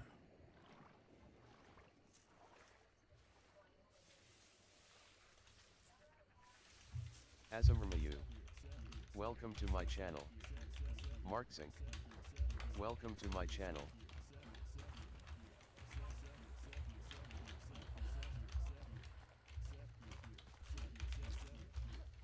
Echo, what's up? We had a game with at least 3 cheaters in it earlier. At least.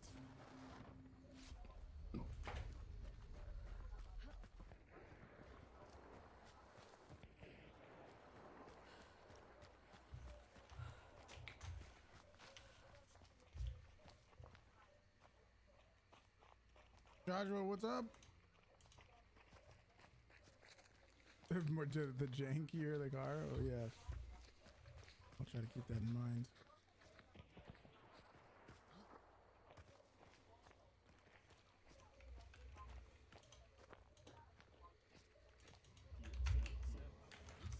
Dude. Yeah, you can buy a nitro at rank 1. All base level weapons are unlocked at rank 1 now. So that means Mosin's, Dolch's, nitros are all unlocked at rank 1. But Mosin Sniper, you have to use a Mosin to unlock it. Or Auto Mosin, you have to unlock, or you have to get it by using the regular Mosin and then unlocking it. Dolch Precision, you have to use the regular Dolch. But the base level weapons are all unlocked at rank 1 now. Is it possible that your PC makes the temperature in your room increase? Absolutely, yes. Yes. I notice in my room, in this room right here, when I leave and I go to the kitchen and then come back, I notice it. It's definitely warmer in here, absolutely. I got 2 PCs going in here.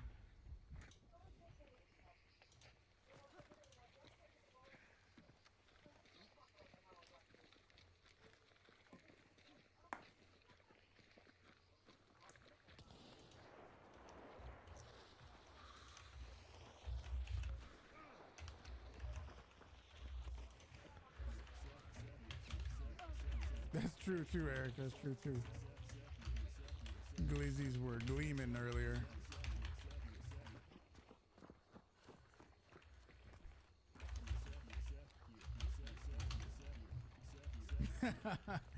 Yeah, I can imagine, Victor. But they don't have those little. They don't have like the little ACs around. You can't get one of the little like room ACs.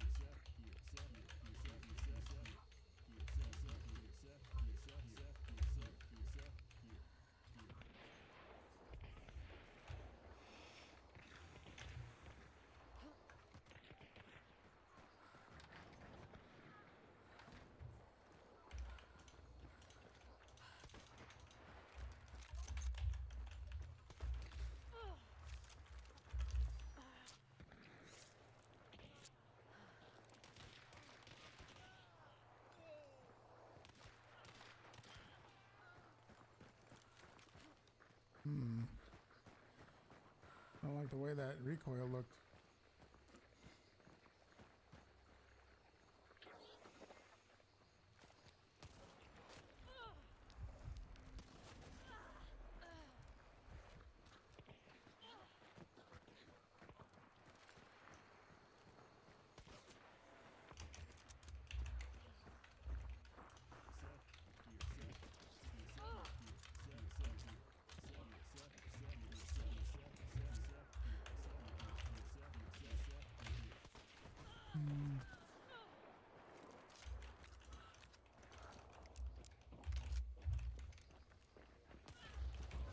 Oh wow, we even saw that on the server side. Holy shit. Neka nađe, sedi u kolima i to nađe. Reći daj pare i kaže da li bi imala trojku za ove pare. No one uses wing? Not really. Everyone's dead. Yeah, I guess like one of these, but it's $400. Huh. One of these kind of things. That might be too much.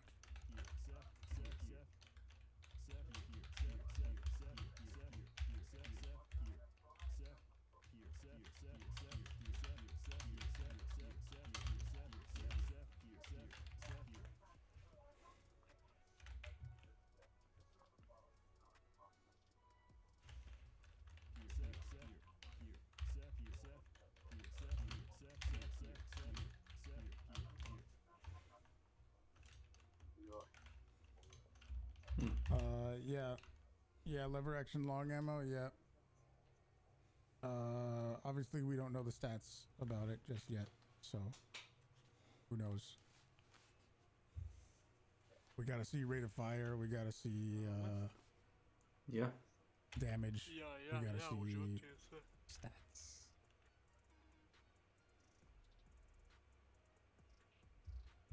Yes. Nije ti Darko odgovorio? Je sigurno mogu. Šta znam?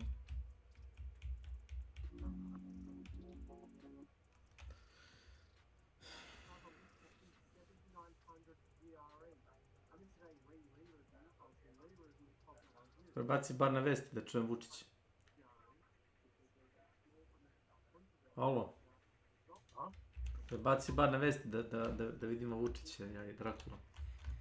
Bacio sam na hardware unboxing.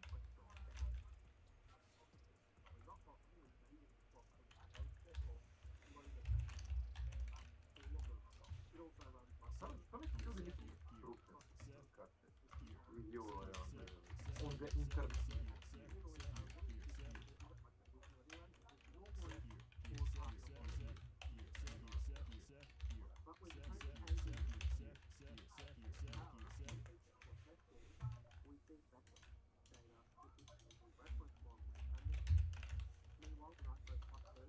I don't know what the price of that's gonna be. Yeah, I don't know. I want to know what the magazine size is gonna be.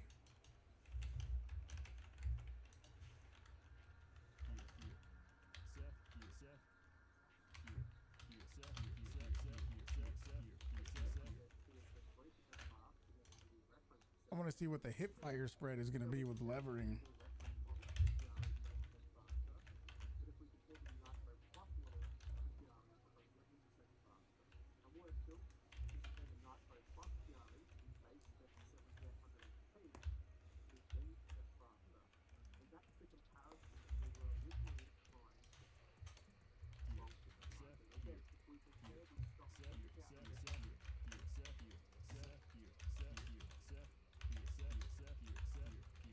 $3,400 USD?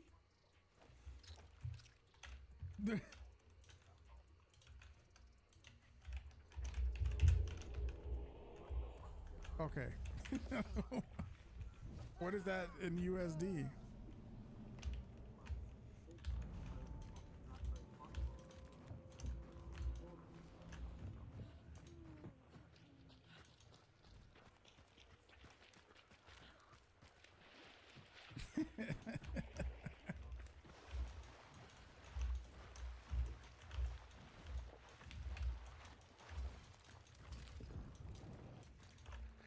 There was this guy who thought he could bring someone back.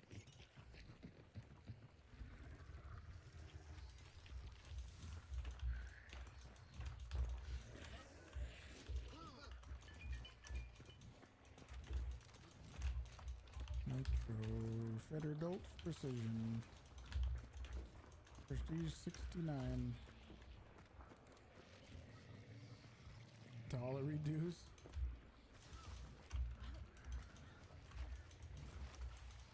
It is a good name for their dollars.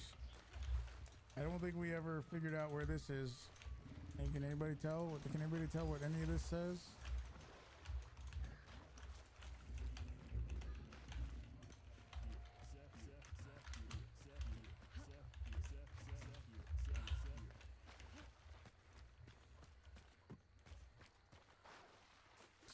SPO Obertron.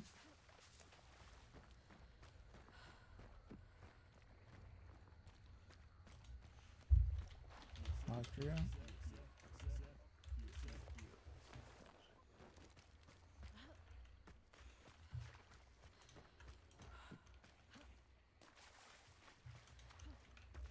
Oh yeah, I'm just looking around. Can we see anything? Oh, right there! Boom!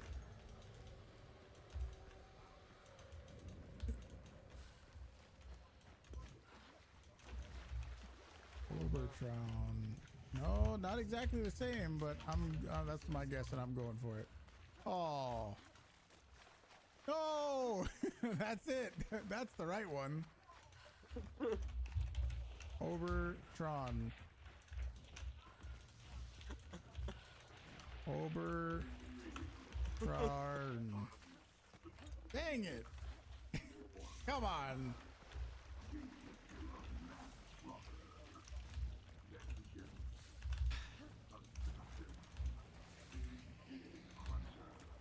Nemoguće da ne možeš da nađeš neki kanal da Vučić ne drži neki govor. A? That was beautiful though. Eko, nemoguće da ne možeš da nađe neki kanal da Vučić ne drži govor.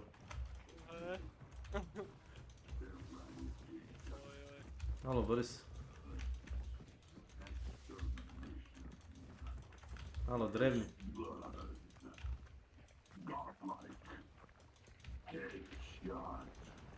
Mega kill. Killing machine. Killing spree. Maniac. Jel to gledaš... Jel to gledaš onaj... Dotu šta? To mu 100% gleda neku Dotu, znaš? Da ćeš toliko kilo napraviti, druže moj dobri. Nigde preko 3-4 nisam čuo.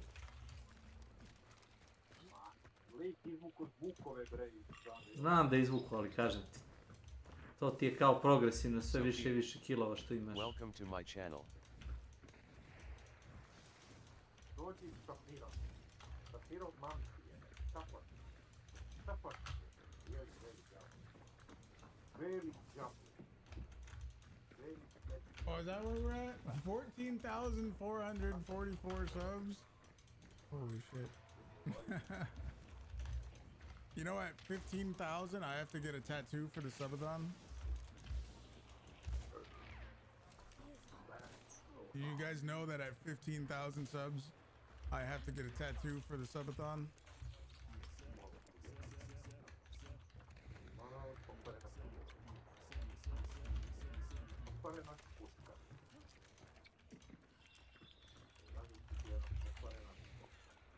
Crytek logo.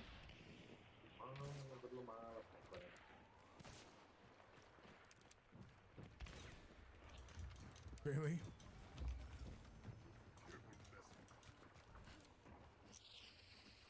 Yeah. I'll make it so that I can flex my bicep and make Billy dance.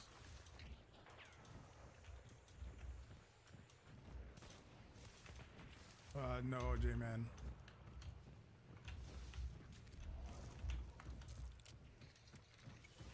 Necromancer? Did you guys see the Reddit post where the fucking dude got the Necromancer trait literally on their whole entire fucking chest? Literally, whole entire chest, they got the fucking Necro trait.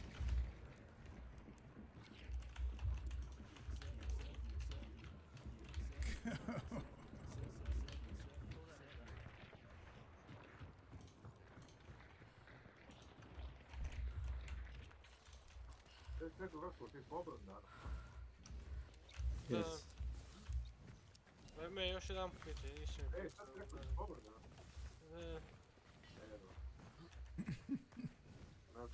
Very dedication. Piti opet za pet. Eto, vidi, vedno.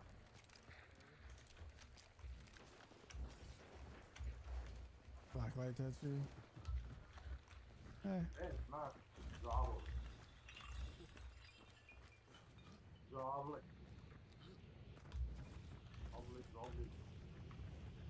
Zavlet.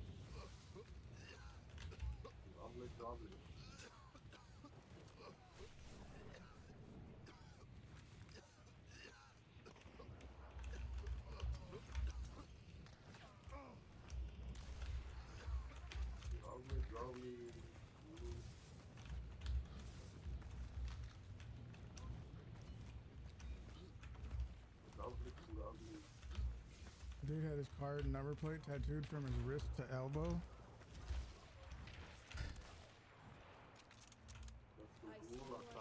I mean, I don't get it. Maybe his car, there was some significance to it, and just, I don't know. I think that's less cringe than getting a video game tattoo, or at least a hunt tattoo.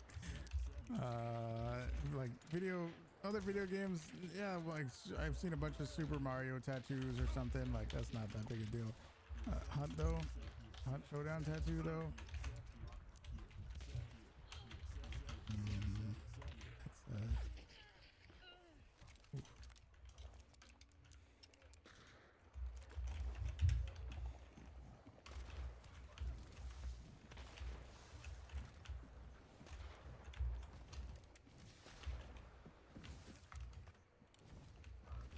yeah, of course, unicorns.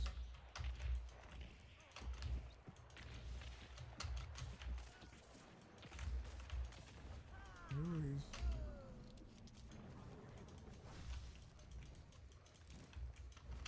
It's from a video game? Yeah. Video game tattoo, not necessarily cringe. Hunt tattoo. Yeah, that's kind of cringe.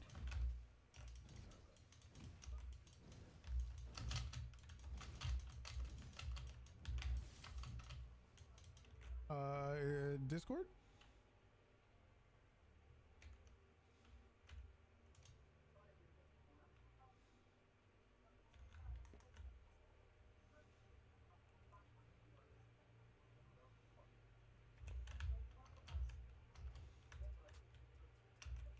Which channel?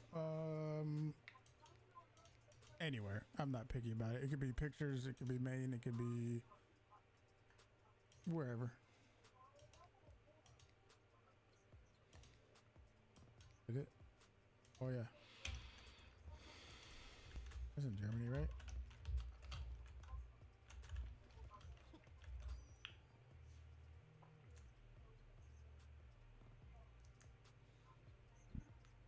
Let's see if we can get this exactly.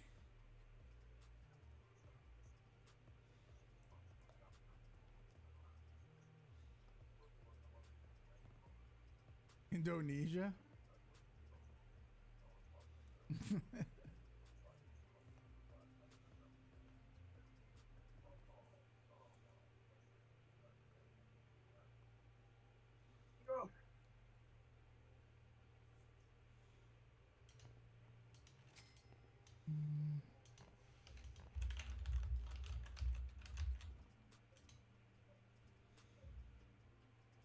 Oh man.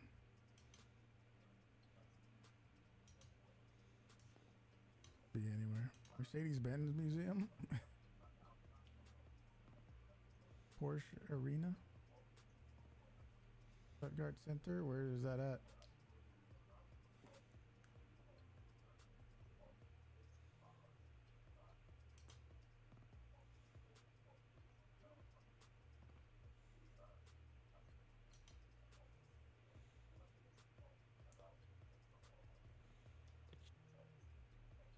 Hmm.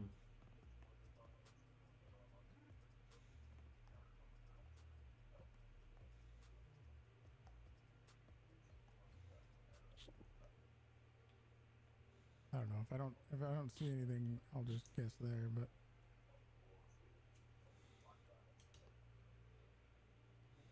oh well. It was, wow, goddamn, that's a lot of fucking streets and shit. Oh well, it's right there. Close. Almost a perfect score.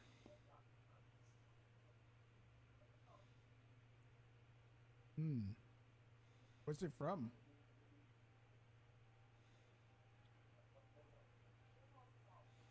What is it?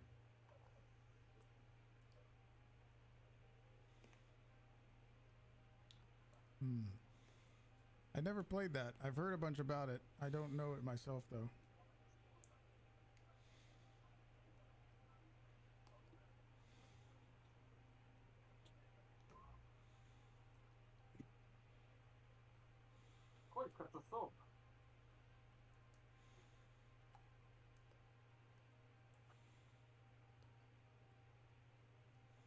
Is that the Texas Chainsaw Massacre house?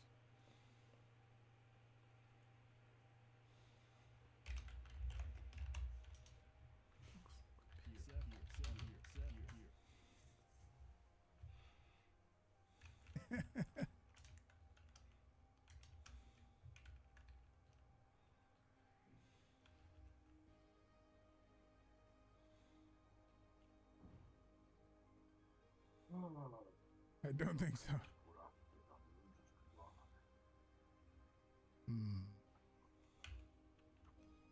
Any guesses? I have no fucking clue.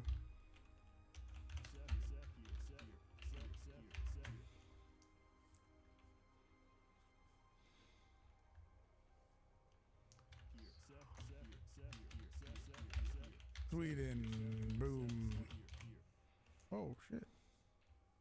Latvia.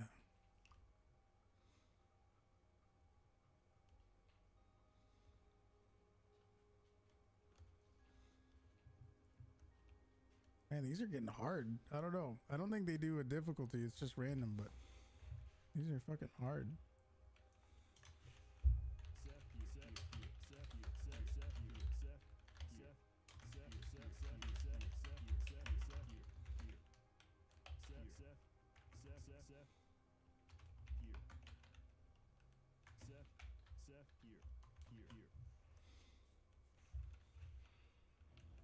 E39, it might have been. I can't really tell what it is.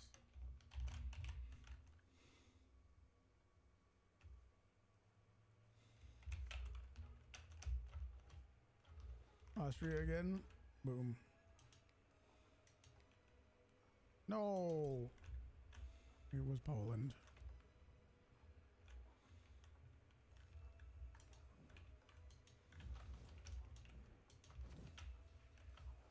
You unlocked Lulu? Nice.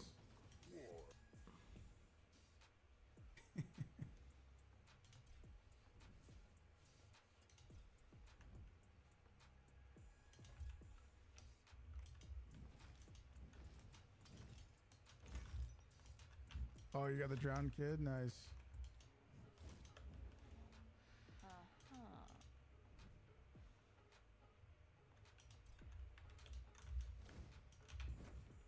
I got the Wolfie kid.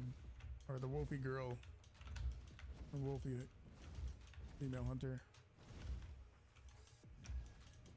The furry. I love your persistence.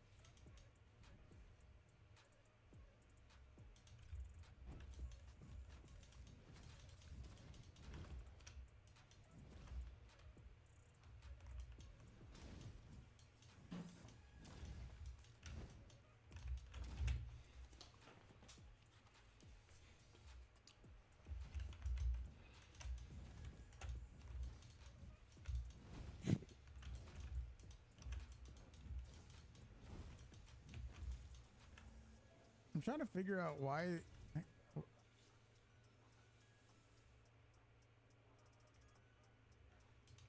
How come? Is this just like fucked up? I can see the like split, but look. Hang on a second. That looks fucking weird, doesn't it?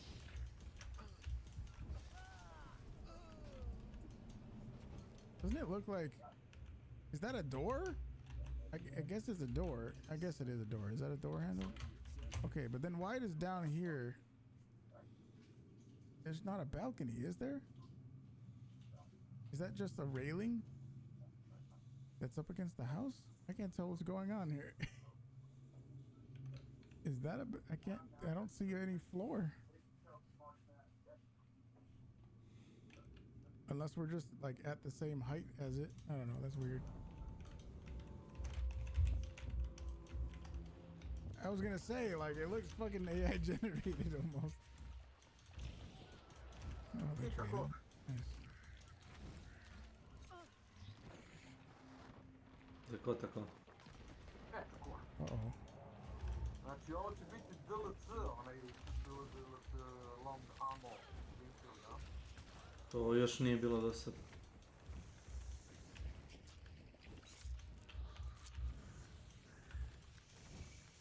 Za ovih 6 godina još to nisu napravili. Možda hoće, ko zna. Nikad se ne zna.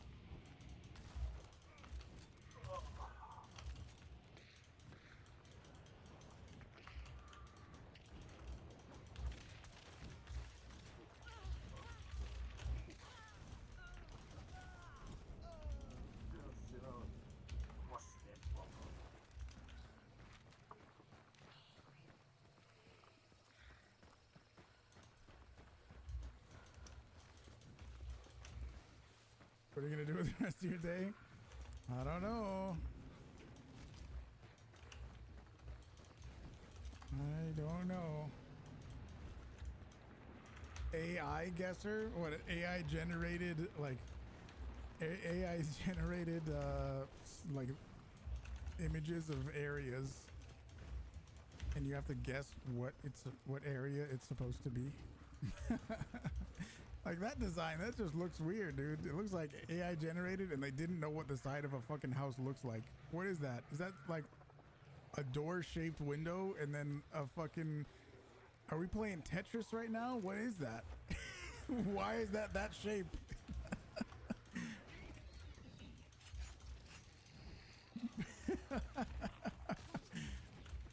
What the heck? Everyone's trying to hype train, so 12 hours, so I can't leave. Oh my gosh.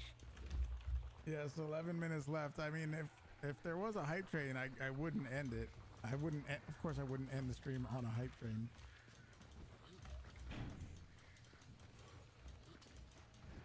That page doesn't work for me. Drop Hammer, what's up, dude?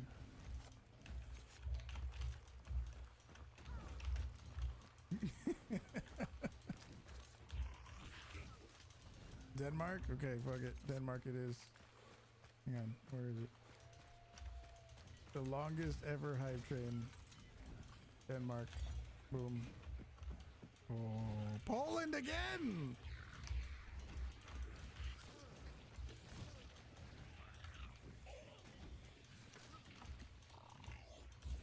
It lets you guess which one is AI.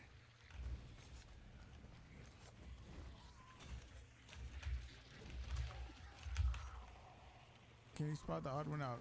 Guess the AI-generated imposter hidden among the artwork on Google. Arts and culture. Launch experiment. Find the AI-generated image. An AI-generated image is hidden among the artwork. Find the odd one out and race against time. You have 4 chances before the game is over. What the heck is this, dude?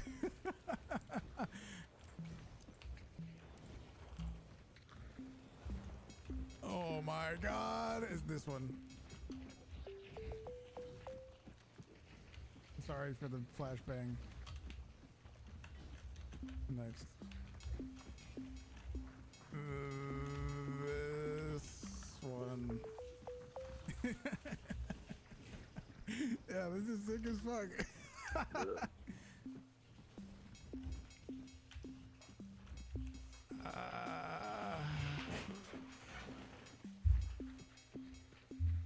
That one. No! I should have let the time go out. So it's this one. It was that one. Damn it. Skateboard? Oh my gosh. This one. It's impossible, man. Zaj. Hoćeš Snake zombije da igram? Može, ali ne moraš sad kad se vratiš. Nije plan. Ako hoćeš, možemo sada i možemo poslije. Možemo poslije, bit će jasno, ne boj It's se. too perfect. I chose that one because it's too perfect. How to train AI. AI generated parrot. That one. That one just looks fucking weird. No! What the heck is that? What kind of parrot is that?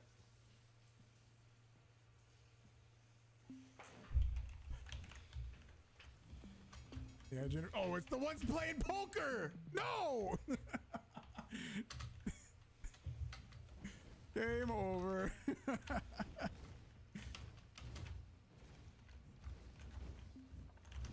Toucan.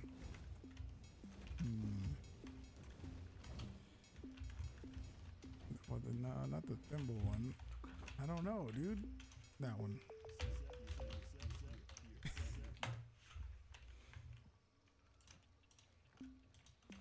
The boot. That one. Maybe? That one looks fucking weird, though. That one. No! No! Oh, it was the weird one.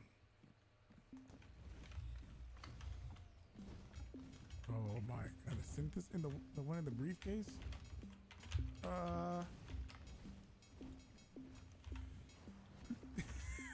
No! Damn, that one, I did poorly on that one. Damn it, it's got hard. All right, last try. This was really fun though. Tuxedo? What the fuck?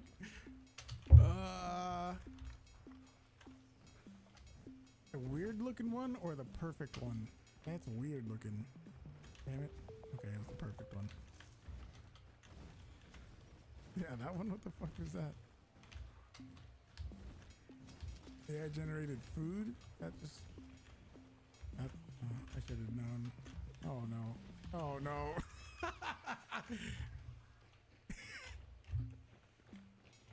Knife.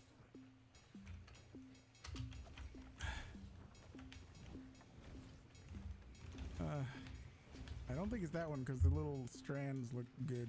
That one. Oh no. Oh no. Here's that one. Shipwreck. That one. Dude, I'm terrible at this. I was good at first and then it just went all horribly wrong.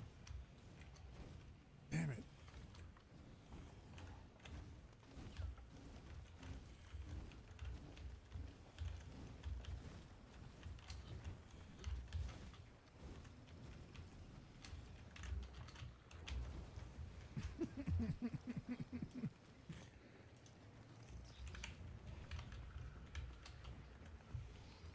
This guy, Prestige 0, rank 37, yeah.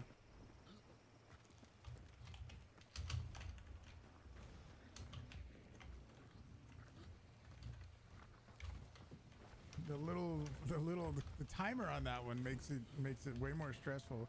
Because if I had time to look at every single one of them, I could probably be way better, you know.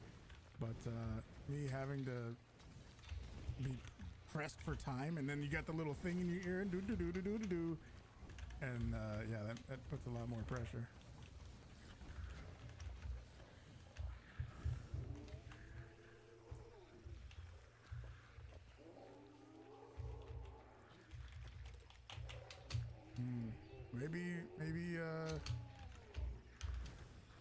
Maybe when it gets really good. I don't know what that is, Eric. I don't know what that is.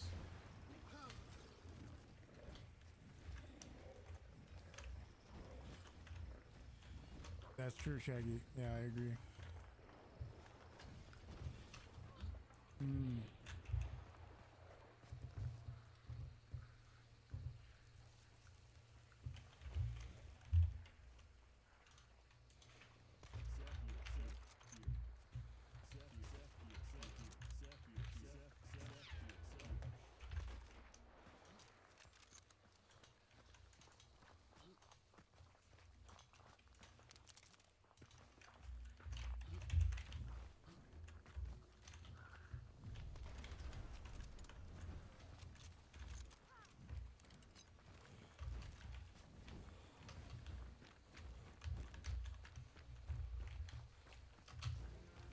I don't see anything weird. I don't see anything cheater-like with this guy. Not yet.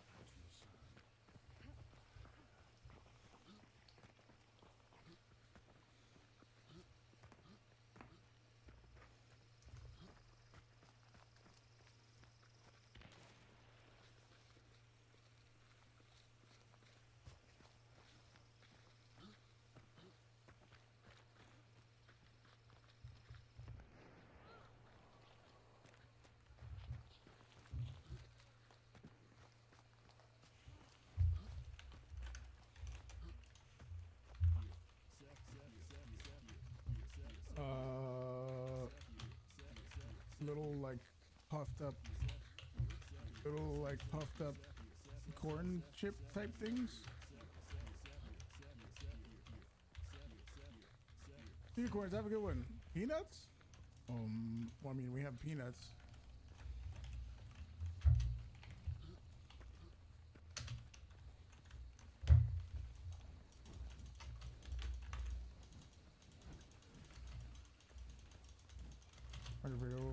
Go to bed, see you tomorrow. Take care, Victor. Have a good one.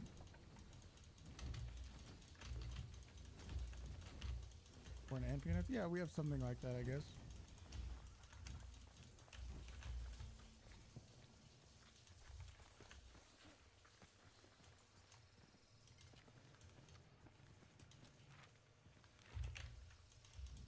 Oh.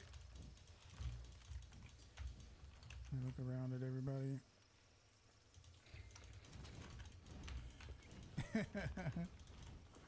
What exactly is the anniversary crates? There, it just gives you like a random. It gives you like some like either one instance of a weapon. It's just some weapon. it's not good. It's just like you get 3 grenades or you get 3 beetles. When you open up the game, it says something like, oh, here's 3 beetles, or you got a conversion pistol, or just, yeah, it's fucking useless. Don't, it's nothing good. We had 12 hours. Thank you guys very much for hanging out. Absolutely appreciate it. Damn, what a day. We were getting low earlier. I'm glad we made it. There's a lot of ways you guys can spend your time on the internet. Thank you for hanging out here with me for 12 hours. I'm gonna pause the timer right now, and I'll see you guys in about 12 hours from right now for day 169. Day 169. Today was day 168 of streaming 12 hours a day every day for 168 days straight. And tomorrow's day 169. I'll see you guys in 12 hours. Appreciate you. Have a good one. Peace.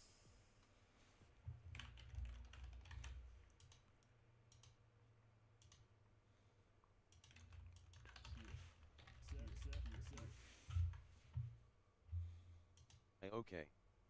Welcome to my channel.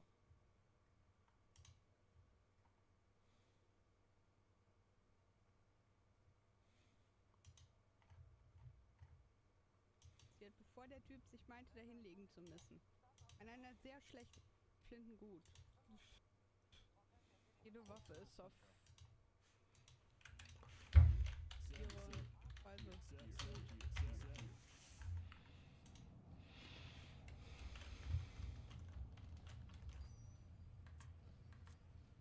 Hello, Snake.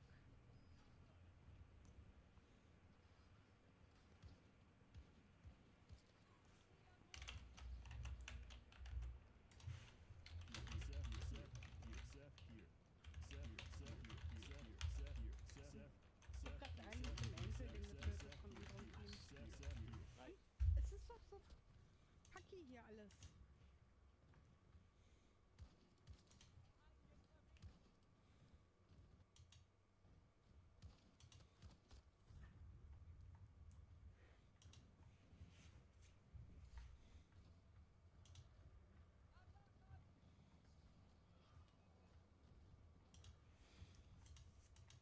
Hey, what works? Nothing works.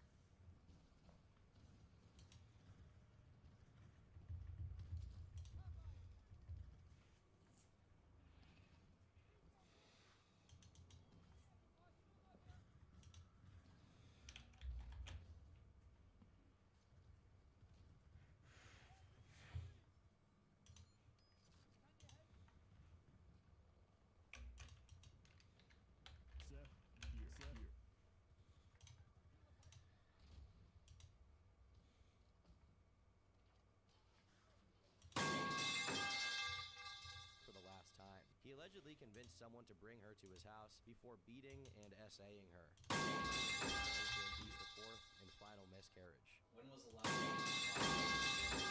Right before I was moved from my group home, or no, from my foster home to my group home. That was the night where he miscarriage. And then after that, like, because I thought about whenever I went to see him the very last time that I was pregnant when I was living with my foster parents, he had beaten me and then sexually assaulted me. But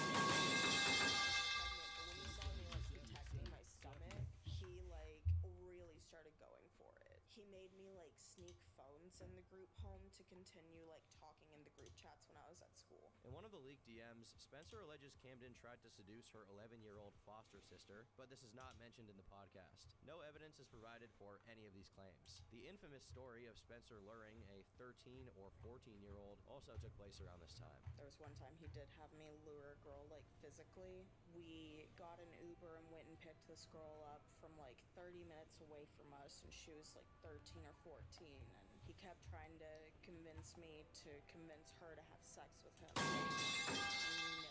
Thankfully her parents got her the next day, but then me and Kayla are pretty sure that he went over there and he her after I was with my foster parents, because we all had the same Uber account because it was Kayla's parents' card, I think. And we saw the destination, and it was that apartment complex where he and I picked up that girl. Me and Kayla like kept like canceling the ride, kept trying to cancel it, and then he like called us screaming at us. And then later, like 45 minutes to an hour and a half later, I get a text from that girl's boyfriend saying that Camden had raped her and bit her so hard that she was bleeding and everything. Like, so that definitely made me feel like that was my fault, because the only reason he knew who she was because I was the one who got into contact with her first. It's unclear why, if they were so adamant on preventing Camden from allegedly SAing a 14-year-old girl, they didn't alert the authorities. Spencer then remained in Snellville until a week before Thanksgiving. Her stay at the group home was miserable. It got so bad she asked her case manager from the Division of Family and Child Services to be returned to Wiley, Texas. In spite of this, she remained with the cult for another 8 months. You saw him and he did all that. A year passes and then you officially left? Yeah. Why so long? Like I said, after he had, things started to not really add up and we started questioning everything, I was still kind of in the hopes that one day maybe he would want to get back into a relationship with me. I was just so convinced that he was the only person that could love me. So I was like, just kind of in there because I was like, well, fuck it. Maybe one day he'll see how great I am. Maybe one day he'll decide that I really am the one. And then actually assaulted Kayla. And that was when I was like, okay, yeah, no, that's fucked. Michaela Staton, as mentioned before, lived in Texas and went to school with Camden. In the You Can't Hurt Me podcast, Spencer reads out testimony on her behalf. Michaela was born on December 3rd, 1998. She states she met Camden in high school when she was 14. This would have been around 2013, after he first discussed his Angel Society. They briefly dated, but it didn't work out as she was in foster care. The two then met again when she was 17, which is when he told her about a girl he was dating. He expressed still having feelings and asked if she'd be interested in joining their relationship. Yes, this is the polyamorous relationship we talked about. Michaela agreed and things seemed fine for a couple months. It wasn't until this second relationship that his belief in the supernatural became apparent. While she didn't believe him, she played along as she enjoyed roleplay. I never really believed that he was, but I enjoyed roleplay, so I played along. I didn't ever think any harm would come out of it. Throughout the course of our relationship, he would be very hot and cold. Some days he'd make me feel like I was one of the most important people in his life. Other days he treated me like complete trash. Eventually, Camden asked if he could bite her to turn her into a werewolf. When that didn't work, he said she must be a vampire. When she didn't grow fangs, he then set her role as Kali, the goddess. That was when he set up her and a couple other members to pull in and lead their own little families. Now, it's worth clarifying, the girl he told Michaela about was Spencer, and it was the three of them who started dating, as I said earlier. This is established when Michaela recalls being asked to break up with Spencer for him. I never really focused so much on that because I was more so just in it because at the time I thought I loved him, and I did love her, and I wanted to be a part of that if it was a part of their lives. When he initially broke up with our girlfriend, that's me, he told me to tell her that he broke up with both of us. He wouldn't even do it directly. He had me do it. But he told me that if I told her that I was still with him, that he would hurt my family. That was the point I realized I needed to try to get out because someone who loves you isn't going to make you lie, especially about something like that. Now, the timeline of this is unclear, but we can infer it happened after Spencer returned to Texas in November of 2016. This is likely before Camden forced Spencer to date another member of the cult. It was allegedly a common occurrence, with Spencer dating a girl named Amanda. They had an online relationship, with Amanda living in California. Oh! One of the survivors that I'm in contact with. You know, she and I were kind of together. She lived way out in California. I'm here in Texas. So it was a long distance thing. It's worth noting Amanda also spoke to Max. Amanda's testimony was read out as a part of Spencer's podcast under the pseudonym Survivor C. Her testimony was also obtained in full from the evidence server. Amanda stated she was 18 at the time. However, she had a learning disability that caused her to be mentally 12 years old. This has changed in the podcast to 13 years old. I also had just been diagnosed with a learning disability, which in turn made my mind extremely innocent. Even though I was 18, my mind was stuck at being 13. Her story begins shortly after graduating high school. While browsing a site called Experience Project, she learned about the cult. It was through this she got recruited by Camden's supposed sister before speaking to him directly. We had to take this weird quiz that they made to see if we were eligible. I took the quiz and somehow passed it, and through there she introduced me to Camden. I immediately asked him for proof because I had a hard time believing what he was claiming. He laughed it off and said, okay, I'll send you proof. He sent me a video of his eyes and teeth shifting into a werewolf. I somehow believed it, and seeing it actually scared me a little.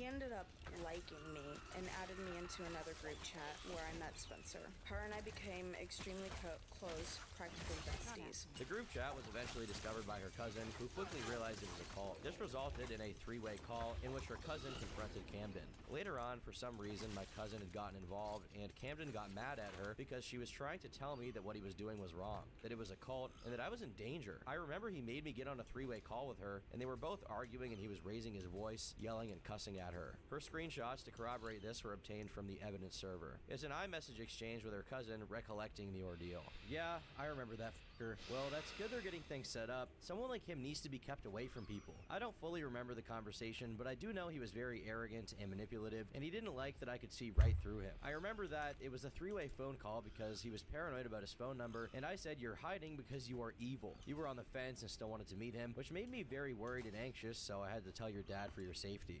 Unfortunately, Amanda's involvement didn't end there, only resuming when she got her phone back. They started calling regularly as Amanda developed feelings for him, but as time went on, Camden began to insist that she move out to Georgia. He allegedly pressured her for nudes and claimed they needed to have a child together to reincarnate her dead best friend. He also became aggressive as she made excuses not to run away. I never ran away to Georgia. I always tried to find an excuse because I knew if I ran away, I wouldn't be safe anymore. Anytime I told him I can't move to Georgia, he'd always yell at me and threaten to kick me out, threaten my friend's soul, that God and the angels would hate me, and that heaven wouldn't allow me to stay when I died. It got to the point where I felt so torn that I didn't want to live anymore. The evidence server has screenshots of Camden asking Amanda to move to Georgia. The conversation is undated, but must take place before December of 2016. It appears to have taken place over Instagram with Camden's username as modern_grim. We need to talk. I need to get you in the car and come here now. What's going on? Just do it. You're scaring me. Can you or can you not? I can't. When can you? Either December or January. I had an interview for a job today, but I'm so sick I couldn't get out of bed. It was a similar pattern when Amanda tried to leave the group, as he'd always pull her back in. Then he told Amanda and Spencer they were soulmates and allegedly forced them to be in a relationship. This one time, he told me and Spencer that we were soulmates and literally forced us to be in a relationship. He made us buy rings for each other so we could get married in Georgia. He also made me give him my address so he knows where I live. It's worth mentioning that at some point Spencer was accused of cheating on Amanda. The story is recounted in Spencer's testimony. There was one night that I had gone out with my friend, and I had already told my girlfriend at the time that, hey, my friend is going to be spending the night. I do want you to know that in the past I did have feelings for her, but I don't anymore. You know, just being like completely transparent with her, making sure that she knew that, you know, I'm not gonna hide anything from her. And that night we had gotten matching tattoos, and it's the one on my chest. And she spent the night, and next thing I know, Camden's calling in the morning. Then I'm getting calls from my girlfriend, and everyone's freaking out and screaming at me, and I can't even figure out what's going on. And then finally, from my girlfriend, I hear he's trying to say that you're cheating on me because she spent the night. Is this true that you're like in love with her still? And I was like, I told you everything last night. You know that. And when we got into a call with him as well, all three of us on Facebook Messenger, he's just screaming, claiming I cheated and all this. And my friend literally grabbed the phone, started screaming back. I can't even remember because my head was like spinning. I didn't know what to think because I was like, you know, even though we were kind of forced into a relationship, I still did love this girl. But it was like, why is he trying to hurt her like that? And why is he trying to attack me like that? Okay, now let's go back to Michaela's written statement from the podcast. Michaela recalls staying for a couple more months after they broke up with Spencer. That changed once she found out Camden was messing around with her now ex-best friend from childhood. It was only then that she distanced herself from the cult, being the first to actually leave. I stayed a couple more months until I found out he was messing around with my now ex-best friend from my childhood, somebody I grew up with, and that was Kat. I think it was more so because of the distance that I kept from the beginning. The reason I was able to distance myself from the whole thing entirely. From what I remember, I was the first one to be able to actually leave, but it didn't stop after I left. There's a few pieces of evidence that offer insight to this series of events. On August 27th, 2016, Camden updated his Facebook page to state he was in a relationship. This was likely related to a subsequent post updating his cover photo to a picture of Catherine Hempsall. Catherine was born on October 5th, 1998, making her the same age as Michaela. She grew grew up in Georgia and started dating Camden around this time. Interestingly, Spencer calls Catherine out by name. Spencer questions if Catherine is complicit before saying Camden rubbed her in their faces. His girlfriend at the time, Catherine Himpsall, this is way after I'm in a relationship with him. I will never know if she was fully complicit, but there had to be a point where she realized what was going on, that something wasn't right, and that he was using her to lure in other people. But she ended up being rude to a lot of us for no reason, and it was probably because at the time, even before we realized like something was up, those of us that were in relationships with him still had feelings for him. It was like he kept rubbing it in our faces and being like, oh yeah, haha, this could be you if you were better. Like, it just always felt like he was using that to demean us in a way, like our feelings for him and our trust for him. Michaela says that after she left, Camden sabotaged her friendships with the other girls, but it didn't work as she kept receipts for everything. It's unclear what these receipts were meant to be, as this predates all of her allegations. Meanwhile, Camden never had proof for his claims, such as telling everybody she was Cthulhu and that she was evil. The following is a Snapchat conversation from before August 29th, 2016. It's between Camden and Spencer, who at this point went by Cleo. The screenshots were obtained from the evidence server. Many have interpreted one message as Camden stating he has a boyfriend. I'm fairly certain it's Kat taking the phone and texting through his account though, but they do in fact show that Camden, Catherine, and many others had turned on Michaela. Nah, I'm done. I'm sorry, but still, I don't like hearing it. I just wanted to let you know what was going on. Everyone is laughing at her because she's so fucking pathetic. Well, I'm sorry. Nah, just go. I can't deal with anyone who deals with her. So if you have to be her friend, then don't fucking talk to me. Kat doesn't like her. I don't like her. Gavin doesn't like her. No one likes her because she's not worth my time nor my thought, because that's exactly what she is, a thought. And I don't mean that hole over there. I mean an experience that I honestly hope would have stayed in my head. So please, for me, off until I say otherwise. Camden, please, I'm sorry. I'll try and do better. I promise. I won't talk about her anymore to you. Nah, bruh. You legit don't know how many people hate her. So in return, they dislike you now. Just because of who I'm cool with? So I'm out. I don't need him hating on me too. Who? Who do you think? I don't know. I'm tipsy. I'm sorry. Look, it's Kat. Leave my boyfriend alone with this shit, to be honest. Bro, I don't mean any harm. You. That was for Kayla. What does the screenshot accomplish? Me trying? I didn't mean to. I'm cuddling him and it slipped. I hope you're having fun with that. Promise me you'll treat him right. Please? Just a screenshot? Well, have a good day at school tomorrow, I suppose. In her written testimony, Michaela states she tried to patch things up with Camden and Kat at homecoming. This would have taken place sometime in the fall of 2016.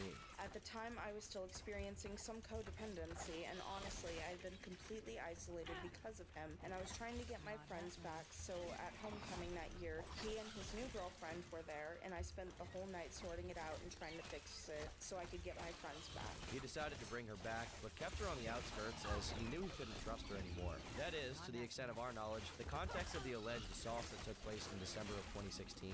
Michaela states that a week after her birthday, as well as on Christmas Eve, she met Camden in a church parking lot in the middle of the night. It was under the pretense of discussing issues within the cult. Instead, Michaela says that Camden SA'd her, though at the time she didn't necessarily consider it. He brought me back, but he kept me on the outskirts at that point because he knew he couldn't trust me anymore. In December of 2016, a week after my birthday, and then again on Christmas Eve, I met him in a church parking lot in the middle of the night under the pretenses of he wanted to talk about some things that were going on within the group. Both times he ended up raping me in that church parking lot, and at the time I didn't necessarily consider it because I didn't try to fight even though I told him I didn't want to. I was too scared to draw attention to myself doing something like that in public, even though it wasn't something that I wanted, and he took advantage of that. But Spencer's recount of this is different. Spencer claims that Michaela was SA'd in a ditch outside of a church. Michaela also supposedly had screenshots of Camden stating he was going to go over there. Was there a specific moment that led to your decision to escape? Kayla getting sexually assaulted by him, like literally in a ditch outside of a church. It was December of, I want to say 2017, or was it 2017 or 2016? I don't even know. Timeline's warped. This apparently led her to force Michaela to go to the authorities. The assault is even said to have caused Michaela to get pregnant and miscarry. Now, what likely happened is that Spencer is confusing this with events that occurred later on. There's no evidence of Michaela reporting the assaults in December. Michaela states that after this, she did back off, only staying in contact with 2 or 3 people. Then, in 2017, Camden called and asked if he could come over. Michaela was visiting her grandparents' house, who were not home at the time. This is the incident she would ultimately report to authorities, alleged to have occurred on May 26, 2017. He started trying to pull down my pants, at which point I started fighting him and I kept telling him, no, I'm not doing this. He kept trying and I started screaming, at which point he grabbed my throat and told me if I kept screaming, he was going to kill me. He kept his hand on my throat the entire time, to the point that I had a bruise in the shape of his hand around my throat for a month. It's not even the worst part of it. When he was done, he went across the room. I kind of took a minute to process what happened, and when I sat up, he was looking at me and he was like, what just happened? So I said, you to me is what just happened. And he literally broke down crying and was like, I would never do that to you. You were asleep this whole time. I could never hurt you like that. And this went on for 30 minutes where I had to comfort him because I didn't want to end up dead because I said the wrong thing. He led me downstairs to the couch where we sat for an hour, and as I tried to convince him that I was going to call the cops, that I wasn't going to report this that I believed that it was just a dream. I believed he would never hurt me like that, and he wasn't that kind of person. Michaela broke down once Camden left and called one of her best friends. That best friend was Spencer, who convinced Michaela to report him to the authorities. Once he left, I finally broke down to one of my best friends, and I told her what happened, and she's the one who convinced me to call the cops. And that was me. It was only about 12 hours later, but I did call the cops, and I reported everything. The following exchange was obtained from the evidence server. Why did you leave? Camden, I don't know if I can trust him right now. What happened? So, he came over to supposedly talk to me about the Grim Wolves. Well, no talking happened, except for about Josiah. I got rips, and he's claiming it was an apparition that looks like him, and I don't know. It hurts. Call the police, report him. I already took a shower, they can't do a kit on me anymore. My first instinct was to scrape my skin off. You still have a chance to get him. Honestly, Cleo, I'm terrified of calling the cops. I honestly think he did it because I just got in a relationship today. I think it was possessiveness. Don't be scared, he had no right to do that. You need to do something. I'm terrified. He's likely done that to other girls, Callie. I know. But what if Kat comes after me or something? You tell her that he had no right to do it and you're only there for a week. I'm staying all summer. Then you stay away from her. Don't even talk to her. I'm so scared, Cleo. I know, Callie. Trust me. But you have a chance to get him because God knows who else is going to do it to or has done it to. My parents can't find out. And if they do, you're 18. They don't have to have your medical records. You can go in yourself. It'll be held confidential. I'm on their insurance, though. It doesn't matter. If nothing gets reported, he gets away with it. He's tried making me run away again for sex, tried making Anya do the same. Same with Ayala and Kalani. You can go down the road and call 911. I'm leaving the demons. I can't do it if he's going to treat me that way. You need to report him, Callie. It's too late. What proof do I have? I'm not leaving until everybody is out safely. You still have a little time. I'll call the cops. Michaela reported Camden to law enforcement the next day on May 27th, 2017. The allegations were taken quite seriously, with Michaela transported to the Northeast Georgia Medical Center to be examined. The relevant documents, the exam, and the police report have been released to the public. This next section is going to pour through those documents to understand the official investigation and why the case was ultimately suspended 2 months later. In the Gwinnett County Police Department's report, Michaela gives some details on a relationship with Camden. In her initial call, Michaela states she dated Camden but broke up about a year ago. It was a mutual decision, but they remained good friends afterward. However, she then states he started dating her best friend who stopped talking to her. Čekaj samo da smo krov napravili. The next day. They first dated in December of 2014 for about a month. They broke up amicably before getting back together in April of 2016. He was dating another girl at the same time, resulting in a consensual 3-person relationship. Michaela states they broke up again in August of 2016 because of a misunderstanding. The first time they dated, the suspect was caring and loving. The first breakup was mutual. The second time they started dating, he was dating another girl at the same time. The relationship was consensual between all 3 people. The suspect was aggressive during the second relationship. The victim described the suspect's behavior as, quote, snappy. The couple had consensual sex twice during the second relationship. The second time they broke up because of the suspect. The victim stated the suspect broke up with her because of a misunderstanding.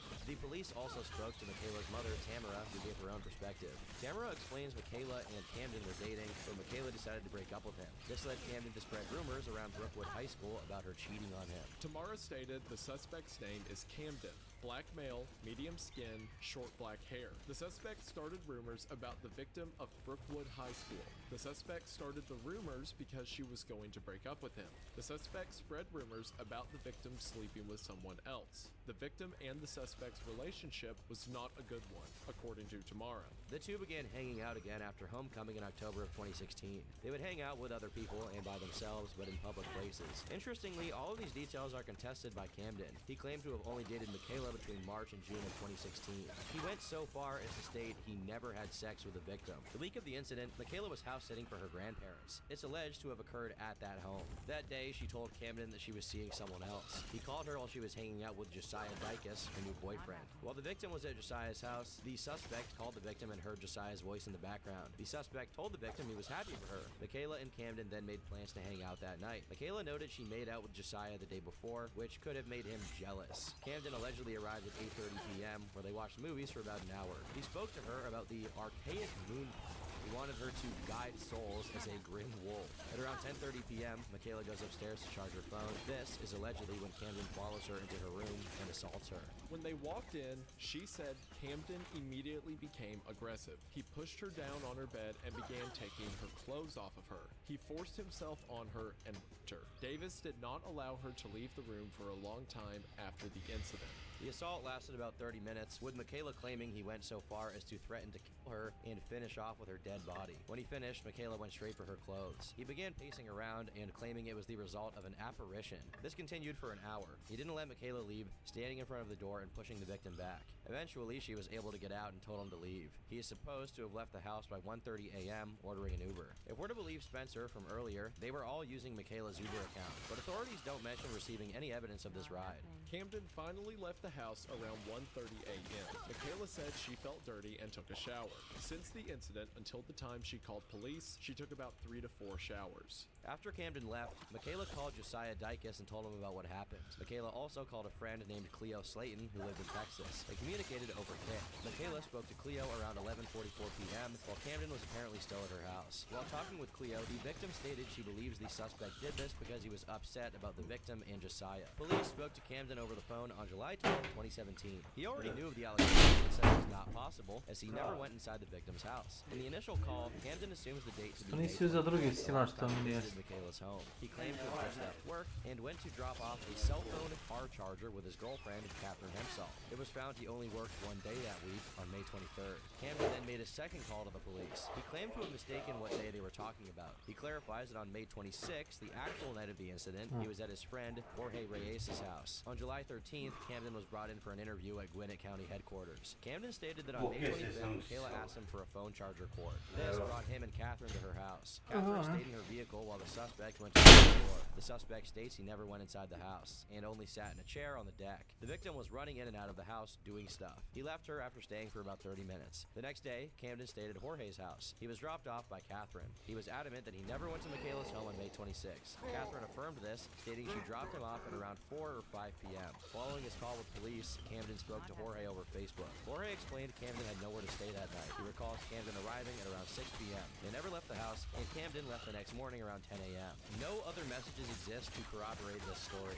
Michaela deleted all of her messages from her phone. Camden's phone broke, and he bought a replacement. This prevented police from verifying his GPS location. On May 27th, 2017, local authorities spoke with both Michaela Staton and her mother, Tamara Griffin. Michaela was transported to Northeast Hospital for a sexual assault exam. Camden also consented to a buccal swab. The sexual assault kit and buccal swab kit were sent to GBI for testing. According to the report, there was no known physical evidence to support the suspect was at the house the night of the incident. There was a small visible bruise on Staton's upper right arm. However, there was no evidence to support how she received the injury other than her testimony. That also clearly contradicts her later claim that it was around her throat. The police report actually takes several issues with Michaela's credibility. Her own mother stated she could be manipulative. Tamara also claims Michaela is aggressive when offered medication. Because of this, the case was suspended on July 13th, 2017. The police report contains no reference to the previous two incidents in December 2016. Neither are many of the pieces of evidence she claimed to have sent to law enforcement. Michaela did, however, describe the cult to them. It was called the Archaic Moon Pact, with around 50 to 60 followers in 2017.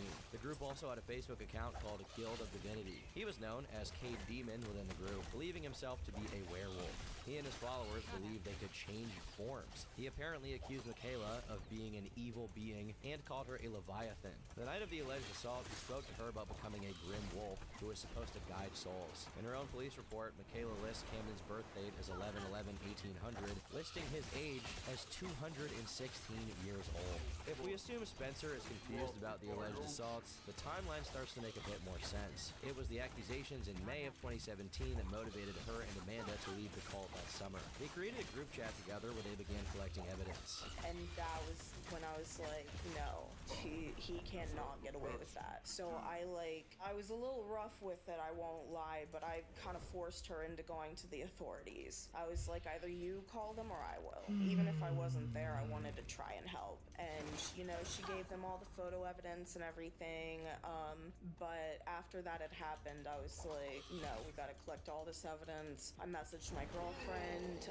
Well, she was in that group chat where, you know, Kayla was telling us everything. This effort continued for 2 months, where they documented anything that could be used one day. Spencer claims they finally left for good on the 4th of July. It had little impact, as after they left, Camden simply lured everybody that they had pulled out back in. My girlfriend, we had broken up at that point. We realized that, like, yeah, we love each other, but not like that. So we had, like, broken up and everything, but we were like, it's time, we gotta leave. And we left, and he lured everybody that we had pulled out back in. Like, everyone that was in our separate packs. He pulled every single one of them back in after we had been sending them evidence. It had little impact, though. Several screenshots from this time frame were obtained from the evidence server, but they paint a somewhat different story. The least relevant seems to be the only one with the date from June 11th, 2017. It shows a conversation between Camden and an unknown individual. If I ended up staying eternal, would KD have been my wolf? This may be related to another undated conversation. The sender appears to have been in a polyamorous relationship with Camden and KD. Hey, I think it's best if I leave. This whole sleeping with you thing right now is just not making me comfortable. I know I'll lose KD, but this is something I don't think I'll ever be comfortable with. I also miss the feeling of being human. For once, I'm not in pain or feeling sick. I met an amazing guy who makes me happy, and I'm afraid if I tell him, he won't want me anymore. Not only that, but I miss Cleo. She was my best friend, and it's gonna be hard without her. I'm not asking you to bring her back, because I think it's best if she's out, but I just don't know if I can do this anymore. I'm not exactly happy, and all this pressure on me puts me in a bad place. So I think it's best if I leave. I'm sure Mary or Ayala wouldn't mind taking over the Eternals. They're both amazing leaders. There are 2 recordings from a group chat showing Amanda, Spencer, and Megan. Megan isn't Michaela, as Megan had to be told of the accusations. The recordings show messages from June 28th to June 29th, 2017. However, they completely contradict the idea of an escape, as it shows Camden had left them. So, Camden left us all completely. Jalexa said she heard him packing bags on the phone. Maybe the police are after him. We're officially out now. The recording also contains audio of Camden announcing his departure. Hey, this is Gabe. I was going to go ahead and give you your fair warning that I am leaving. This is goodbye. I am done. Obviously, I tried to put together a family, but I only made it justice. I wish you best of luck in life, and I wish it for all of you. The exact motivation for this is unclear, with the other undated screenshots offering little insight. Whatever, I'm done.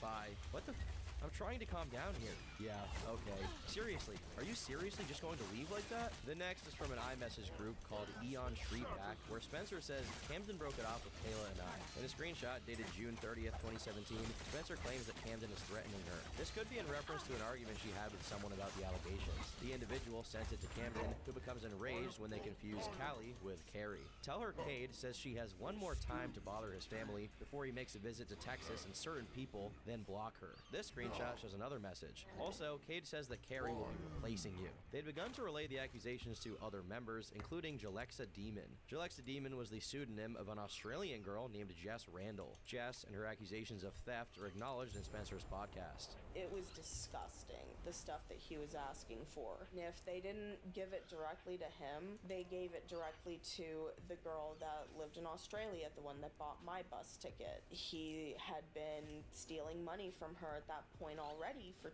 about 2 years or so. She's deeply manipulated. It's honestly very, very heartbreaking because he stole thousands upon thousands upon thousands of dollars. Once I ended up leaving, he somehow convinced her that I stole her money. The girl's name is Jess. It's the same Australian girl that he had sending him thousands upon thousands of dollars. Jess defended Camden at the time before accusing Spencer of stealing her money. Cade didn't. Michaela. Lol, she has proof of it. Like what? Y'all will see soon. Just leave Cade alone. God is done with you. All of freaking heaven is done with you. That money vanished the moment Cleo arrived. I knew Cade for 2 years before Cleo came, and not a freaking cent was taken. Just letting you know, something could be done about the money Cade and Kat took from you. Well, you and that thief Chief have no chance of getting Cade in prison while I'm still alive. Cleo was the one who stole the money. Wow.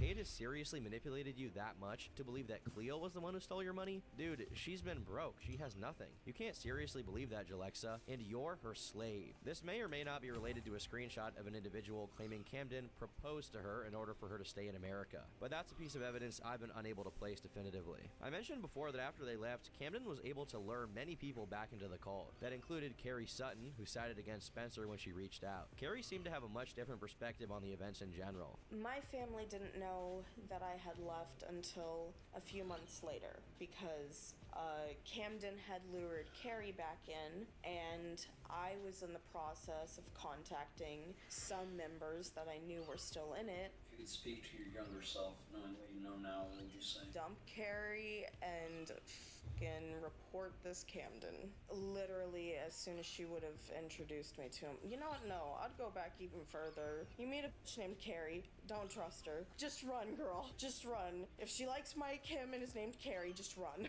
What about Carrie specifically? Is it just because she was the catalyst to everything? That, on top of the fact that she did threaten my little sister when my sister was 34. So tell us more about that. That was just a whole fucking Wattpad thing. While still in the cult, Amanda had attempted to recruit new members on Wattpad. Her post read, "If you are human, want to learn about and become supernatural, and between the ages of 11 to 18, please PM me." The post received a new comment asking if she was still active, to which Amanda said no and warned it was a cult. This led to a massive argument in which members of the group threatened to kill them. Haha, you think this is a rage? If I were in a fit of rage, I would have found where you live, gotten on the first flight there, and slit your goddamn throat. But most interesting were comments left by Camden and Carrie. Camden provides what is perhaps his only known public response. "This is so insane. Dear everyone reading this foolishness, this is exactly what happened. These two young women were removed from a group chat of people who were getting along and being civil. They always caused problems and issues by making assumptions with no foundation or proof. Once they were removed, peace was restored and everyone has been happy since. I once dated Spencer, and once I moved on, she became petty and angry at the fact that I no longer loved her the way I once did. I'd never hurt either of them. Then, once it's supposed to be squashed and we go our separate ways, they decided to keep it going by messaging people's parents and irritating people to the point where I have to talk to these people and convince them not to press charges for harassment. It's truly unfortunate how they feel, but this is out of hand. It seems even back then, they were placing blame on people's parents. Carrie was much less civil, disputing the claims against her before issuing threats. Let me tell you a little something about Spencer. She is a liar. She is nothing but a liar. Now, I can say this because I know her, I went to school with her, I was the reason she met Cade. She also says that Cade raped me, but funny thing is, I was actually engaged to Cade, so if he did rape me, it would have been consensual. See, the thing about Spencer is that she's a manipulative liar, and this isn't an over-exaggeration. Ask anyone who has ever actually met her. I share an ex with her, and even she agrees that Spencer is fucking batshit crazy. I'm sick and tired of seeing Spencer all over Ayala's friends and family's page, so you can either tell her to stop it immediately, or tell her I'll see her and Leah soon, because I know where Spencer lives, I know where her parents live, and I know where her grandparents live. I will also be calling the cops and filing a police report for harassment if this doesn't stop. I don't give a fuck how many allocations she has. If she doesn't have the DNA to prove it, then it won't come through. I'm not someone to f with because I'm not actually scared to do something. This better stop, and it better stop soon. There's also a screenshot of Spencer's reply to a person named Mary. "Mary, I'd like to know what I took from you. If I did, it'll never be as much as what Cade took from me. Cade talked me into running away, and even after the fact, after I turned myself in and was with my foster parents, he convinced me to stay for him. All the time I could have spent back in Texas with my great-grandfather, I can never get that time back. Hell, he almost died because of me. He had a heart attack after I left, and then a stroke after I refused to see him in court because Cade told me not to. But you also want to know what else your humble leader did to me? He convinced me to go to his house and have sex with him at the end of last August and September, and I still talk to the guy that drove me there. I also almost got arrested for walking to his place at 2 a.m. one day because every full moon we have to have sex. Oh, and don't forget the miscarriages he made me induce." These screenshots give us a relative date for a conversation with Hannah Doyle, who was supposedly friends with Camden. Hannah alleges that she left because Camden showed up at her house one day with no real warning before threatening to kill her husband. The validity to these claims is unclear. On July 5th, Jess began promoting a YouTube channel called Guild of Divinity. In the comments, she began soliciting recruits through Kick on her account, Death's Follower 1. Jess also created a GoFundMe page, describing it as an institution to protect and care for the sick, homeless, and injured supernaturals and their families. I have seen a lot of them that have been killed by hunters or high-tech traps, and a lot of these tribes have been wiped out. The campaign raised $1,000 with a user named Holly Denied donating $500. This was then reported to Traffic 911, who was in contact with Spencer at the time. Spencer claims that Camden tried to sell her underage images on Kick and may have done so with others. There was one point where he did send P of me, like sent it to some dude on Kick. He was sending it for money, but then the dude never paid him. But he would get that. He would get nudes and stuff from the other minors. I don't know exactly what he did with them. There's a possibility he could have been selling them. I didn't send any pornography myself, but Camden did record a video of him and myself when I was 16 and living with them. I know that's probably still floating around out there. I reported that to Traffic 911. I talked about it to the detectives. 1, 2, 1, 2, 2, 2, 2, 3, 3, 3, 5, 5, 5, 5. I Diablo 4. I event u mart. Što? Last Epoch i 5 of Exile su me ubili. Pa Pet of Exile se nigde nije ni micao, znaš. Ali ljudi kojima je previše komplikovan, tipa meni, previše mi je naporno da odvojim. Ne mogu da odvojim 20 sati dnevno da igram Pet of Exile, ali mogu da igram par sati dnevno, to mi nije plan. Kad igram Diablo nemam osjećaj da, osim što levelujem drugu klasu, nemam osjećaj da, uopšte da mi je karakter, ono, znaš, bolji ili nije bolji. Zavisiš od RNG-a, a nemaš kontrolu nad tim. Nemaš kontrolu. Jedino što možeš da nađeš su artefakti koji su već, ono, set itemi i ono kao unique itemi koji su ono kao, znaš, imaju nabuđene statistike. E, to ti je ono garantovano. Znaš.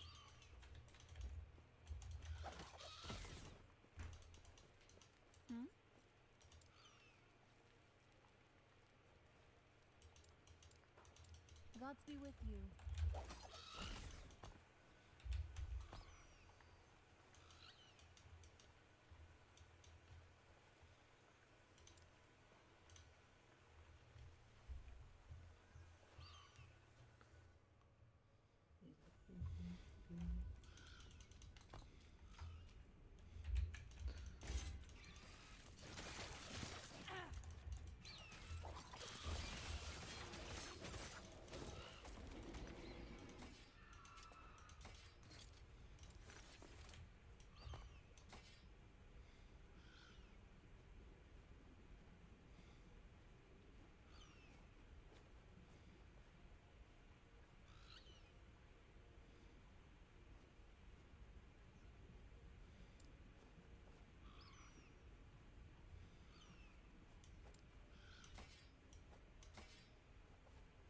O, Mladen, oj, silnino je. Brat tvoj.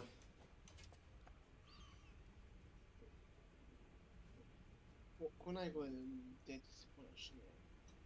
A čovjek 25 godina. Smo imali 25 godina. 27 godina.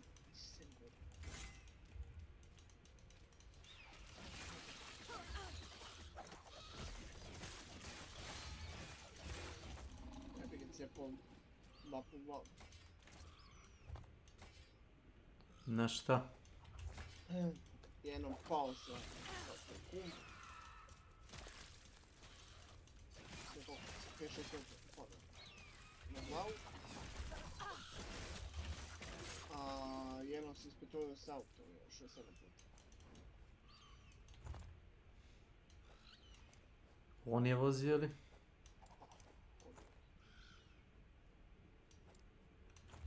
Mislim, razumio bi da je neko drugi vozio. Jer nemaš kontrolu nad time. Ali ako ti ne ide vožnja, možda ne bi trebalo da voziš. Bez uvrede. Nije ne ono ide nego vozi ko nekome.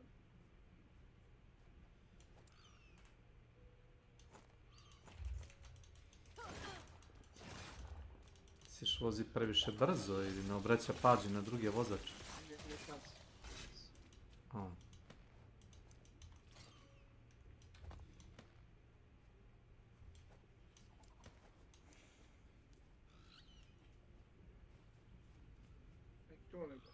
Jutro se vraćamo zubare. Neki debil se neko prekoči ispred mene, jebote.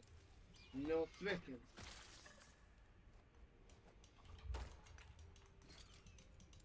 ono meklim, ne.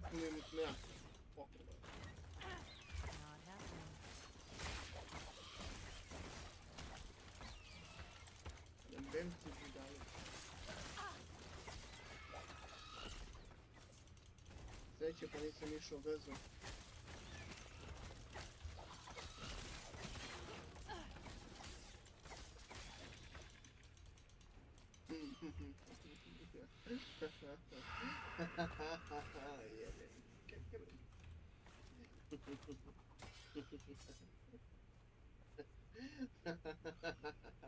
Jesi video... Da. Dobro. Ne sad. Ništa. Krajtekov novi tweet. A pogledaj. A ovo što si stavio za Winchester? Da. Nije to Winchesterka. Da je Winchesterka izgledala bi drugačije. Mislim, lever action rifle, ali nije Winchester modela kojim si na to misli.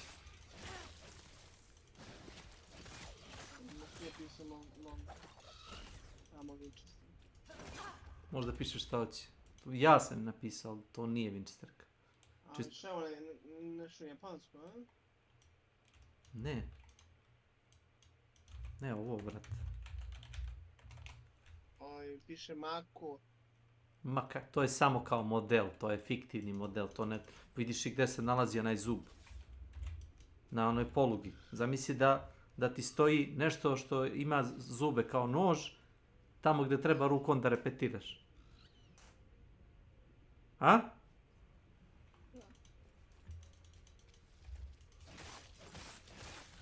Možda trebaju da se jebu Japanci.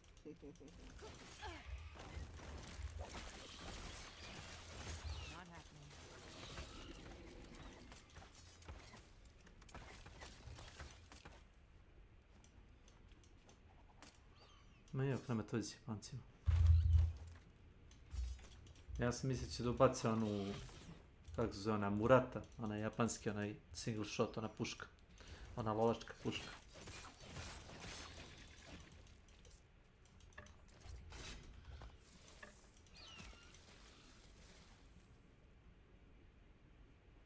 Lovački karabin, ona jednometka. Mislim da će to da stave, ali...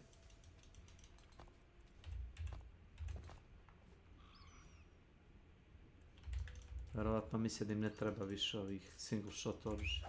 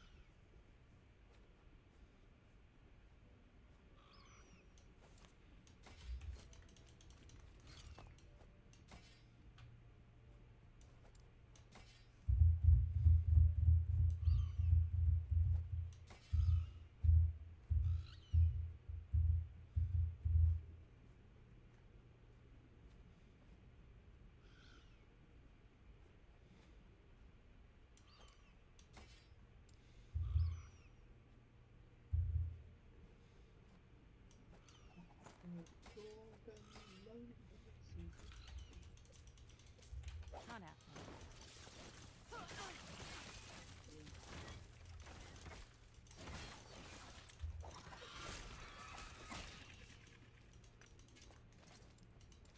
Sad ću doći, nisi polako. Samo polako.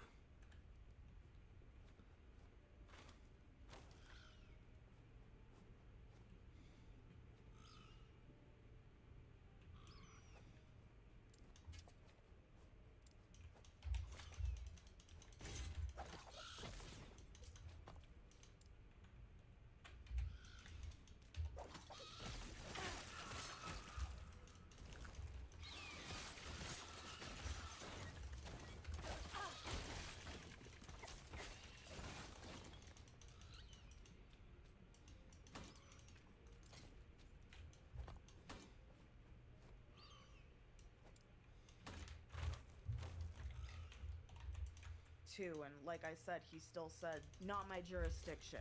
There are also screenshots of her conversation with Traffic 911, who did seem to be in contact with the FBI. Excerpts of this exchange were obtained from the evidence server. I wish I knew where the investigation is, but the FBI is tight-lipped about all of our leads. So glad you're doing better. Would the things I just sent you help them at all? I've looked at it, and since it isn't breaking the law, I don't think so. It's unclear why no action was taken because, as Mudahar points out, this should have immediately been given to the FBI. Now, see, this is again where I'm just going to straight up say it.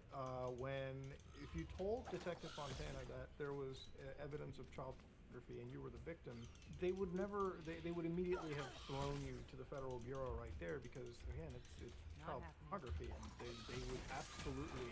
Depends on the officer. I can attest to this. I have reported the distribution of CP to law enforcement, and even when I was in contact with the police on the phone, they kept saying, that's not my jurisdiction, go to this one. I would call that one. They said, this is not my jurisdiction, call federal. I reported through CyberTip and the FBI page, and nothing would ever happen. We'd receive... But Max, you have to admit, like, you're saying you talked to the detective in person, right, Spencer? You said that there's child pornography of you floating around. That's a little different than, like, I found this hub online. Alright, so this is where the timeline as we know it ends, with most of the evidence following this point not having a specific date. There is evidence implicating Carrie as a recruiter, including this Kick profile. The context stems from allegations they tried to crowdfund an abortion for someone in the pack. In another conversation, the would-be recipient is identified as Carrie. Like, why the f do you need everyone to leave after me and Val said we weren't donating to help that girl get an abortion? Literally all I said was I wouldn't donate because I don't support abortions. They also said she's dating some hybrid guy, one that turned by magic. It was Carrie who needed the abortion. Now, there are several miscellaneous allegations that can't be sourced or substantiated. Master's Little Harley, a nude model, alleges that Camden tricked her out of naked photos by posing as a photographer. Then he allegedly pressured her for sex, which is when she realized it was a ruse. This isn't the only claim of Camden soliciting nudes under false pretenses, which is especially concerning when some of these people were underage. Ayala is one of many pseudonyms used by Ishmael, but their testimony is part of Spencer's podcast where she's referred to as Survivor A. She also appeared on a stream with Max and Spencer in January of 2024. Ishmael was recruited after posting in a supernatural group on Whisper. She was scouted out by Amanda, who introduced her to the cult. I'm formerly known as Survivor A in Spencer's podcast. Kind of like everybody else, I met this group on Whisper, and I was just kind of roaming around like these different groups, and I saw that there was one for supernatural. I made a post just asking if anybody could explain this to me, and then someone reached out to me who was a recruiter for this group. She's known as, I believe, Survivor C in the podcast, but we'll call her Crystal, and she quickly introduced me to the cult. Of course, I didn't think it was a cult at the time. I just kind of, at the time I was a scoffer. I just kind of thought it was silly, and I was laughing at it, but very quickly I started believing it. In her testimony, Ishmael claims to have been kicked out after an argument with Spencer. When an argument broke out between Spencer and I was kicked out. People being removed occurred regularly over varying matters, and sometimes people would be added back, but this time was different. I believed I would be gone for good. Getting kicked out meant losing your connections to God and thus your magic, and you would become like a ghost to the family. To think I had gotten so lucky to find all these people and then lose it all in an instant hurt like hell. I only had one person I could go to, an account I had been introduced to previously as Camden's deceased sister, which he had claimed was run by her spirit. There, I was instructed to connect with another account, a woman claiming to be a witch named Giamara. I later pieced together this was more than likely Camden under a false identity. The following events are said to have occurred when she was 14 years old. In our conversation, she claimed she could make me a vampire again, and I would be welcomed back into the family with more people I would bring in. She told me one of the girls was furious with me in addition to Spencer, and was even trying to kill me to prevent me from coming back. She said she was willing to use her magic to help me, but doing magic like that could be dangerous on my body, and she needed to evaluate it to make sure I could handle the transformation. I was 14 at this time. From then on, using this account, Camden Gerard Davis sexually abused me repeatedly for several months. As part of this evaluation, she instructed me to send multiple pictures and videos of myself nude. At first, I said no. When she insisted this was the only way, I asked if I could keep my underwear on. She said no. I said I was insecure about my body, and she said, "Do you want me to compliment you or something?" She promised me that no one else would see it and that she saw that kind of thing every day. It was this or lose everything. So I did did it. I thought after a few, it would be enough, but she wanted to see between my legs. Each time I thought it would be the last time, but she always needed more. This is alleged to have gone on for 6 months. When Ishmael attempted to leave the cult, she was blackmailed using the nude sent to Geomara. It's unclear how Ishmael determined this account was even run by Camden. Spencer actually affirms these events in a way that might be legally self-incriminating. She apparently received the underage photos on an account called Hush Hush. You know, the pictures of a 14-year-old, which is not legal to have. Things went back to normal until an unknown account called Hush Hush directly messaged Spencer some photos and videos of me, the ones I had sent to Geomara.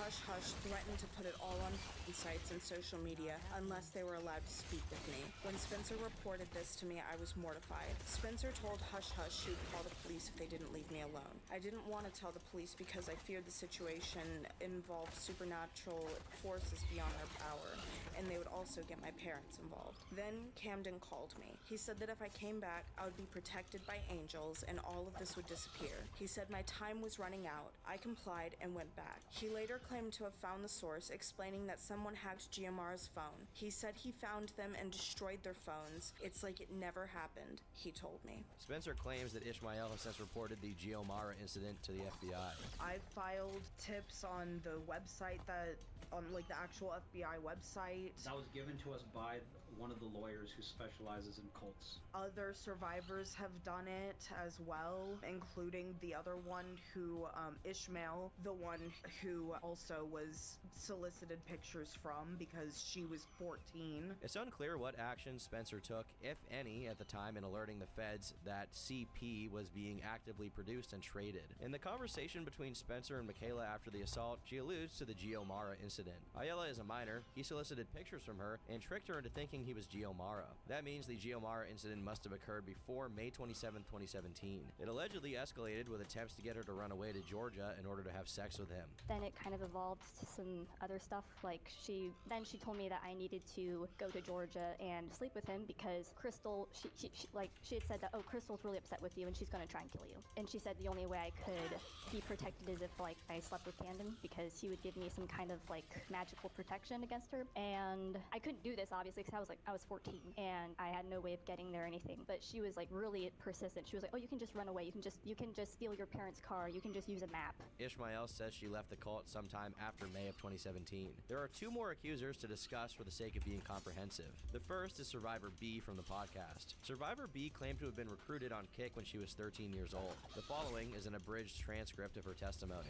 My mind is very foggy, but I remember some things. I was recruited by a former member, male, via Kick Messenger. I watched a YouTube video about werewolf packs, and in the comments he commented his Kick and said they take in members. He was very kind, referred to himself as Cade's son, but for some reason he had left or got kicked out, and I then became in direct contact with Cade. He and Kat seemed very lovely, and I got put into a group, got moved around quite a bit to different groups as the different creatures appeared, vampire, witch, werewolf, etc.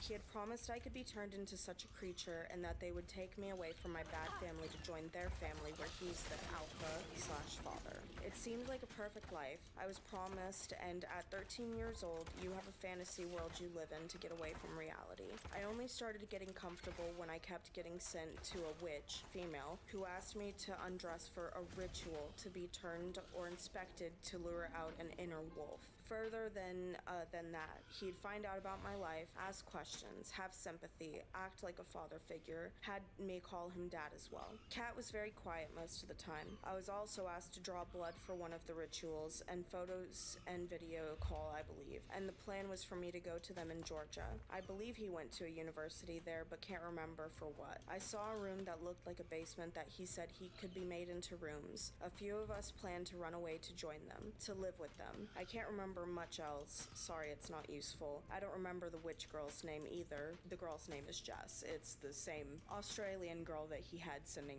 him thousands upon thousands of dollars. But I know within the group, some of us were sort of made sisters and cousins and things like that. She contacted me once after all this was over for me and asked me not to tell Cade she contacted me. To my memory, I don't remember what she told me. I believe at this point, I had just wanted out. I was very young and didn't even know what I was doing or getting getting myself into. I wanted so much to be part of a family and be anything else other than me. I never stopped to think what all this meant or what he could really be doing. The last accuser we'll be discussing is Ellie, who came forward on a stream with Max and Spencer. Ellie joined the group in 2016, shortly before entering college. She was recruited by Jess from the Experience Project. The first conflict she recalls is when she realized there were children as young as 11 in the group. When she expressed concern about this to Jess, Camden removed her from the chat. Later on, a couple months down the line, I found out that there were really young kids in the chat, like I think as young as 11, and I went straight to Camden because I had told Jalexa like it's not okay to be having these people in the chat. Welcome They're to really, my channel. really young. I don't feel Good comfortable afternoon. talking to them, and neither should you. Then I went. Hello, welcome. Oh my god. Welcome, welcome. This isn't really good.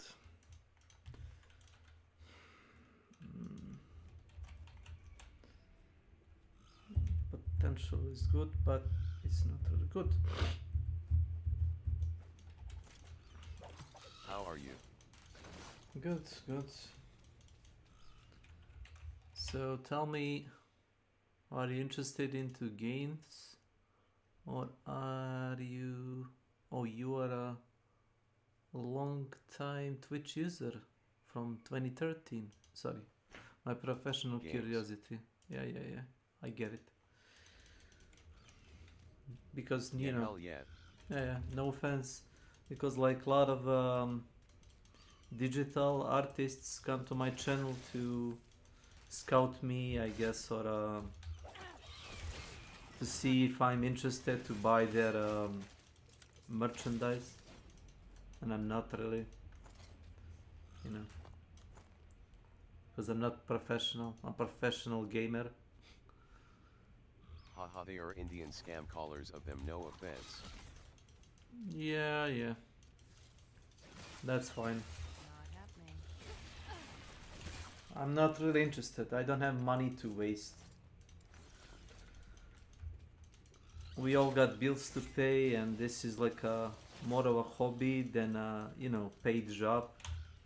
Almost all donations go to like a charity. I don't take any dime. Twitch doesn't pay me, not neither YouTube. I like chatting to people sometime. Okay. Oh, it's a mace. Now this is interesting. 1, 2. No, what this? He's already dead. Fucking bird killed him. Well, bird too strong. That's amazing. Yeah, bird too strong. Please nerf. So this is level 51 mace, two-handed. Yeah, all good, but I don't see it being useful. Maybe if I was a Void Knight, like Asmongold, maybe I can trade this to him. I can't, because this is offline, offline character.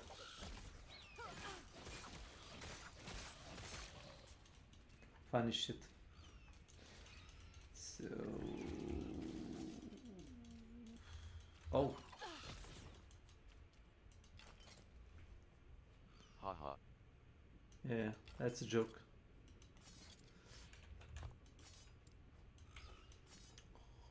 So you fan of ARPGs or a fan of games in general? Physical, cold, stun. Yeah. Oh, fan of games then. So what do you usually roll with? I mean, I'm just asking, but I can be Snoopy and just not like that. And just click on your profile to be scum of the earth, and you have 900 followers. That's really impressive.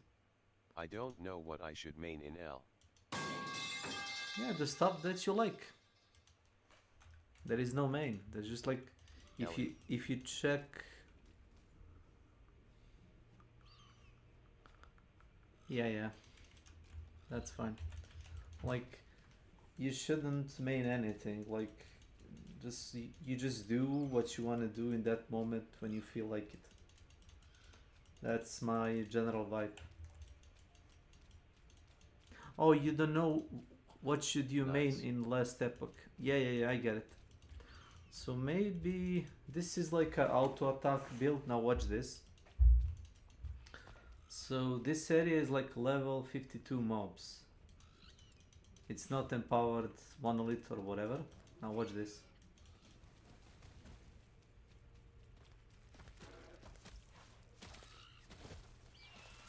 So this is auto attack.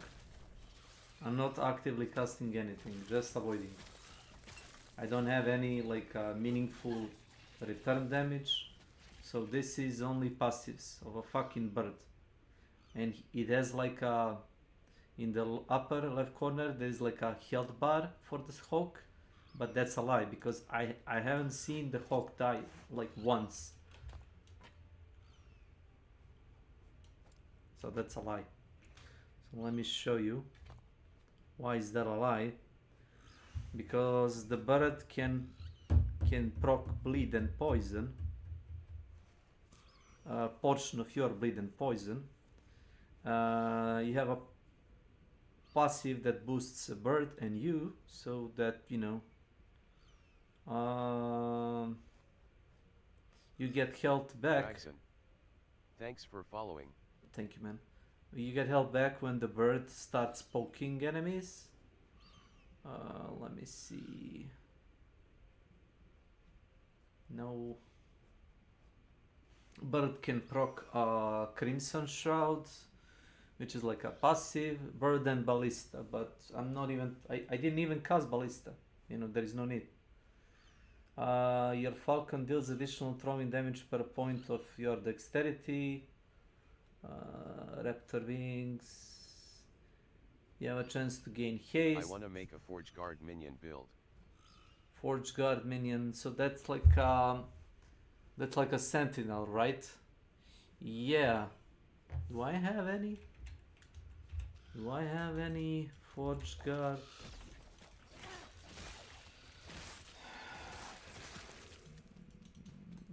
How does he even like so you're not like throwing hammers, but like actually summoning a mob to fight? I did play the Sentinel, but I forgot.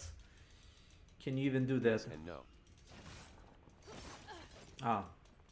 So yeah. I see. Please. Move. Haha! Fucked him over. You need to hit with big hammer to spawn sword axes. You need to hit with big hammer to spawn sword axes. Ah. So it's like, is it like a specific build? Because there is a unique item that's I think it's a glove or a weapon. Every time you like. I want to make it. You wanna make it, okay. So you need like a level boost or something. Might have to drop something. I mean, I guess I can boost you if you want. Just not RLY, just chilling. Not really, just chilling. Okay, fine. Damage reflected, void. That's a lot of void. But tie regardless. You're welcome.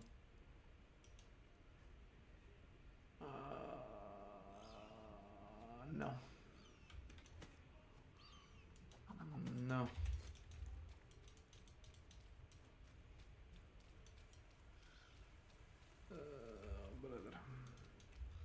I just speed run this like map. What?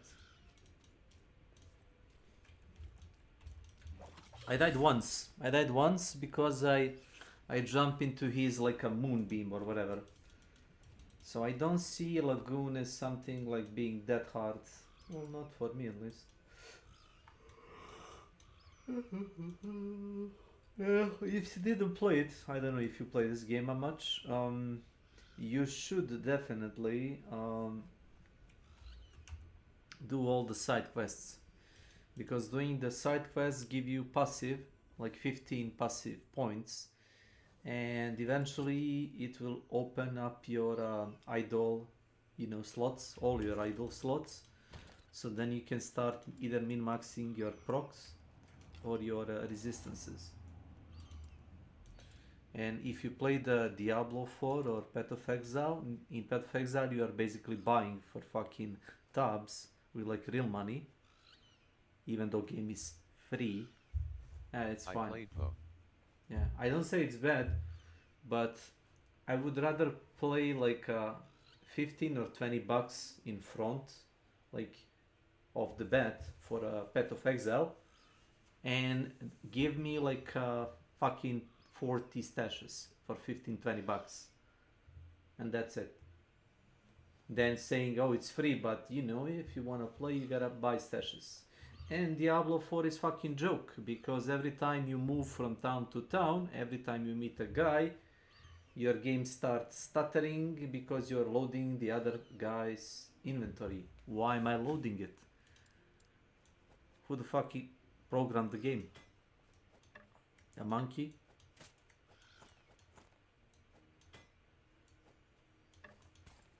Yeah, I'm salty sometimes, sorry.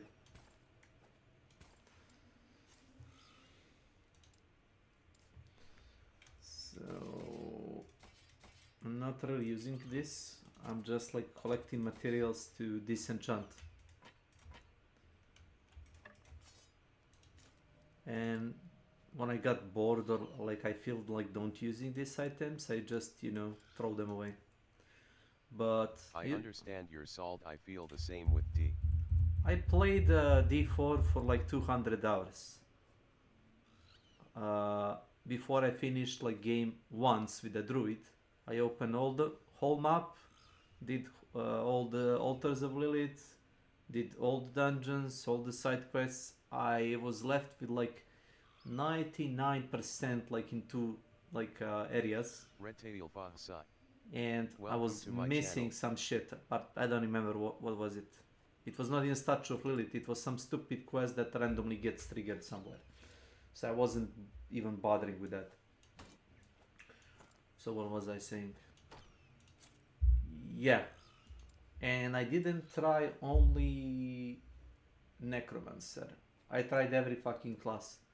So I made like an assignment for myself to try playing every season with a different character, and I did it, and it's kind of a fun because I didn't like force myself to like oh, I'm gonna play like with every class Diablo 4 off the bat. No. I saved it for like every season so I can actually do something. And when I see the fucking inventory in Diablo 4, like it's so small and I have to like throw stuff away, and I don't want to throw stuff away because I'm looting them. Like let me collect my shit in my inventory. If I have like money to buy the stabs, I'm gonna store it. Eventually I'm gonna have to throw it out, but that's on me. So look at this. Yeah, one more thing, let me show you. I got a legacy character, a fucking druid, with wolves, and the wolves are proccing like yeah, this one is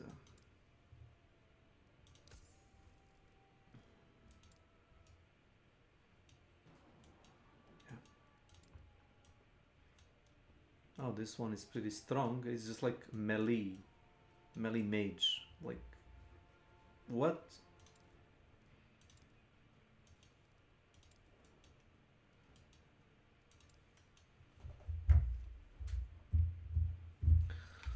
Oh, please.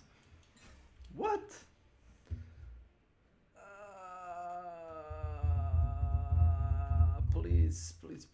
Please. What?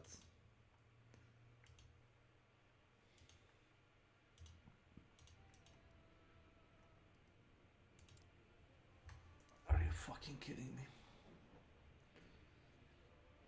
Okay, can I at least play legacy character offline?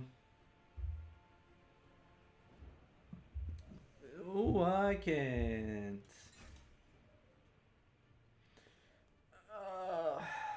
So anyway, I wanted to show you like I got like 30 or 40 stash tabs with this guy.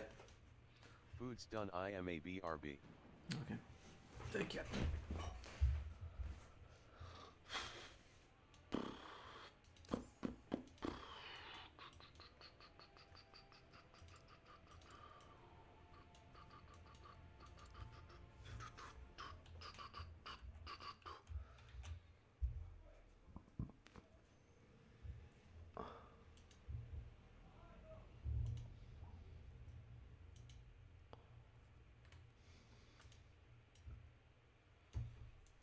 So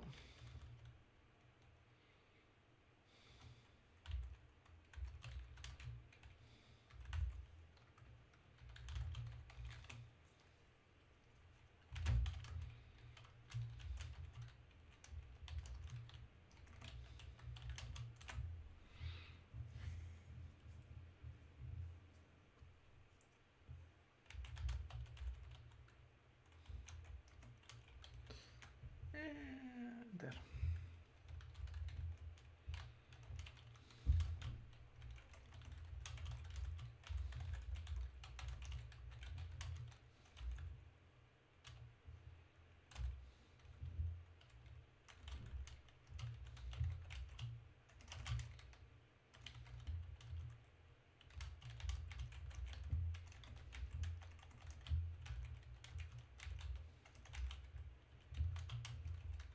$19.95.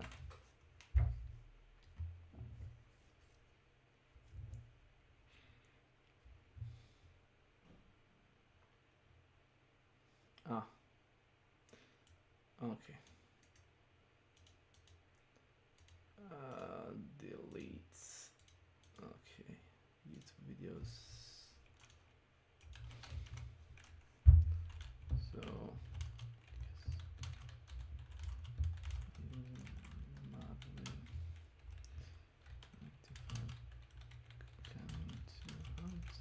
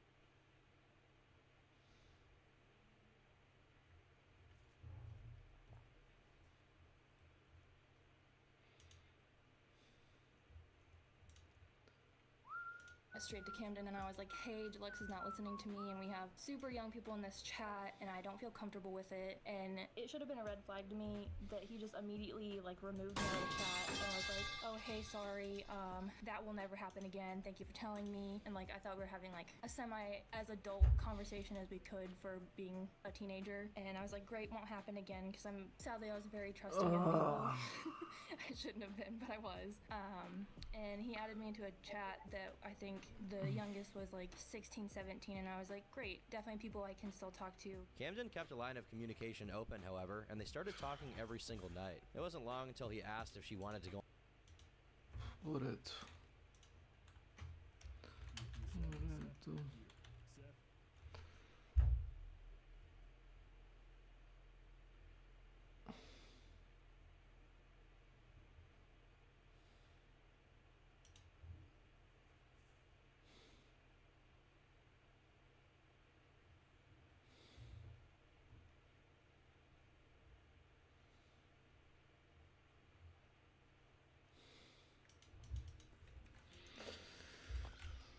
Is it a desktop?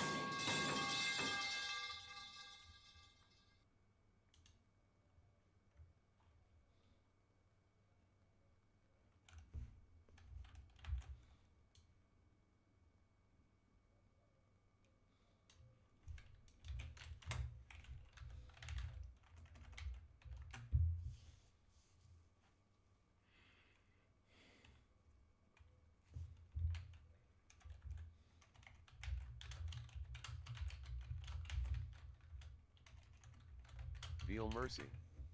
Welcome to my channel. Oh, brate.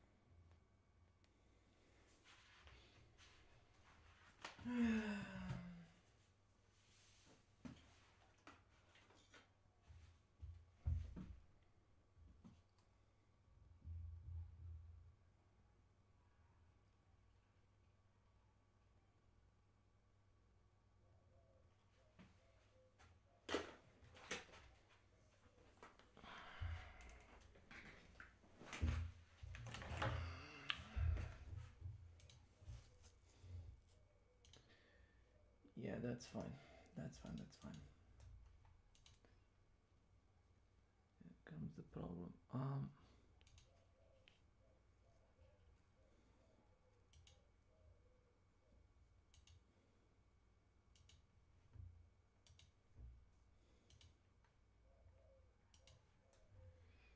Brother.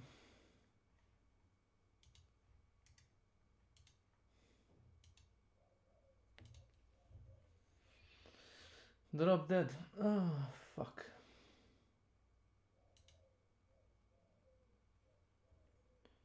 So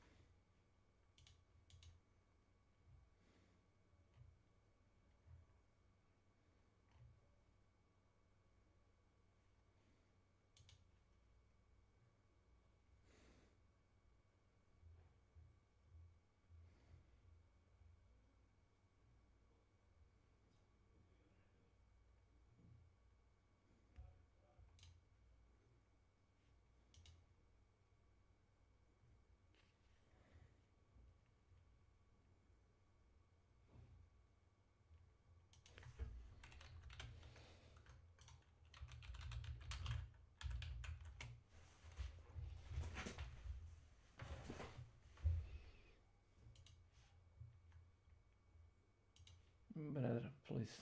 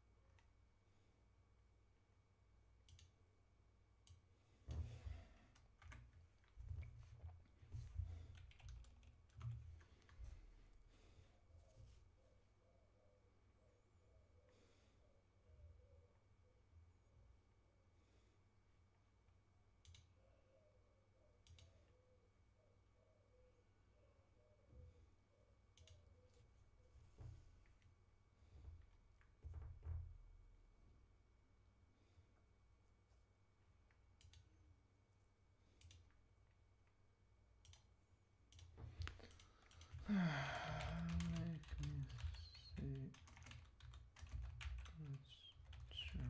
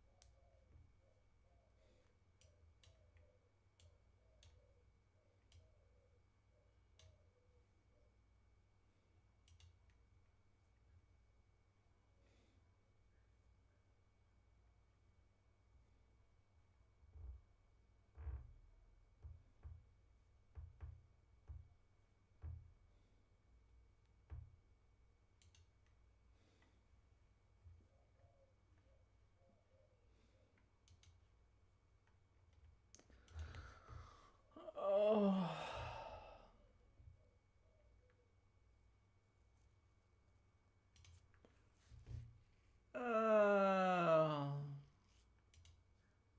No, no, no, no.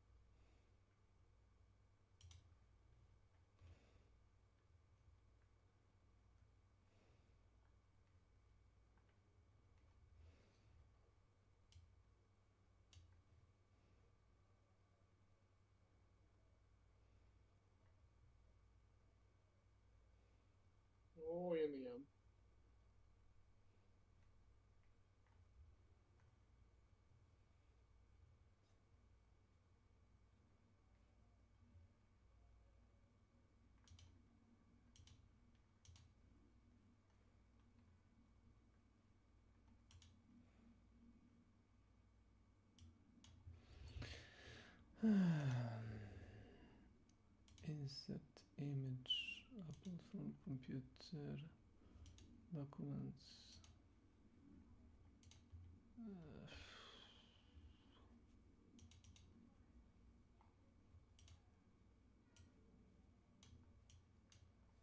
Okay.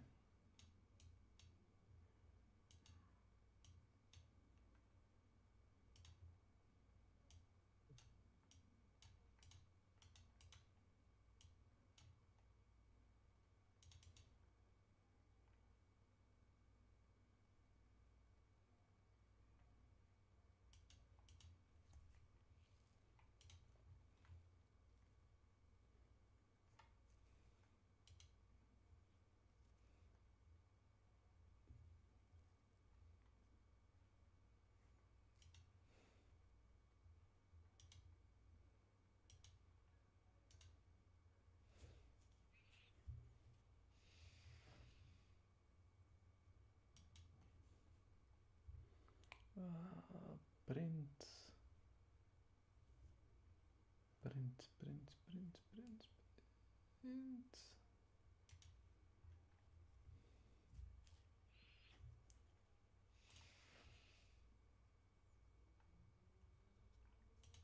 Documents.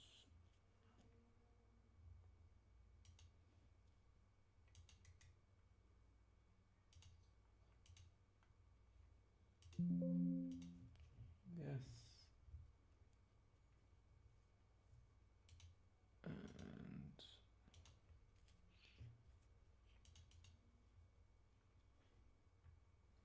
to je jedan. I ovlašćenje, jebo vam ja majku.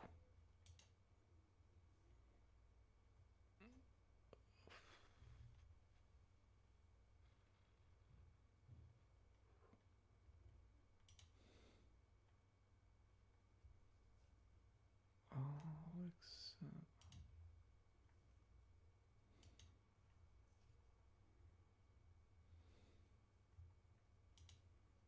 Open.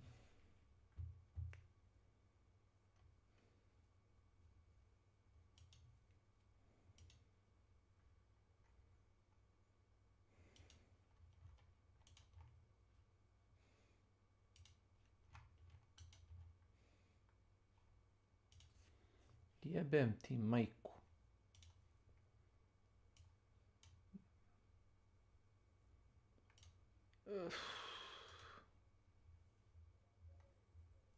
De. Jesi na Legacy karakteru ili... Pa gdješ? Pitam jesi na Legacy karakteru ili na ovome. A?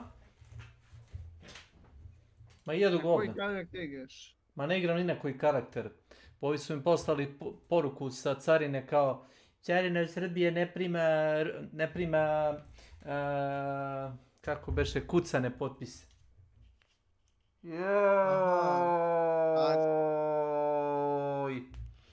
Oni hoće da ti to štampaš, da... Važi, čekaj da kupim štampač ili da jurim po selu, razumeš, ljude koji imaju štampač i skener, jebam ja mater. I da opet ga skeniraš i opet da im pošalješ mail, razumeš? Bože. Mrš u pičku materinu. Kako ne? Sve ću to doradim za njih.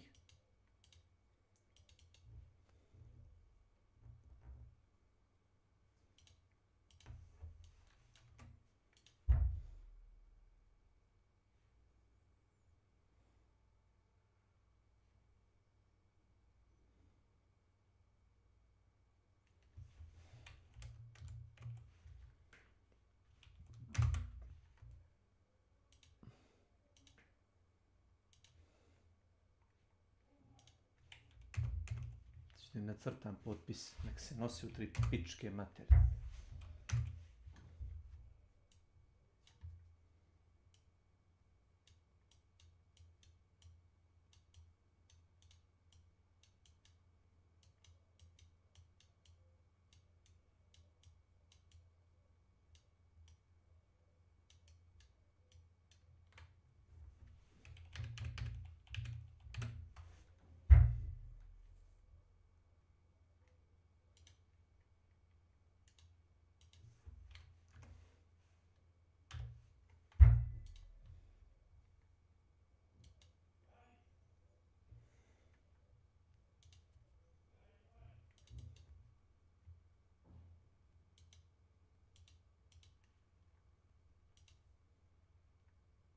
Evo, pogledaj moj stream. Znam da te sad mučim, ali pogledaj.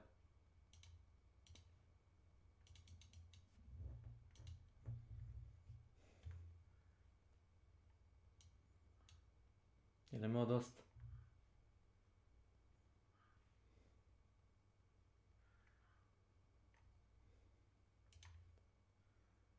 I ovo.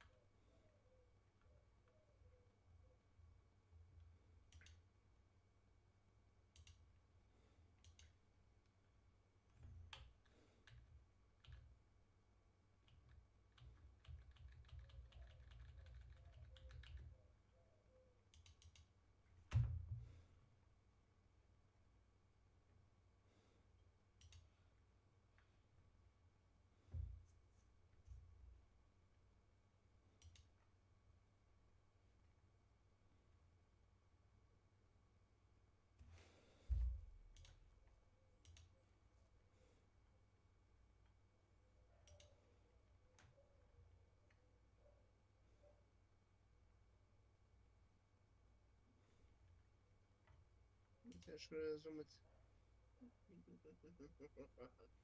Šta je teško razumeti? Ćeš lepši potpis, šta? Pa zato se potpis zove potpis.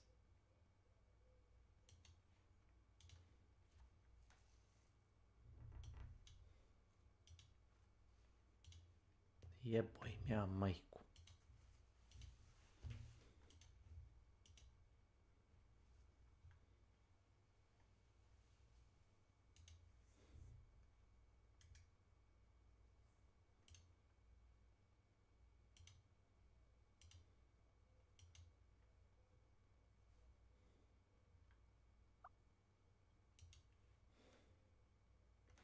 Ne vidim ima li šta od ručka, ovo je ispiranje mozga, kuneti se. Otvorim, znači, njako sam taj mail gledao, izvinjam se. Ne znam kako sam uspio da se mutiram. Uglavnom, napravio sam. Sad, da li im se sviđa ili ne znam. Nek se nose. Ručno sam napisao, napravio potpis mišem. Sad, oni očekuju da čovjek stvarno nabavi štampač i skener i da njihov jebeni dokument odštampa, pa ga potpiše ručno, pa ga opet skenira faksom i pošalje ga mailom.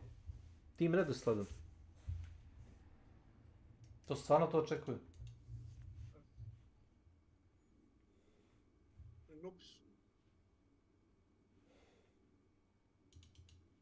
Mislim, razumeo bi da su tražili od mene neki, recimo ono, kažeš ti broj lične karte ili nešto, broj računa, nešto, razumiješ da im pošle nešto što ja znam, kapiraš.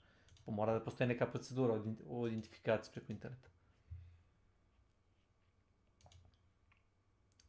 Oprosti, treba da napravi mail ilija.kosović@rs@hotmail.rs. Tarsai. Welcome to my channel. Da bi sve bilo validno. Jao, koliko mogu biti glupi.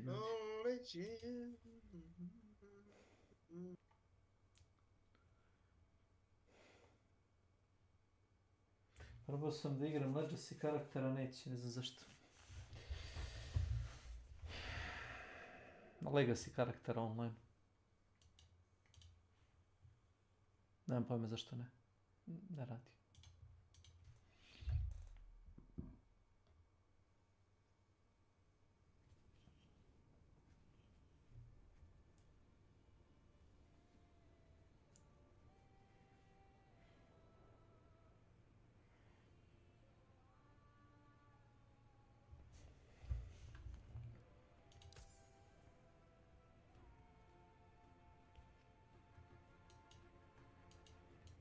Molim sam da vidim.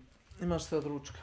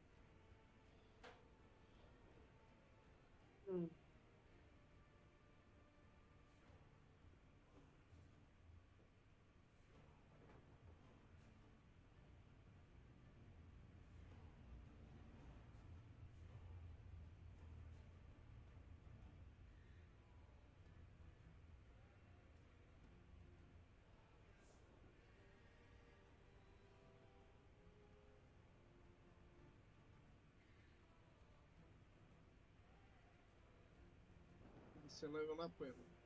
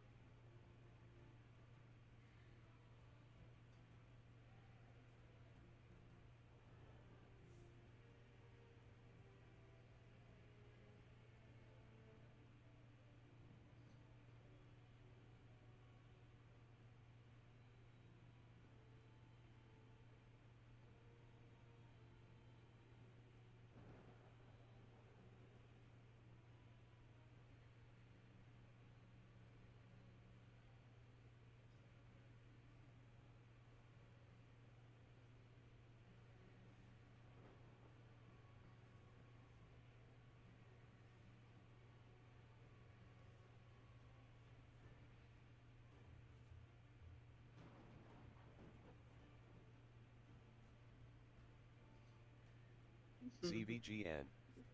Welcome to my channel. Circus.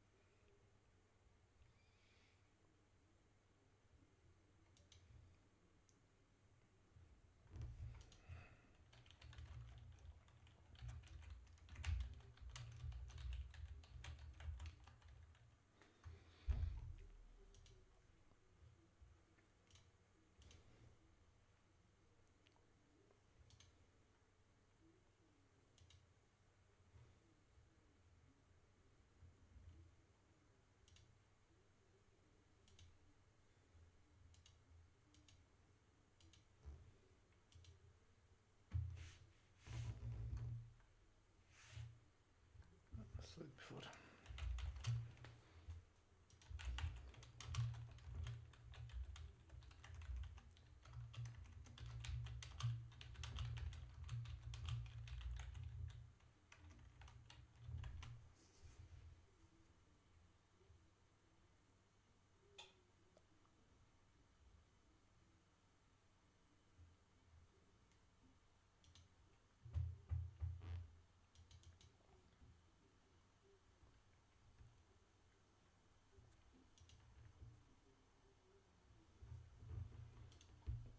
Oj, oj.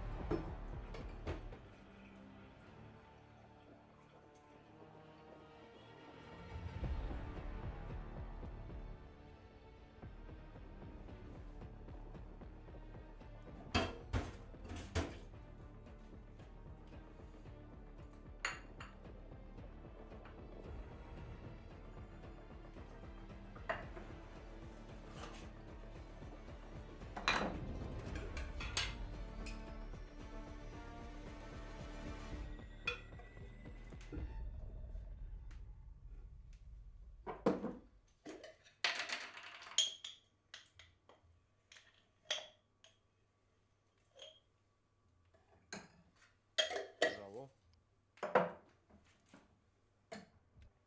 Hello, ima nikoga? Jaka ekipa.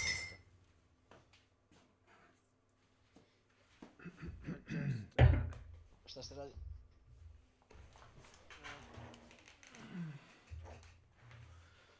Tako. Šta ima kod vas? Si igrao malo u govno Daisy-a. Sad ne znam, ja starim u pičku materiju, još malo pa na posao i tako. Ti radiš popodne? Noćno. Noćno? Ja sam ti 12-ica. Mor ti kur... Pa da. Imam posao morim. Danas je uradni dan. Ajde već imam.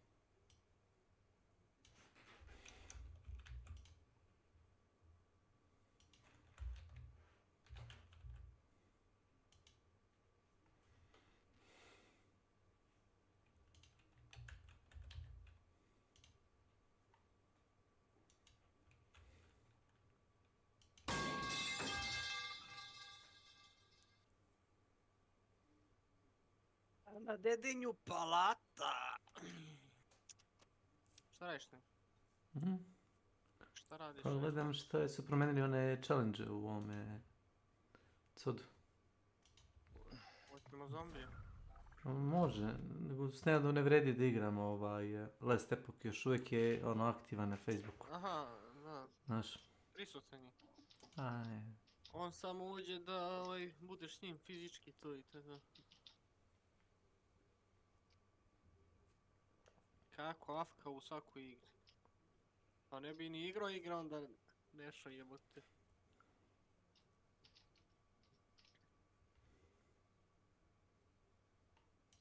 Ne.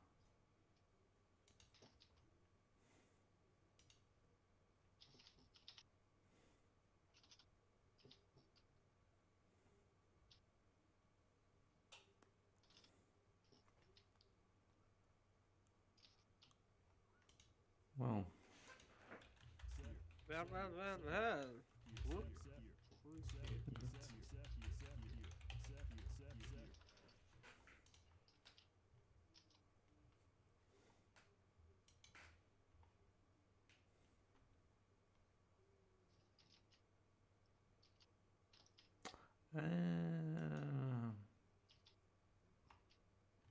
Izgleda se Kretik zajebo nešto.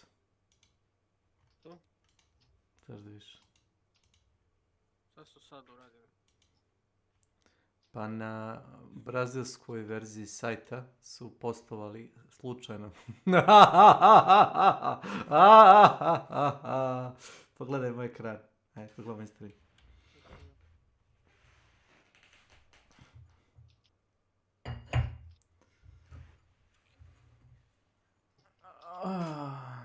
Vidio sam Hermitu post.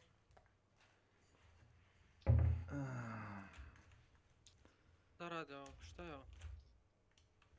Hermit stick? Da se sećaš? Hermit je... Hermit je pravio što s tim. I eto stavili mu. Cajado eremita.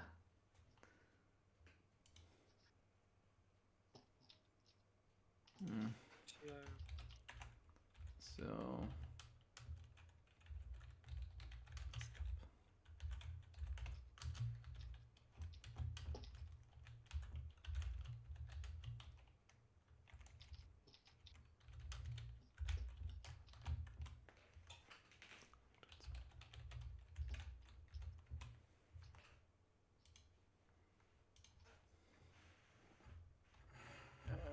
My God.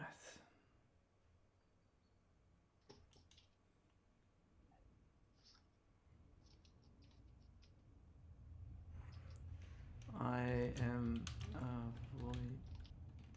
actively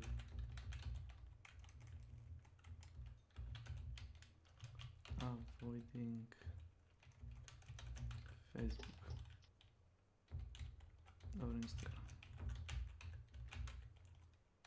unless it's pretty Draculaz, welcome to my channel. Pretty nice guy. Oh, really ugly.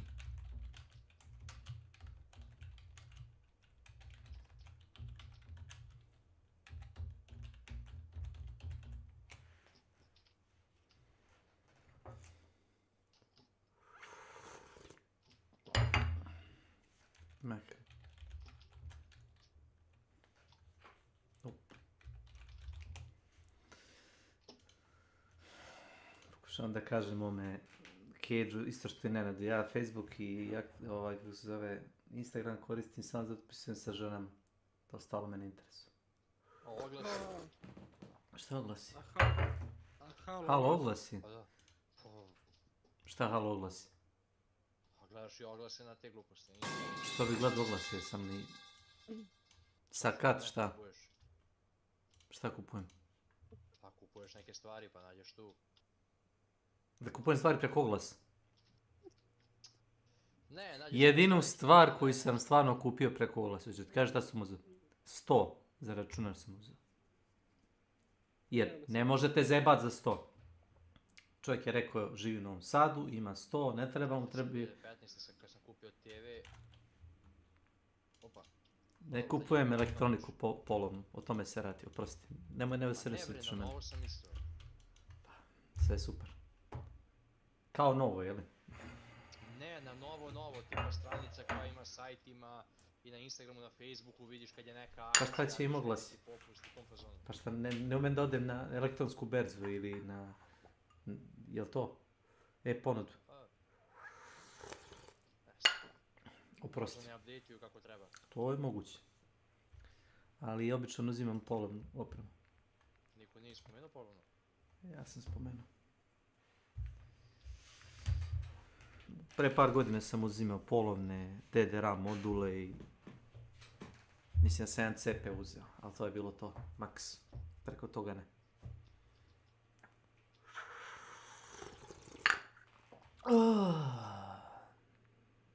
Šta je sad ovo? Za 30 minuta event. Hello?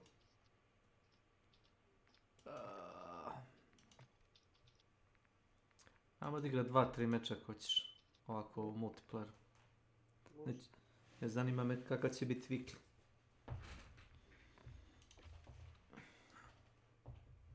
Ma ko ti kaže da tražiš meč, bre? Marš. Pametna baba, šta će ljudi koji kurac? Onako su govna.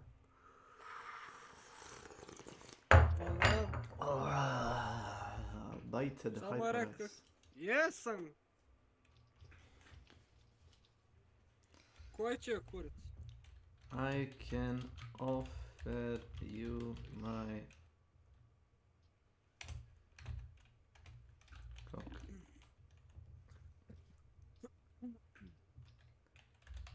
Everything To su nam dobri skinovi, jebate ko da smo braća u pičku mater. else. Znaš? Nope.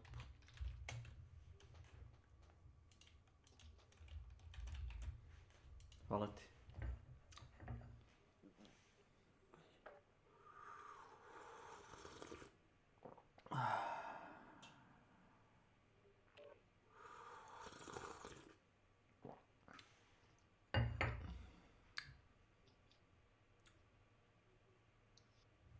Uf.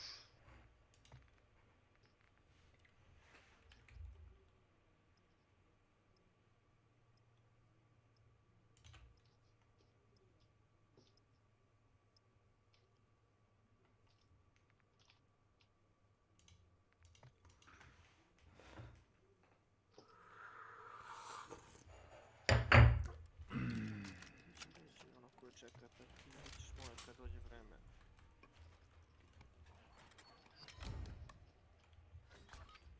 Šta je ovo? Counter... Kako za onaj... Rainbow Six Siege? Sorry.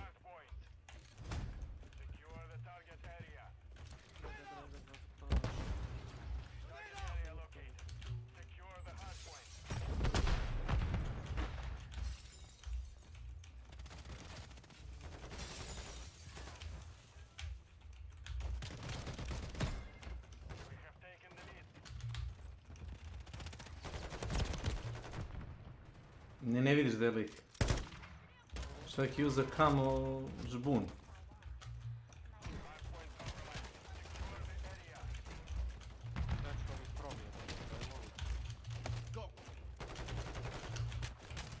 Nemaš dovoljno rama. Pa najjače jest tako da. Moram da gasim probi.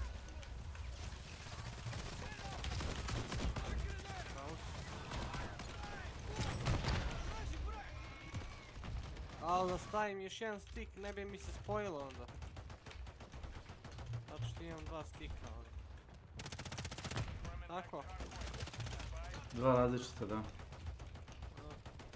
To je jedino Vlade kaže. Šta jesi ti lud, imaš stik od 2400 i 2000, to radi. Vlada to ne radi, a do. Bio sam istog lika 2 puta, znaš. Respawnao si ispred mene, udario sam ga 2 puta pendrekom.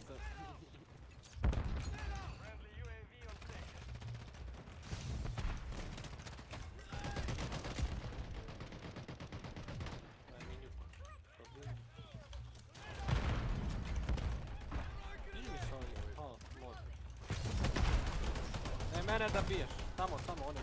Još ima front pan. Ne daj Bože da ima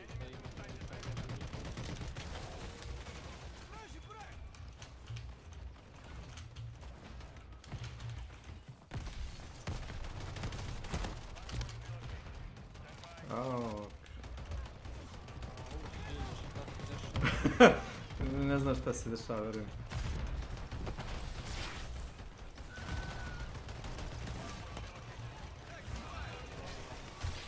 Šta rade ovi?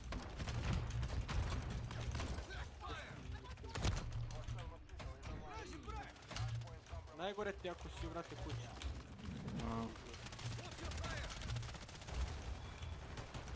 A ovo je skraćeni onaj njuk. Šteš kao što jesu. Znaš? Kolika je... Velika verzija. Se sjećaš? Pa pređeš ulicu ovu iza. Se sjećaš toga? Ne, ja brc. Nego su ga malo modifikovali. Izmenili su ga skroz. Puti samo stash house na stari.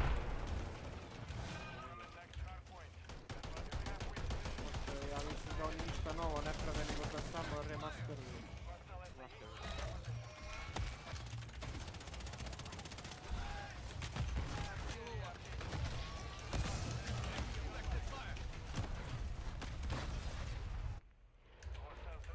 Čak je bacio nuklearnu bombu na dvorište. Znaš?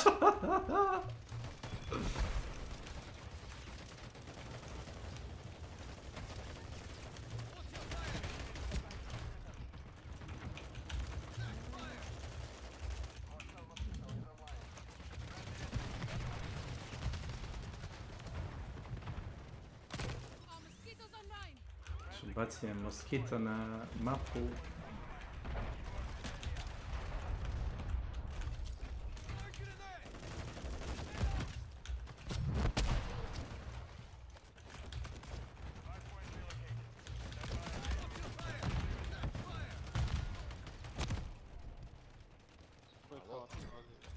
Haos, totalno. Koji kaos, jebote.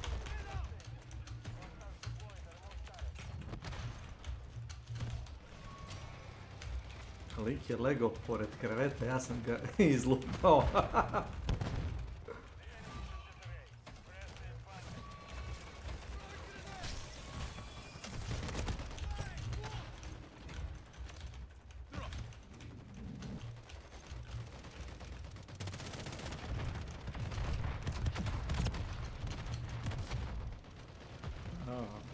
Au.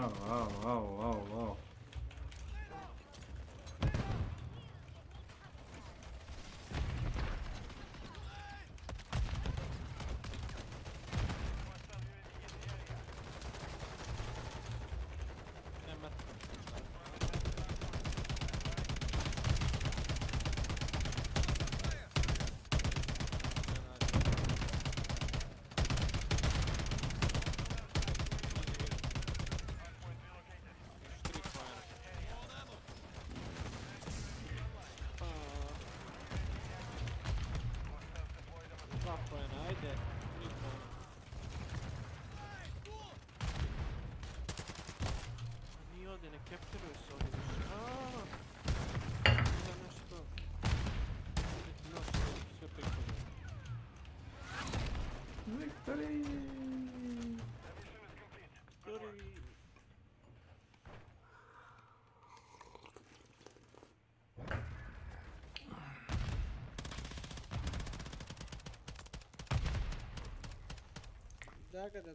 Da.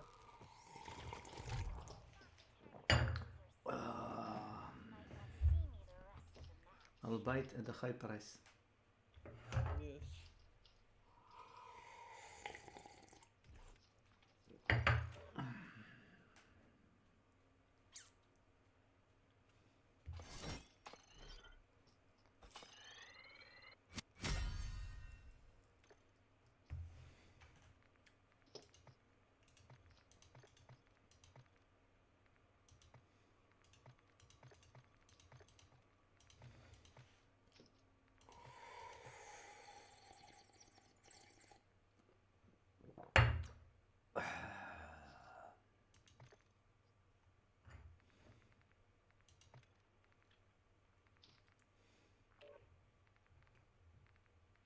Šta ćemo Westland ili South Base? Samo Westland, meni isto igra. Wasteland. Yes. Znaš da su našli mjesta na toj subbase-u da se popnu na neki krov, znaš, da odatle puci. Stvarno? Ma Možda da. zabagovali? Ne, ima mjesto. Ima, popneš. Pa na krov se popneš. Imaš dva seta merdevina, popneš se gore. I ja skonto dakle me biju. Ja došao okolo. Popio su iz merdevine i izlomi ih obojicu pendrekom. Toliko su bili fokusirani na pucanju snajperom, znaš. Nisam to ni da ih pucam, da ih isprebijem.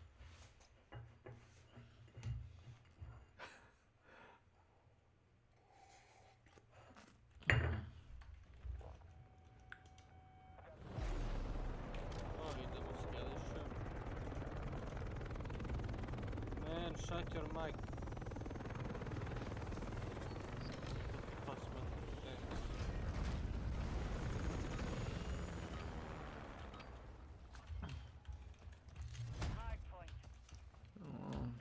Aj, ja, znaš šta ti je, ovo ti je Call of Duty mapa, znaš? Call of Duty 2.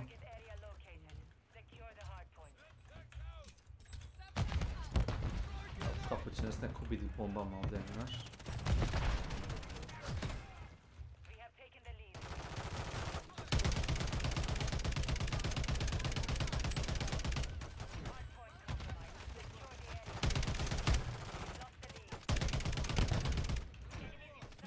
Opala!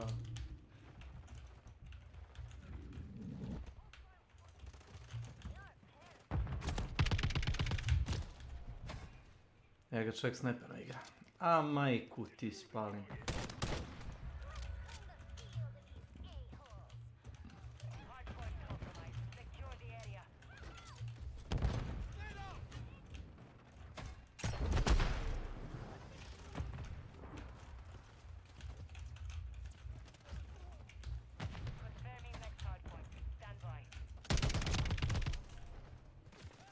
Brš!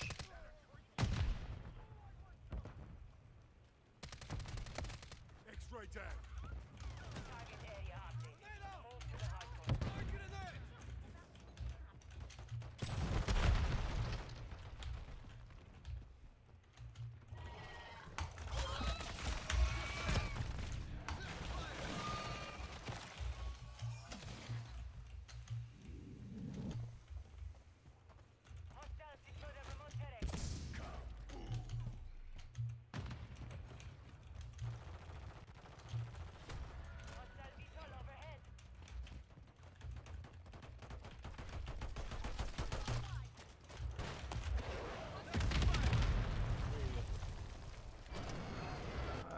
Ima li kakva nuklearka da se baci?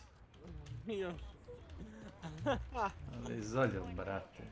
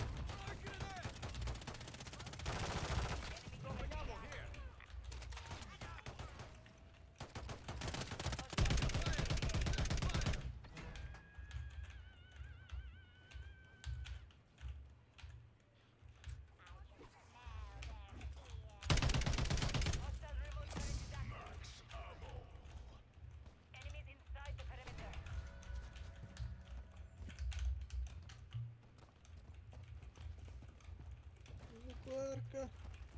Za malo nuklearku do sistema. Ko ti? Oni?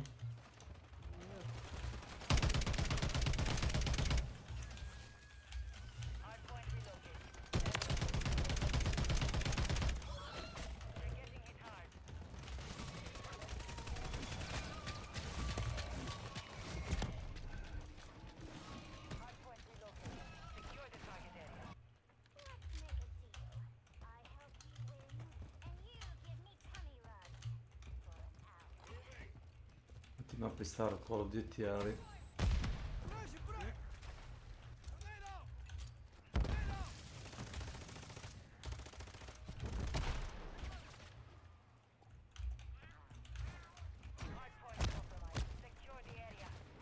Ne znamo dakle ovaj tip došao.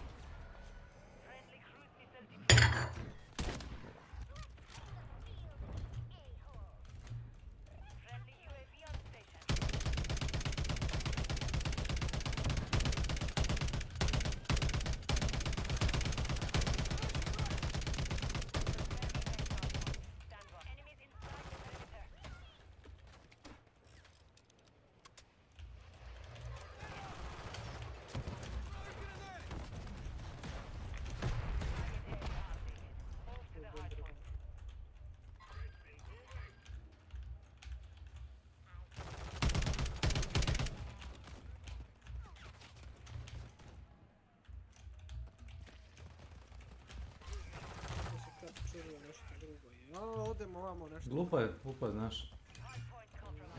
Držiš, velika je mapa i držiš jedan checkpoint pola sata, znaš. To je pola sata. Tipa minut, 2. Oni minut. I onda se promeni. Ti dođeš do tamo, više nije to.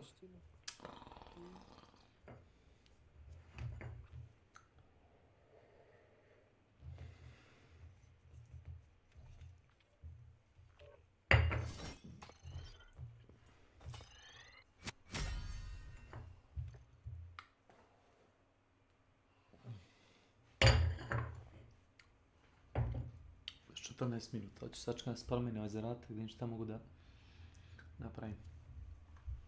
Da? Hoće se promeni ovaj zadatak.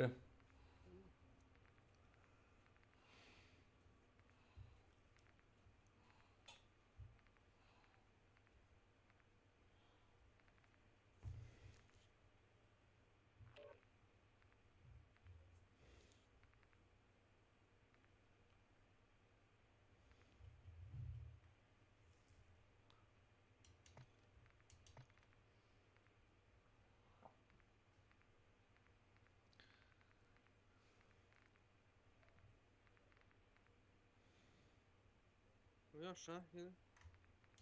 Može. Još 13 minuta.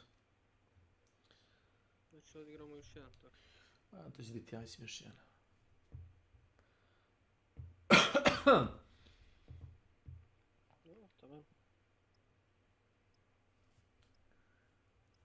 Zanima me šta daje ove nedelje.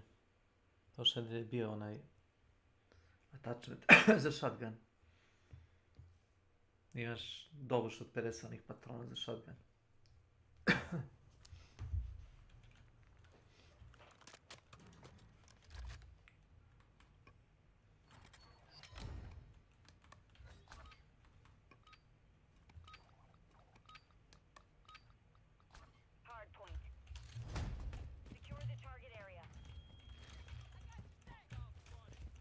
Ja znam.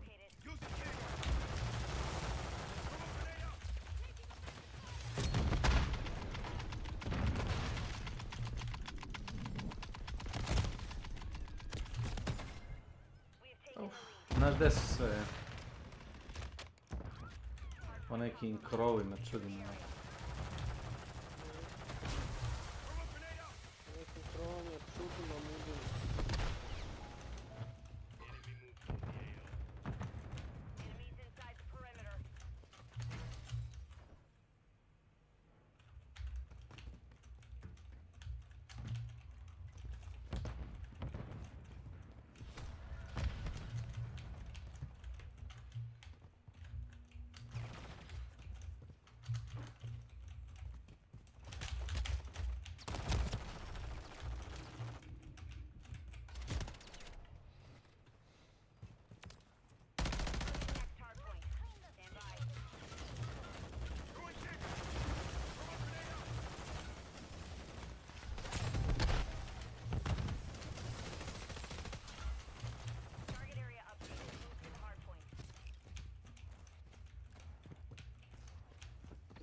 Spender, здесь.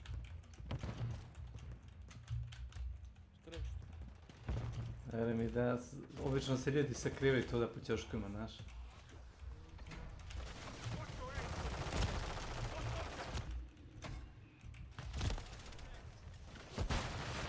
Ti izgubio. Da, vidio sam. Nema vajs. Gdje sam bait.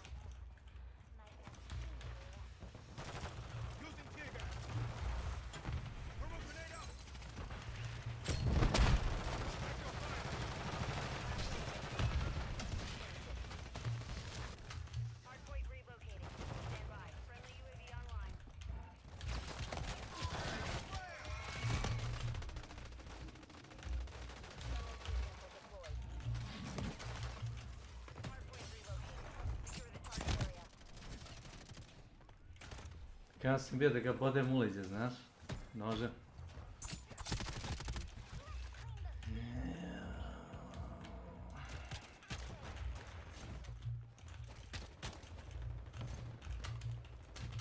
Dvojica su mi napačali na pendarke.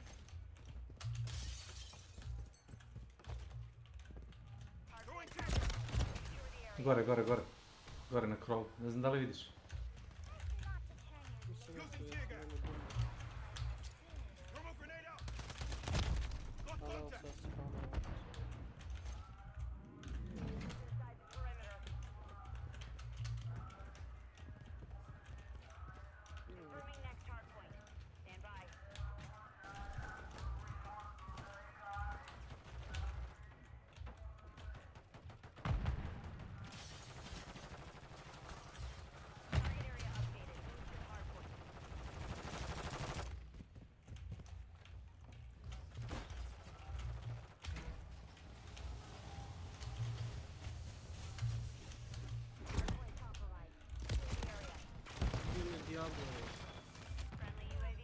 Lelit. Vidio sam je već, malo presne iz sekundarčine.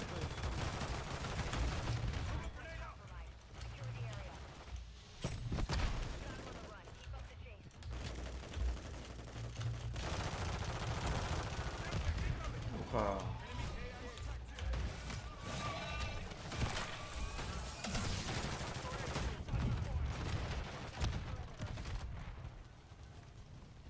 Nemam pojma šta se desilo, znaš.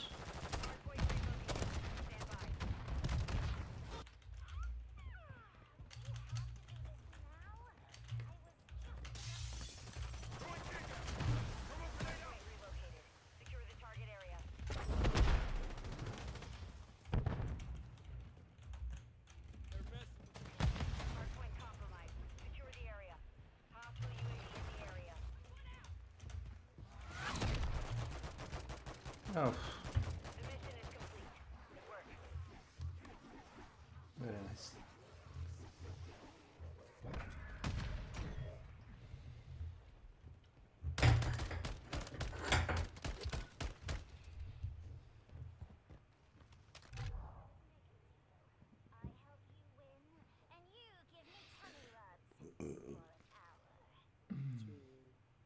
Hvala ti.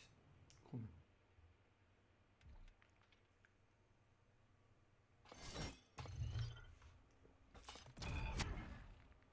Još 7 minuta. Malo vremena začnem. Znam da ti ovo nije baš uzbudljivo, ali... Ko što rekao. Viš šta se desilo, crashovalo mi taman. Oh my god. Aj, čekaj.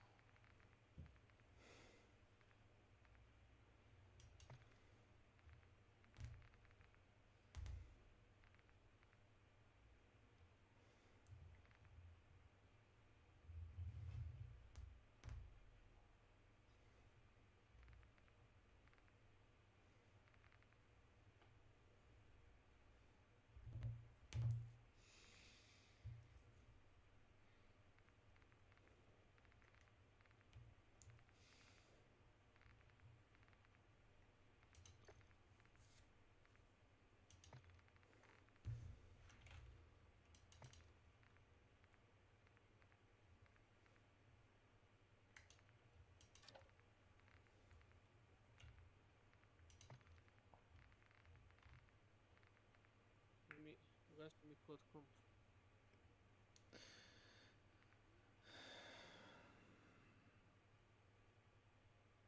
To je sjajno jebate. Ti igra sama kaže da je 16 giga high već da ono može, ne znam što li te radi.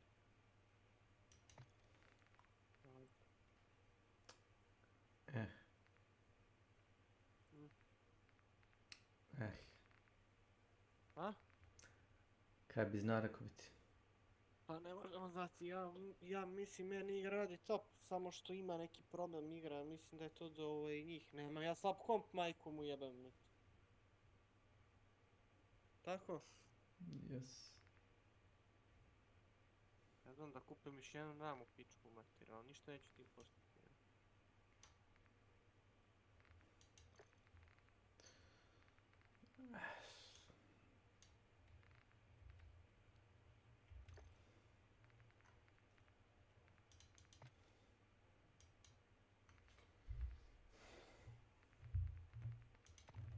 GG.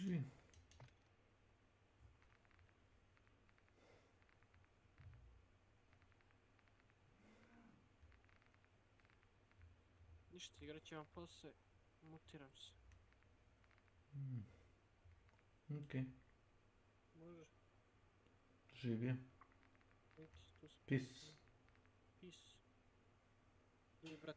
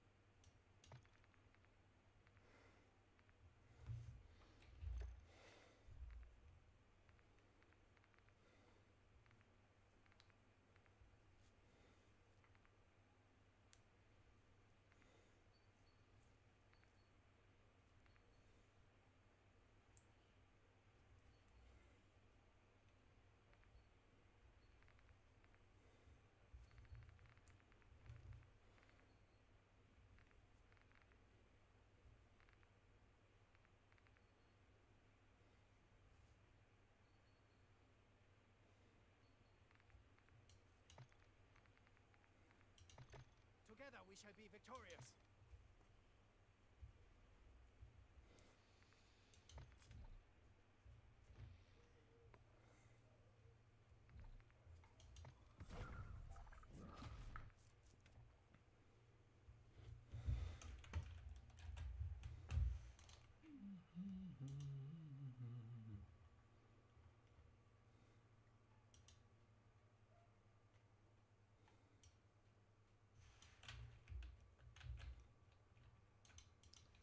Okay.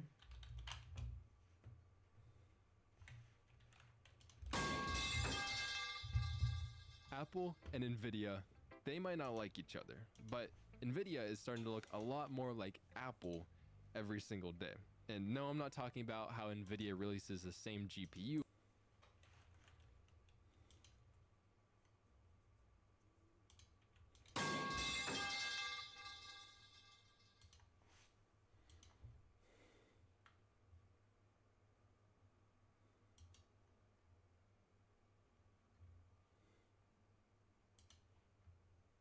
Alo. Dobar dan. Gdje smo? Gledali smo rad akcije, gledali smo kao Bad Life. Ćemo pogledati što kumara. Prošli put sam došao da pogledamo nešto, gledali smo ništa. Tako da sam dobro prošao. Sada pogledamo nešto. Pa mogu da odem do tebe, ali ćemo gledati, to ne zavisi od mene. Šta te, čekaj da imamo šta nudimo, stani. Neću, idem do tebe pa ćeš vidjeti šta god ćeš.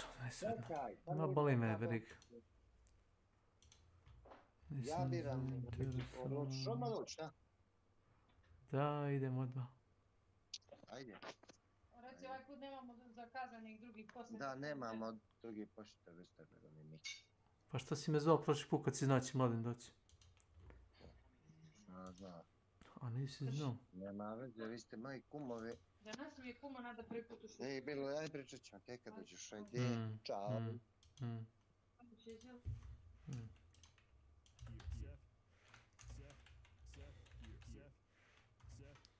So anyway, I started blasting.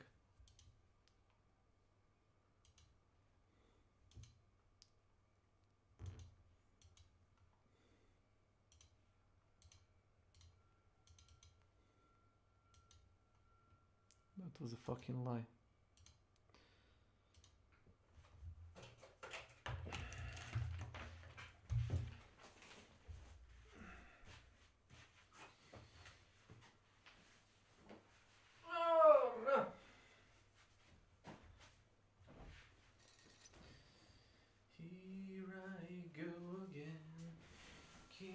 down again. Why do I tell this over and over and over?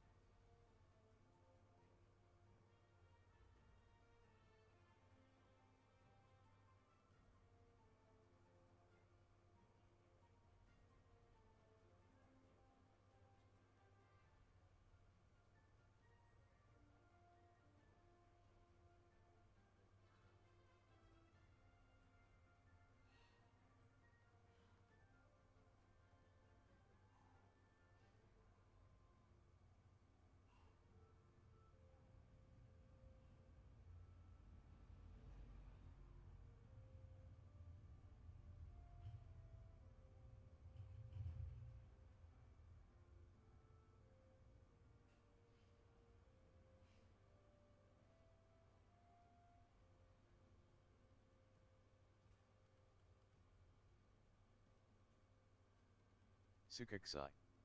Welcome to my channel.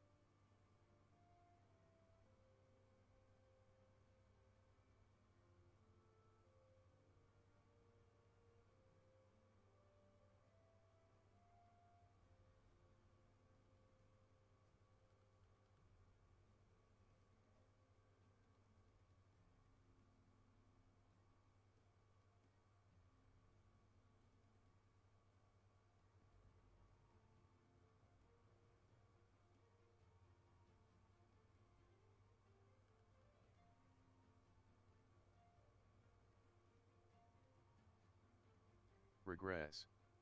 Welcome to my channel.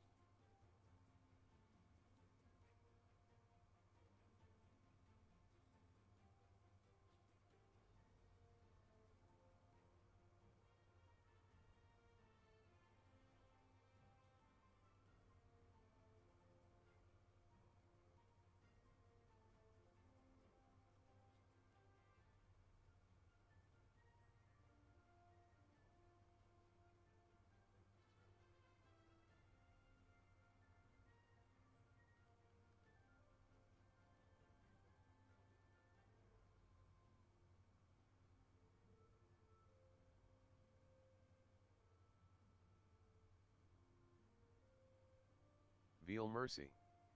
Welcome to my channel.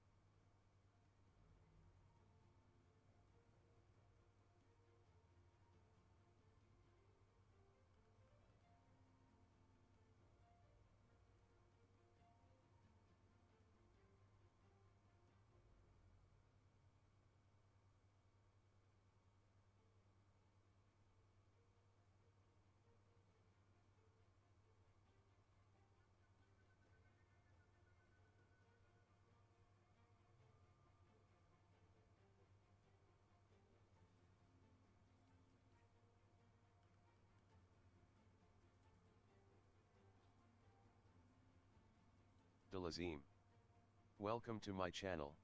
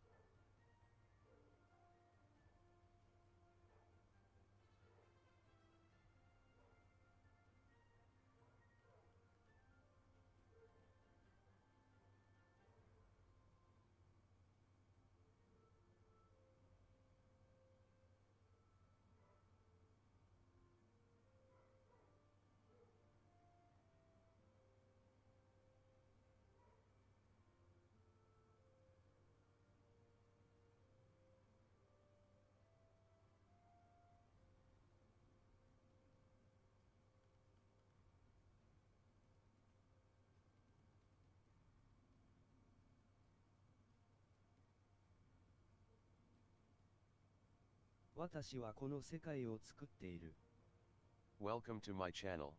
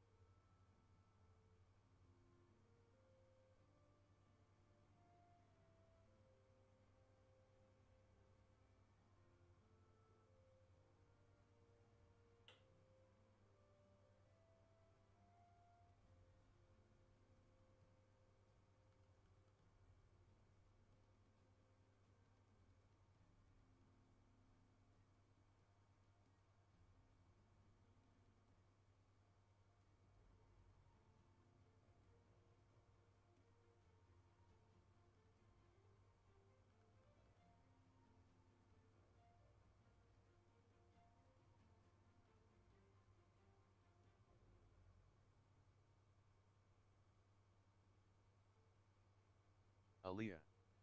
Welcome to my channel.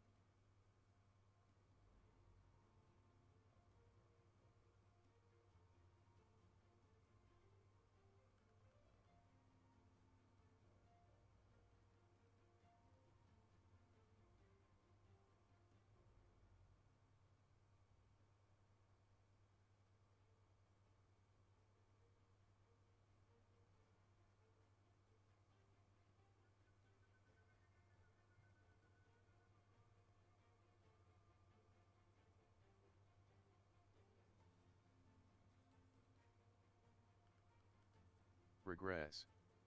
Welcome to my channel.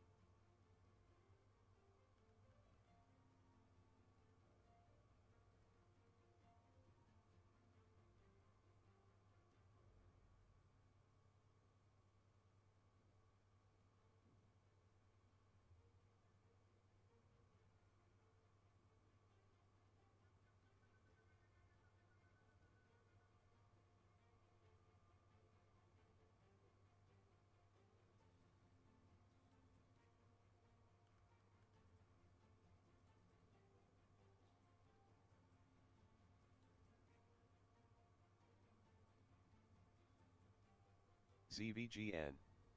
Welcome to my channel.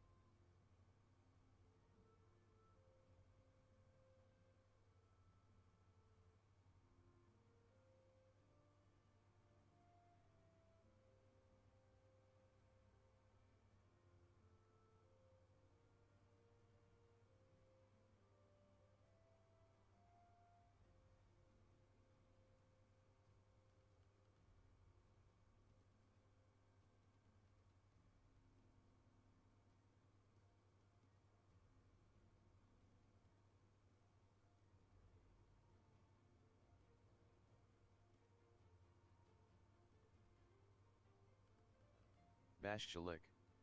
Welcome to my channel.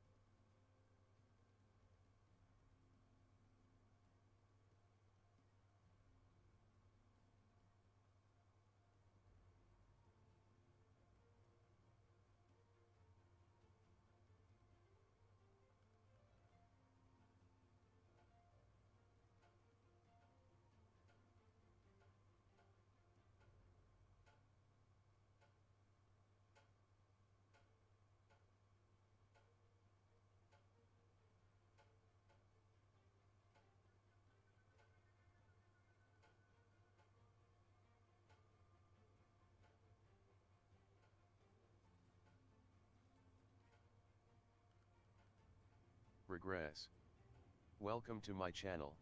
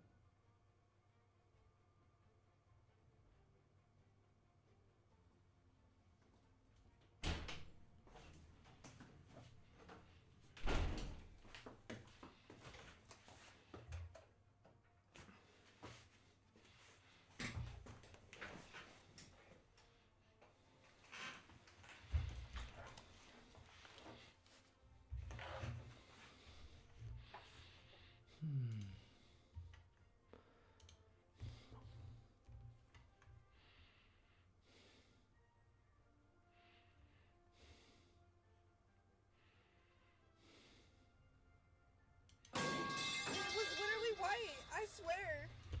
GG's. They just came in. Oh, that was you guys? Where? They're coming in over here. Fun. Snake, thank you for the follow. I'm hiding like a little bitch. They have a turtle. Aaliyah. I wonder who Welcome was to who. my channel. I shit on whoever that was.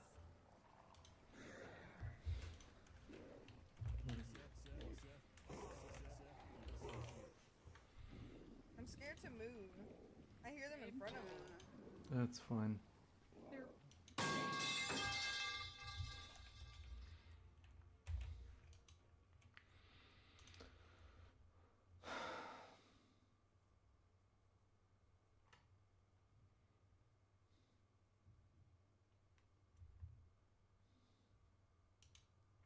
Jedan, dva, dva, dva, tri, tri, pet, pet, pet, pet, pet. A odspava si 1, 2, 3 sata i boli te kurac. Koga? duj kurac jebeni partneru. I ti si Ketman počeo da se da primaš negativnu energiju iz te igre. A nije, nego igrao sam s nekim likom, znači, nemam pojma, ono, baš Preman sam si stavio ka neku puška za glupovu, noćas. Slušaj, u neku glupovu situaciju između timova i jebi ga, a što najgore, brate, znaš, ono, makar da zna da puca ili nešto, znači, baš je bilo beskorisno i glupovo. Kako mi poči igra, jevo matore. 2 armoreda u metar kvadrat.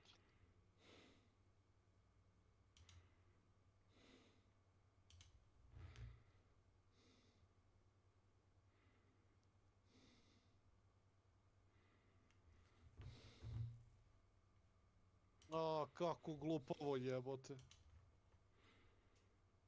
Lemat. Sviđa mi se Lemat, dobro milosti isto. Onaj Moguće je tamo, jebo mater. veliki revolver ili? O da, kao ima shotgun isto da puca, a ne znam, ono ništa mi se njegov dopada. A delo mi da je relativno brz. A?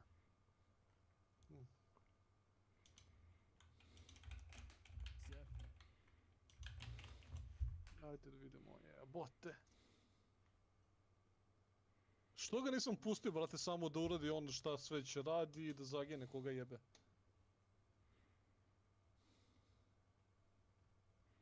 Što da radi, moram se naučiti kod.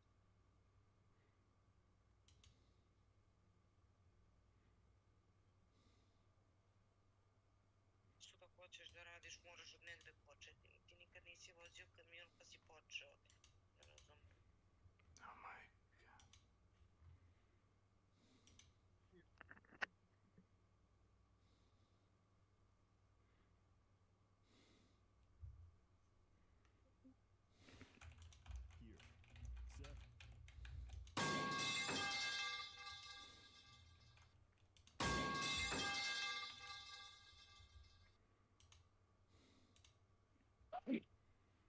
Živi. Gdje mi je sad ovo puška? A evo ga Romero. Romero Alamo.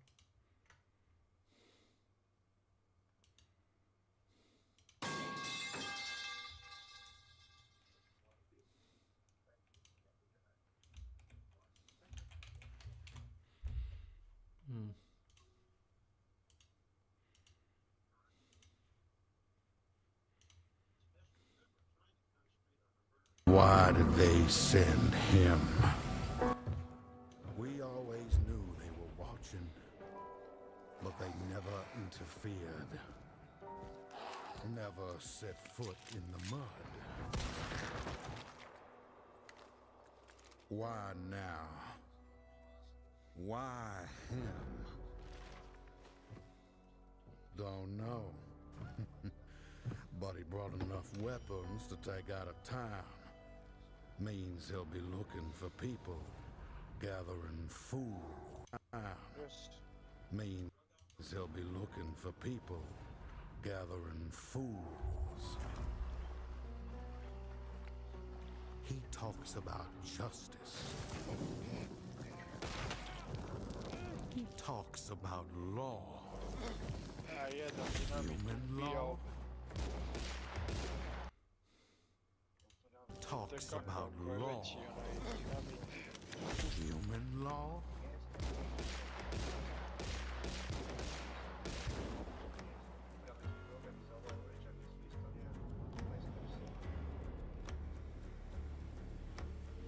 the time has Neko definitivno mora doći s obzirom da ja... the time has to write our story with lead till there's no one left to hear how it ends. That's Louisiana justice. Steel and gunpowder will lay down the truth. And out of that, bring some order to this place.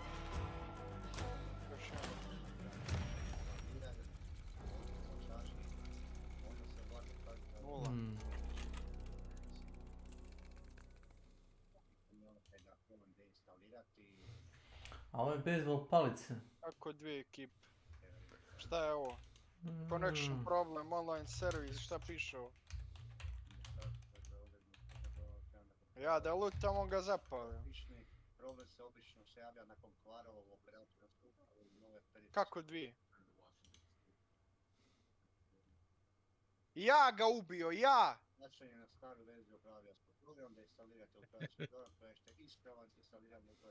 Gdje si ga posušio, Kesi?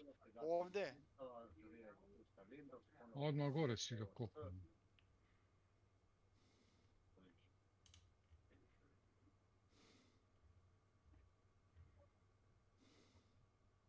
Dva, tri puta mi izbaca. Ma, debilna, retardirana igra, boleština.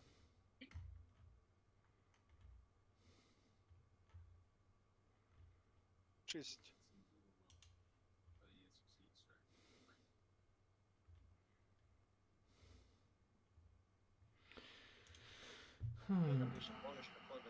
Treći, četvrti, koji put neće izbaciti.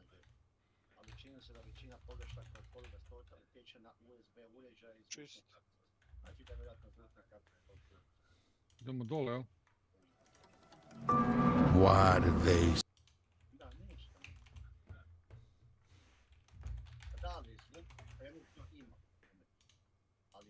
send him? Dolje, keftiš grom. A bude mi to sliko, sutra ću im to poslati na mail da vidim šta go rekli. Uviš, pa ćemo vidjeti. Nemam šta je. Dobro, čujemo. Ma jok je vetr. A ništa, moram to slikat, poslat ću sutra na mail. Čist. Auto 5. Ma nema veze.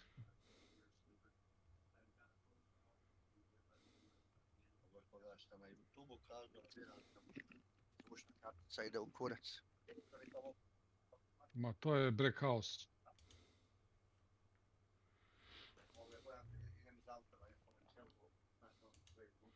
Svi da novi trailer, Makić.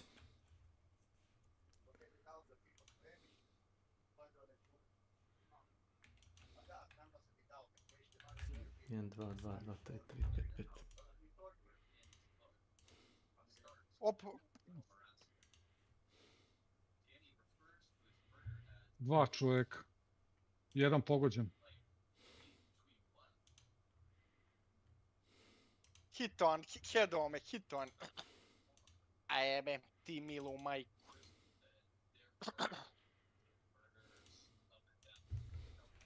Sad će oni na mene. Trojica.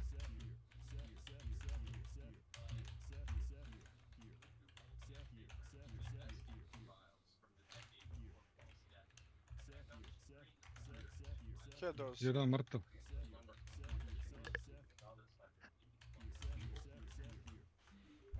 Nemam.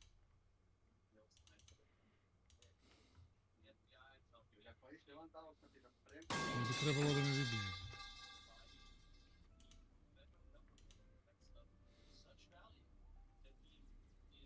Tu je iza tebe mrtav, jedan u beloj košulji.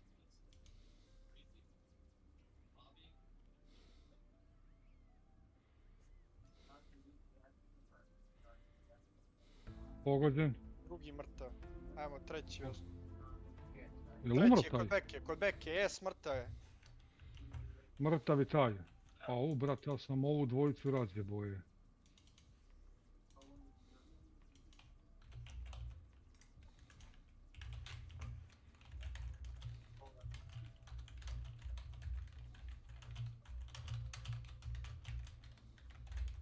Jedan je ovdje, kako ga nema?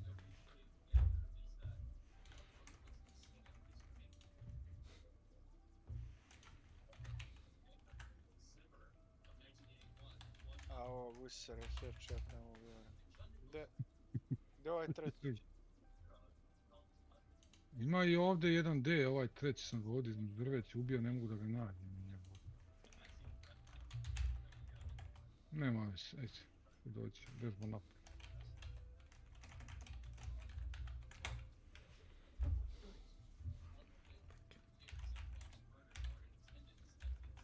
Nema.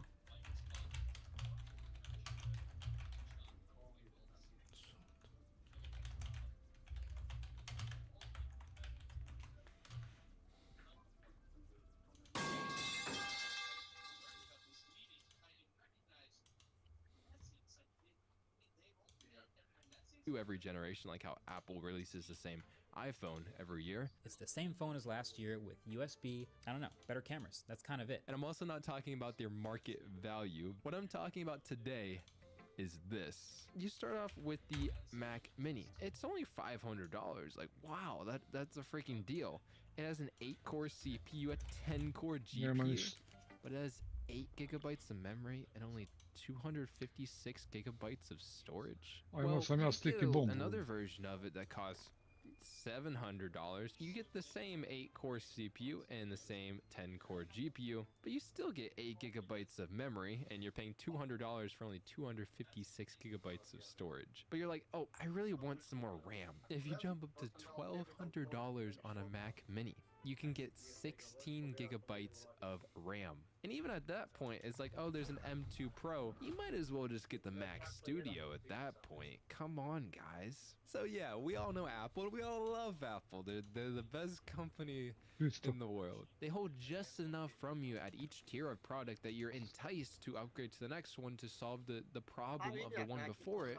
But then they mark up their prices extremely high, which leads me into these graphics cards. The RTX 4070, the 4070 Super, and the 4070 Ti Super. And these cards exactly replicate Apple's strategy. Let's dig into it right after a quick word from our sponsor. Ugreen sent me the RevoDock 210, and I was like, what? How is there 2 HDMI ports, 4 USB ports, an SD card reader, an Ethernet jack, and 100-watt power delivery all on one USB-C cable? This thing has gotta be magic. So I gotta test it. Okay, a mouse is easy.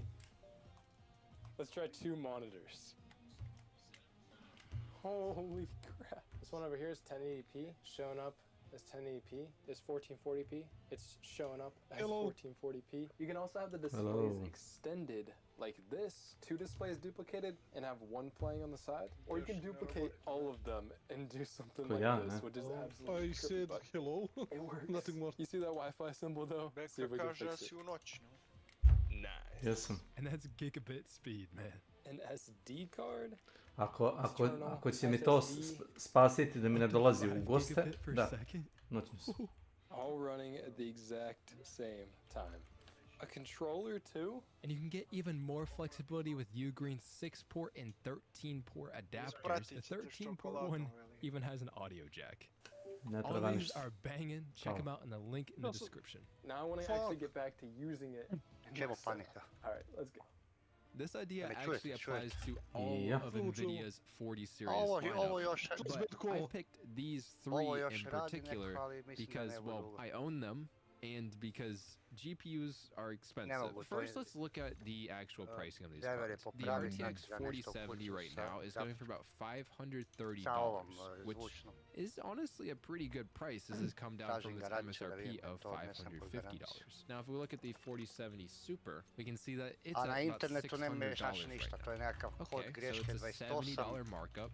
It's Šta je to, about zvučna 15% kartica? more expensive than the Pa original to ti je 4070. bukvalno ploču moraš And the zameniš. 4070 A Ti da. Wow. Super is going for Kompjuter je about pod garancijom. $800 right now. And Kapiram. at times it's actually going pretty regularly for 3 like godine ima 820 garanciju na sve bucks. komponente. And that's the A numbers na that I'm going memoriju to be mislim using for this 5. video. It's Jer znam da sam 37% more expensive Nisam se than još the pitao lika, ali ja 4070 Super. And the sam mijenjao neke 4070 has komponente. 12 Jedno gigabytes nebitno of šta sam VRAM. mijenjao, The 4070 tu su Super has komponente su 12 pod gigabytes garancijom, as eto to ću well. reći. And then the 4070 Znači sad hoćeš Ti zamijeniti Super has 16 gigabytes of VRAM. memoriju, This izvadiš will ovu, matter, staviš drugu remember i that. gotovo. But where the story actually gets interesting Ali ovo je is nekakav velim kod 28, gledao sam povezan je sa USB-ima ili zvučna kartica. A počne mi se dešavati da zvuk radi i onda odjedanput se počne totalno zvuk deformira. Znači oni čuješ ti nešto, ali nije razgovjetno. Zavlači ga i takve gluposti.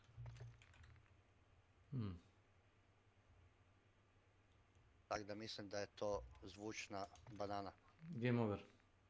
A da. E sad velim, jedno kad ću to uspjeti riješiti, moraš im ga odnest, onda oni moraju ustanoviti šta je, tako da moraju tu preći i tjedan dana dok mi to riješi. Run. A s kim igraš? Nemam pojma, neki randomi ono to. A random? Brate, to ti je pakao. Da, ne, mislim, u prošloj partiji mogli smo... Ja, brate. Znači, ono, sve smo mogli, brate, ali lik, ne, nisi trebao da ga prati, trebao sam ga pustiti da zagine i to je to, ono. A biraj, brate, malo, gledaj koliko ima kilova i to. Ma nemeš. Nema ti tu pravila, ja izaberem nekad, ja sam stvarno igrao puno sa randomima. Molim. A ja, bar 2-3 da ima. Ali dobro, ja sam isto, ono, relativno nov, pa znaš.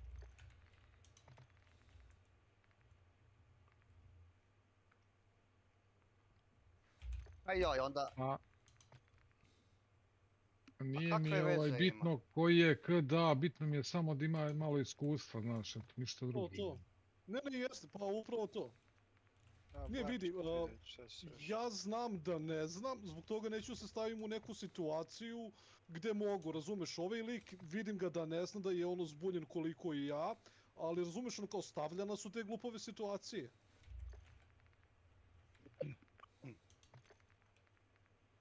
Jasno, ljudi. Veli, zbunjen je više. Dolazim. Aha, nije to. Nije ja, ni zbog nijedne igre, osim Hunt, ne udaram svakom o 100, Ne treba sam ni... uzeo duplu ploču. Ne treba ni zbog toga da udaraš svakom o 100. Ma ne treba, brat, ali... Tako me nekad iznervira, jebote. A to je zato što je dobro kodiran. A? When we look at the performance of these cards against each other. And first up, let's look at the Ja sam 4070 digao brane. and the 4070 Super. In Remnant 2 at 1440p native on high settings, this is a UE5 game. A tenkovi su mi isto kidali živce, ali ne neko ovo. 15% faster, and that does net you a good amount more FPS in this game. It makes it smoother and better. Resident Evil 4, 1440p native on prioritized graphics. Very nicely well-optimized game here. The 4070 Super is 19% faster, and that bumps up from like 120 FPS on the 4070 to like 140 or so, actually a little bit more than that on the 4070 Super. Now let's look at Alan Wake 2, 1440p with DLAA, which is basically native 1440p on high settings. The 4070 Super is about 15% faster, gets over 60 FPS, while the 4070 is stuck under that 60 FPS mark. Now, if you turn on DLSS quality in this game, the 4070 Super, it doesn't really stretch its lead all that much. It's 12% faster now with the quality setting, but it does allow us to get close to 100 FPS with this graphics card, which feels pretty freaking good when you're playing a game. All you console gamers cannot relate to that, PC Master Race. Let's go. In Cyberpunk, the 4070 Super at 1440p native on high settings without ray tracing or anything is 21% faster. In The Last of Us Part 1, 1440p native on Ultra, the 4070 Super, like, it's pretty good value. I'm not gonna argue to not get the 4070 Super over the original 4070. A lot of the times you're actually getting close to like 20% more performance. Plus, look at that silly little thing that I mentioned earlier, VRAM. Well, both of these cards, they only have 12 gigabytes. And in quite a few of these games, honestly, we were getting close to pushing that limit. We're not quite there yet. And also in ray tracing titles, that these NVIDIA cards are so hailed for doing better in. Well, these games use more VRAM to utilize that ray tracing. Imam, brate, 80-90 frame-ova, to je okej, ali igrica mi izgleda kao da je 30 frame-ova. I vidim na GPU utilization, bukvalno gore-dole radi katastrofa. Uopšte ne radi onako ravnomerno lepo, kao što nekad radi. Ali to samo na Huntu, jebem. It's got this little Achilles heel that kind of kills its longevity for the future of this card. Conveniently, NVIDIA, they offer kupi sušovice sa integrisanom muzičkom karticom. It fixes the 4070 Super dobro, ali ne completely. mogu, They moram offer imat a zvučnu da mogu 16 pustiti gigabyte muziku. graphics card called the 4070 Ti Super. Da, It's ako just ćeš like zvučnike how da Apple koristiš. is holding that Pamu stick. ti You just jebem. gotta reach. Like, you just want a little bit more, but you can't quite Ali get ima it. You onih gotta zvučnih pay more. You kartica, gotta te get upitneš u the PC, DLC pack in order to get that carrot. I don't know what this analogy is turning into. NVIDIA is doing this with the 4070 Ti Super. Is it worth 37% more Ali besides ako ne that nađem račun, ne mogu Well, let's garanciju see terat. when it comes to performance. In a Plague Tale Ne znam hoće im Requiem priznat garanciju ako 1440p ne on nađem ultra račun. quality scaling mode on high setting. This game is Bez absolutely obzira što gorgeous. sam Like, you just see the platio, character model. imam ja, It's like, ja sam to wow, platio s it's so Amerikan, detailed. idem na They just Amerikan killed this. kad It je isn't even like kupljena a i huge sve, studio or jednako anything. mogu I po don't know. tome I'm just izdvajati gushing novi about this. račun. It's a good game. It's 27% faster in this game versus the 4070 Super. So that 37% I druga difference stvar, is jel ima looking šta da pretty stavim good da mi here. And zaključa in hardove, Power da mi World, rode this po is an hardove. Unreal Engine 5 game, but it doesn't use Nanite or Lumen or anything. Kako da ti This zaključa is a hardware? 1440p native A? on high settings. 29% Ma faster nekakva in this šifra game. ili nešto da It's zaključam. good too. But honestly, A da ti ne I'm nađe testing servisera. that's about the end of it. Najmanje In dve Alan Wake Ne 2, čujem te niš. 1440p with DLAA. Jesi u Farsi to High mislio? Pa settings. možeš da It's only enkriptuješ 11% podatke. faster here. A, da, nisam sad Way skušio tebi. below that 37% Ako možda mi that's share needed screen, to, čisto da je nešto da gledam. justify that price difference. Ajde. Cyberpunk, 1440p native on Ajde, high budem, settings. ajde. Jebote, mislim sam ubio 13% trojicu, faster. još me jedan Dusant, an digao, Unreal Engine 5 ovaj title moj. that honestly shows Unreal Engine 5 with Nanite Samo and neću Lumen, ni ja Neko je drugo, leg. možda jedno, dve, runs samo... well. And it's Ja probably sad because idem of the samo zato da vidim low da mu se polygon zvuk kind of pokvario, style here. znaš, It's to only me zanima. 13% faster in this game. Yeah, so Dva it's not that čovjeka good. ostalo. So the Jel average jel works obavezno out je that the radilo i onda 4070 Ti nakon Super dva is na only about 15-20 minuta je 20% krepo faster zvuk. than the 4070 Super. And that's Zato ti je zvuk bio ubrzan pre neki dan. 37% Jedan čovjek. To je to, da. So yes, this card does Na beat 195. the VRAM problem by having 16 gigabytes, and I'm glad To it ti je has to, 16 zvuk se počne gigabytes. At least this card ubrzavati, a ja ga isn't going čujem to be isto. possibly bottlenecked in the future, depending Još on jedan the nizak. build. But the extra performance, it does not make up the price gap. If you aren't using that VRAM, it doesn't really matter. And what matters really is the price of the card. So is it really worth it? Then also let's look at it from another angle. This is an $800 plus Ako imate GPU. dinamit, That is ubite a lot Midheadova. of money to spend on one piece of your computer. And remember, games are mostly for Ali entertainment. vidiš koliko su ove slušalice u kući, znaš. Znači imao sam ti instaliran onaj On an $800 plus GPU, nekakav it's gonna play software games koji je at malo 4K. pojačao It zvuk u can, slušalicama. sometimes it does it well, sometimes it doesn't. And it's Njega usually sam on the most instalirao, advanced rekao da games mi one it's not radi doing sranje, as well stari at moj. 4K. Evo vam Is ovdje $800 municija ako neko plus? treba. Can this card do all that Evo, crazy ray evo tracing ovdje sam stuff ja that ostavio. NVIDIA hails so much for? Not really. Sometimes it's better than the 4070 Super, but it's not blowing me away with its performance. It's decent. Like, this card is fast. It's just, is it $800 fast? You know what? A kad sam GPU ti ja would be better kupio to do kompjuter, that 4K gaming. onda ti je isto bio that ray problem, sad tracing sad sam stuff. se Well, sjetio. NVIDIA's got another card, and that's Nije called mi the htio RTX Neće da mi uzmu 4080 prepoznati SSD disk.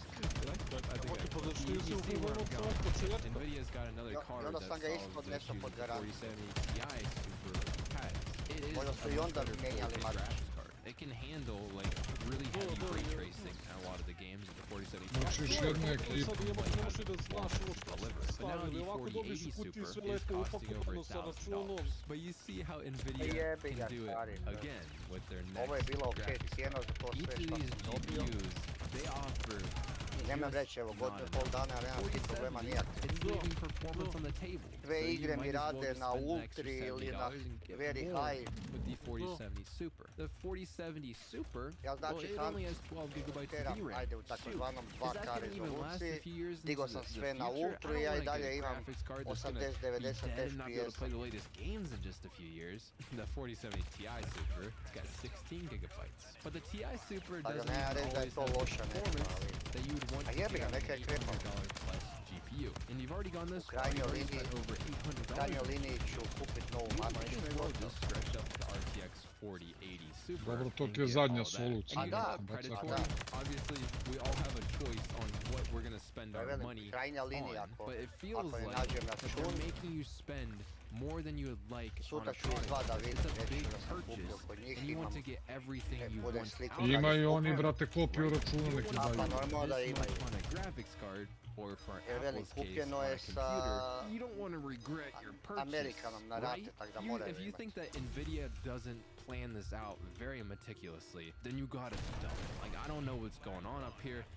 You knock and it echoes, okay? Nvidia carefully and meticulously organizes their pricing, performance, and say like VRAM or feature compatibility with certain graphics cards in order to walk you all the way up the pricing stack.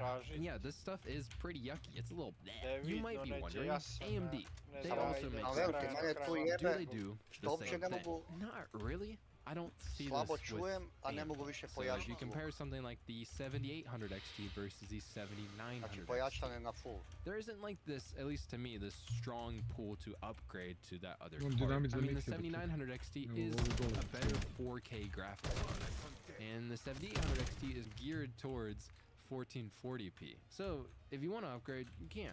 They're like $200 apart. They're not close enough to entice you to make that leap. The only area that I think I've seen AMD do something that's kind of predatory would be something with the 7700 XT versus the 7800 XT. There's a big gap in performance, and the 7700 XT only has 12 gigabytes of VRAM versus 16 on the 7800 XT. But these cards launched at only $50 apart, so most people were just going to make the leap to the 7800 XT.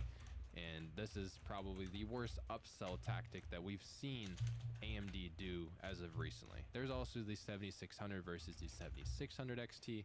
I don't think that one's particularly egregious.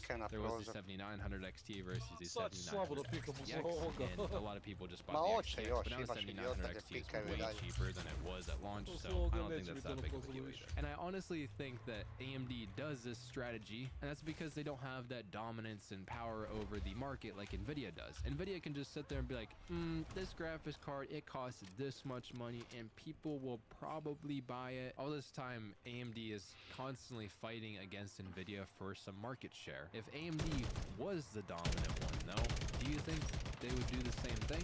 All I can say with this is just kind of a word of advice. Try to be reasonable with your spending. For example, if I was going with Nvidia, the 4070 Super, it's really solid value. The 12 gigabytes, it kind of sucks, but it's not that big of a deal, at least to me. And in the future, because of that VRAM limitation, to me, I would just have to be aware that I'm probably going to have to tweak settings in maybe newer games that want more VRAM out of your graphics card, because I don't think 12 gigabytes is at all unreasonable on a card right now. It's not like having 8 gigabytes on a $600 card. They did that last generation. It's definitely decent, and you can make it work. So just be ready to tweak things in the future in order to compensate for that compromise that you have to do. Don't fall into the trap of spending more than you reasonably want to spend, and find the best value product that matches your price point. That's your Vex word of advice today. I also wanted to talk about just how disappointing this is, because really the pricing of these cards is what spoils them. I'm a huge fan of the features that are available right now. DLSS from Nvidia and even FSR from AMD, they're great product features and they improve the gaming experience. Nvidia just updated their driver software finally. They is really good. So I love Jeli, to tako get ćemo excited stigati. about cards, and that really comes with price, performance, Vidi ovu budalu, features, ova and nice budala je tam price. negdje. By the way, thanks Ugreen for the dock. I've actually Feel mercy. been using this guy Welcome as to my an channel. oversized SD card reader. I should Opet sam te probably ubio, budalo. use more ports on this thing. But here we are. That's been about it for me. And I'll see you guys in the next video. Peace.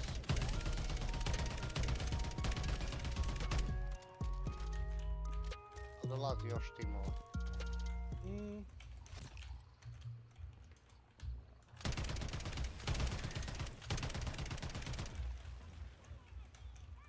Kam promijeniti. Budalo. Kako leti to? Daj, bret, ubiti. Gdje?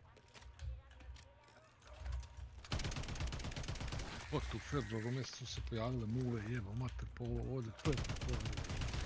Kako neće, kad je 20 stepeni. Pa znam, Nisu jebo, nikad ni odlazile. jebo ti, ovo je Ja mislim da sam pakao. cijele zime imao, brate, jednog komarca u sobi, ono. Taj je prezimio, kod tebe, ja.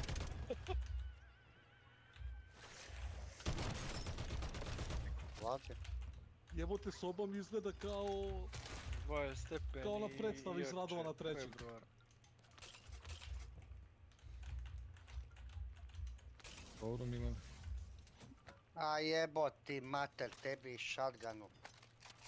Ti jebe mater. Romero, alamo, idemo. A da.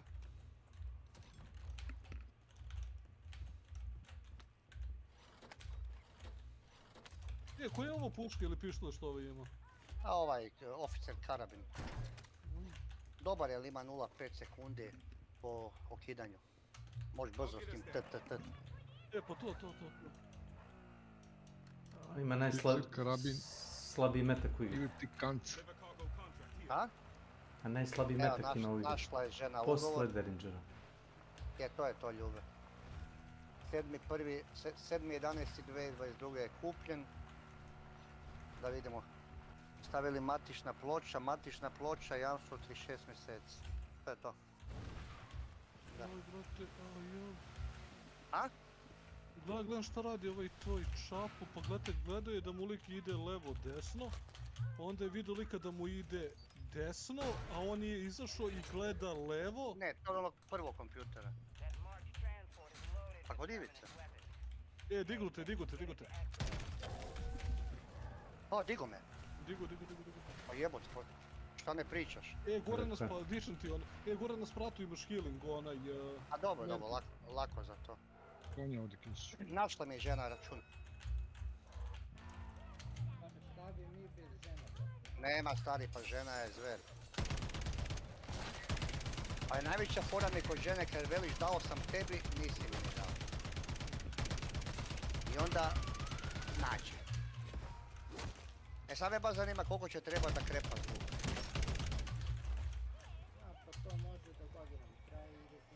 Ma nije, ne.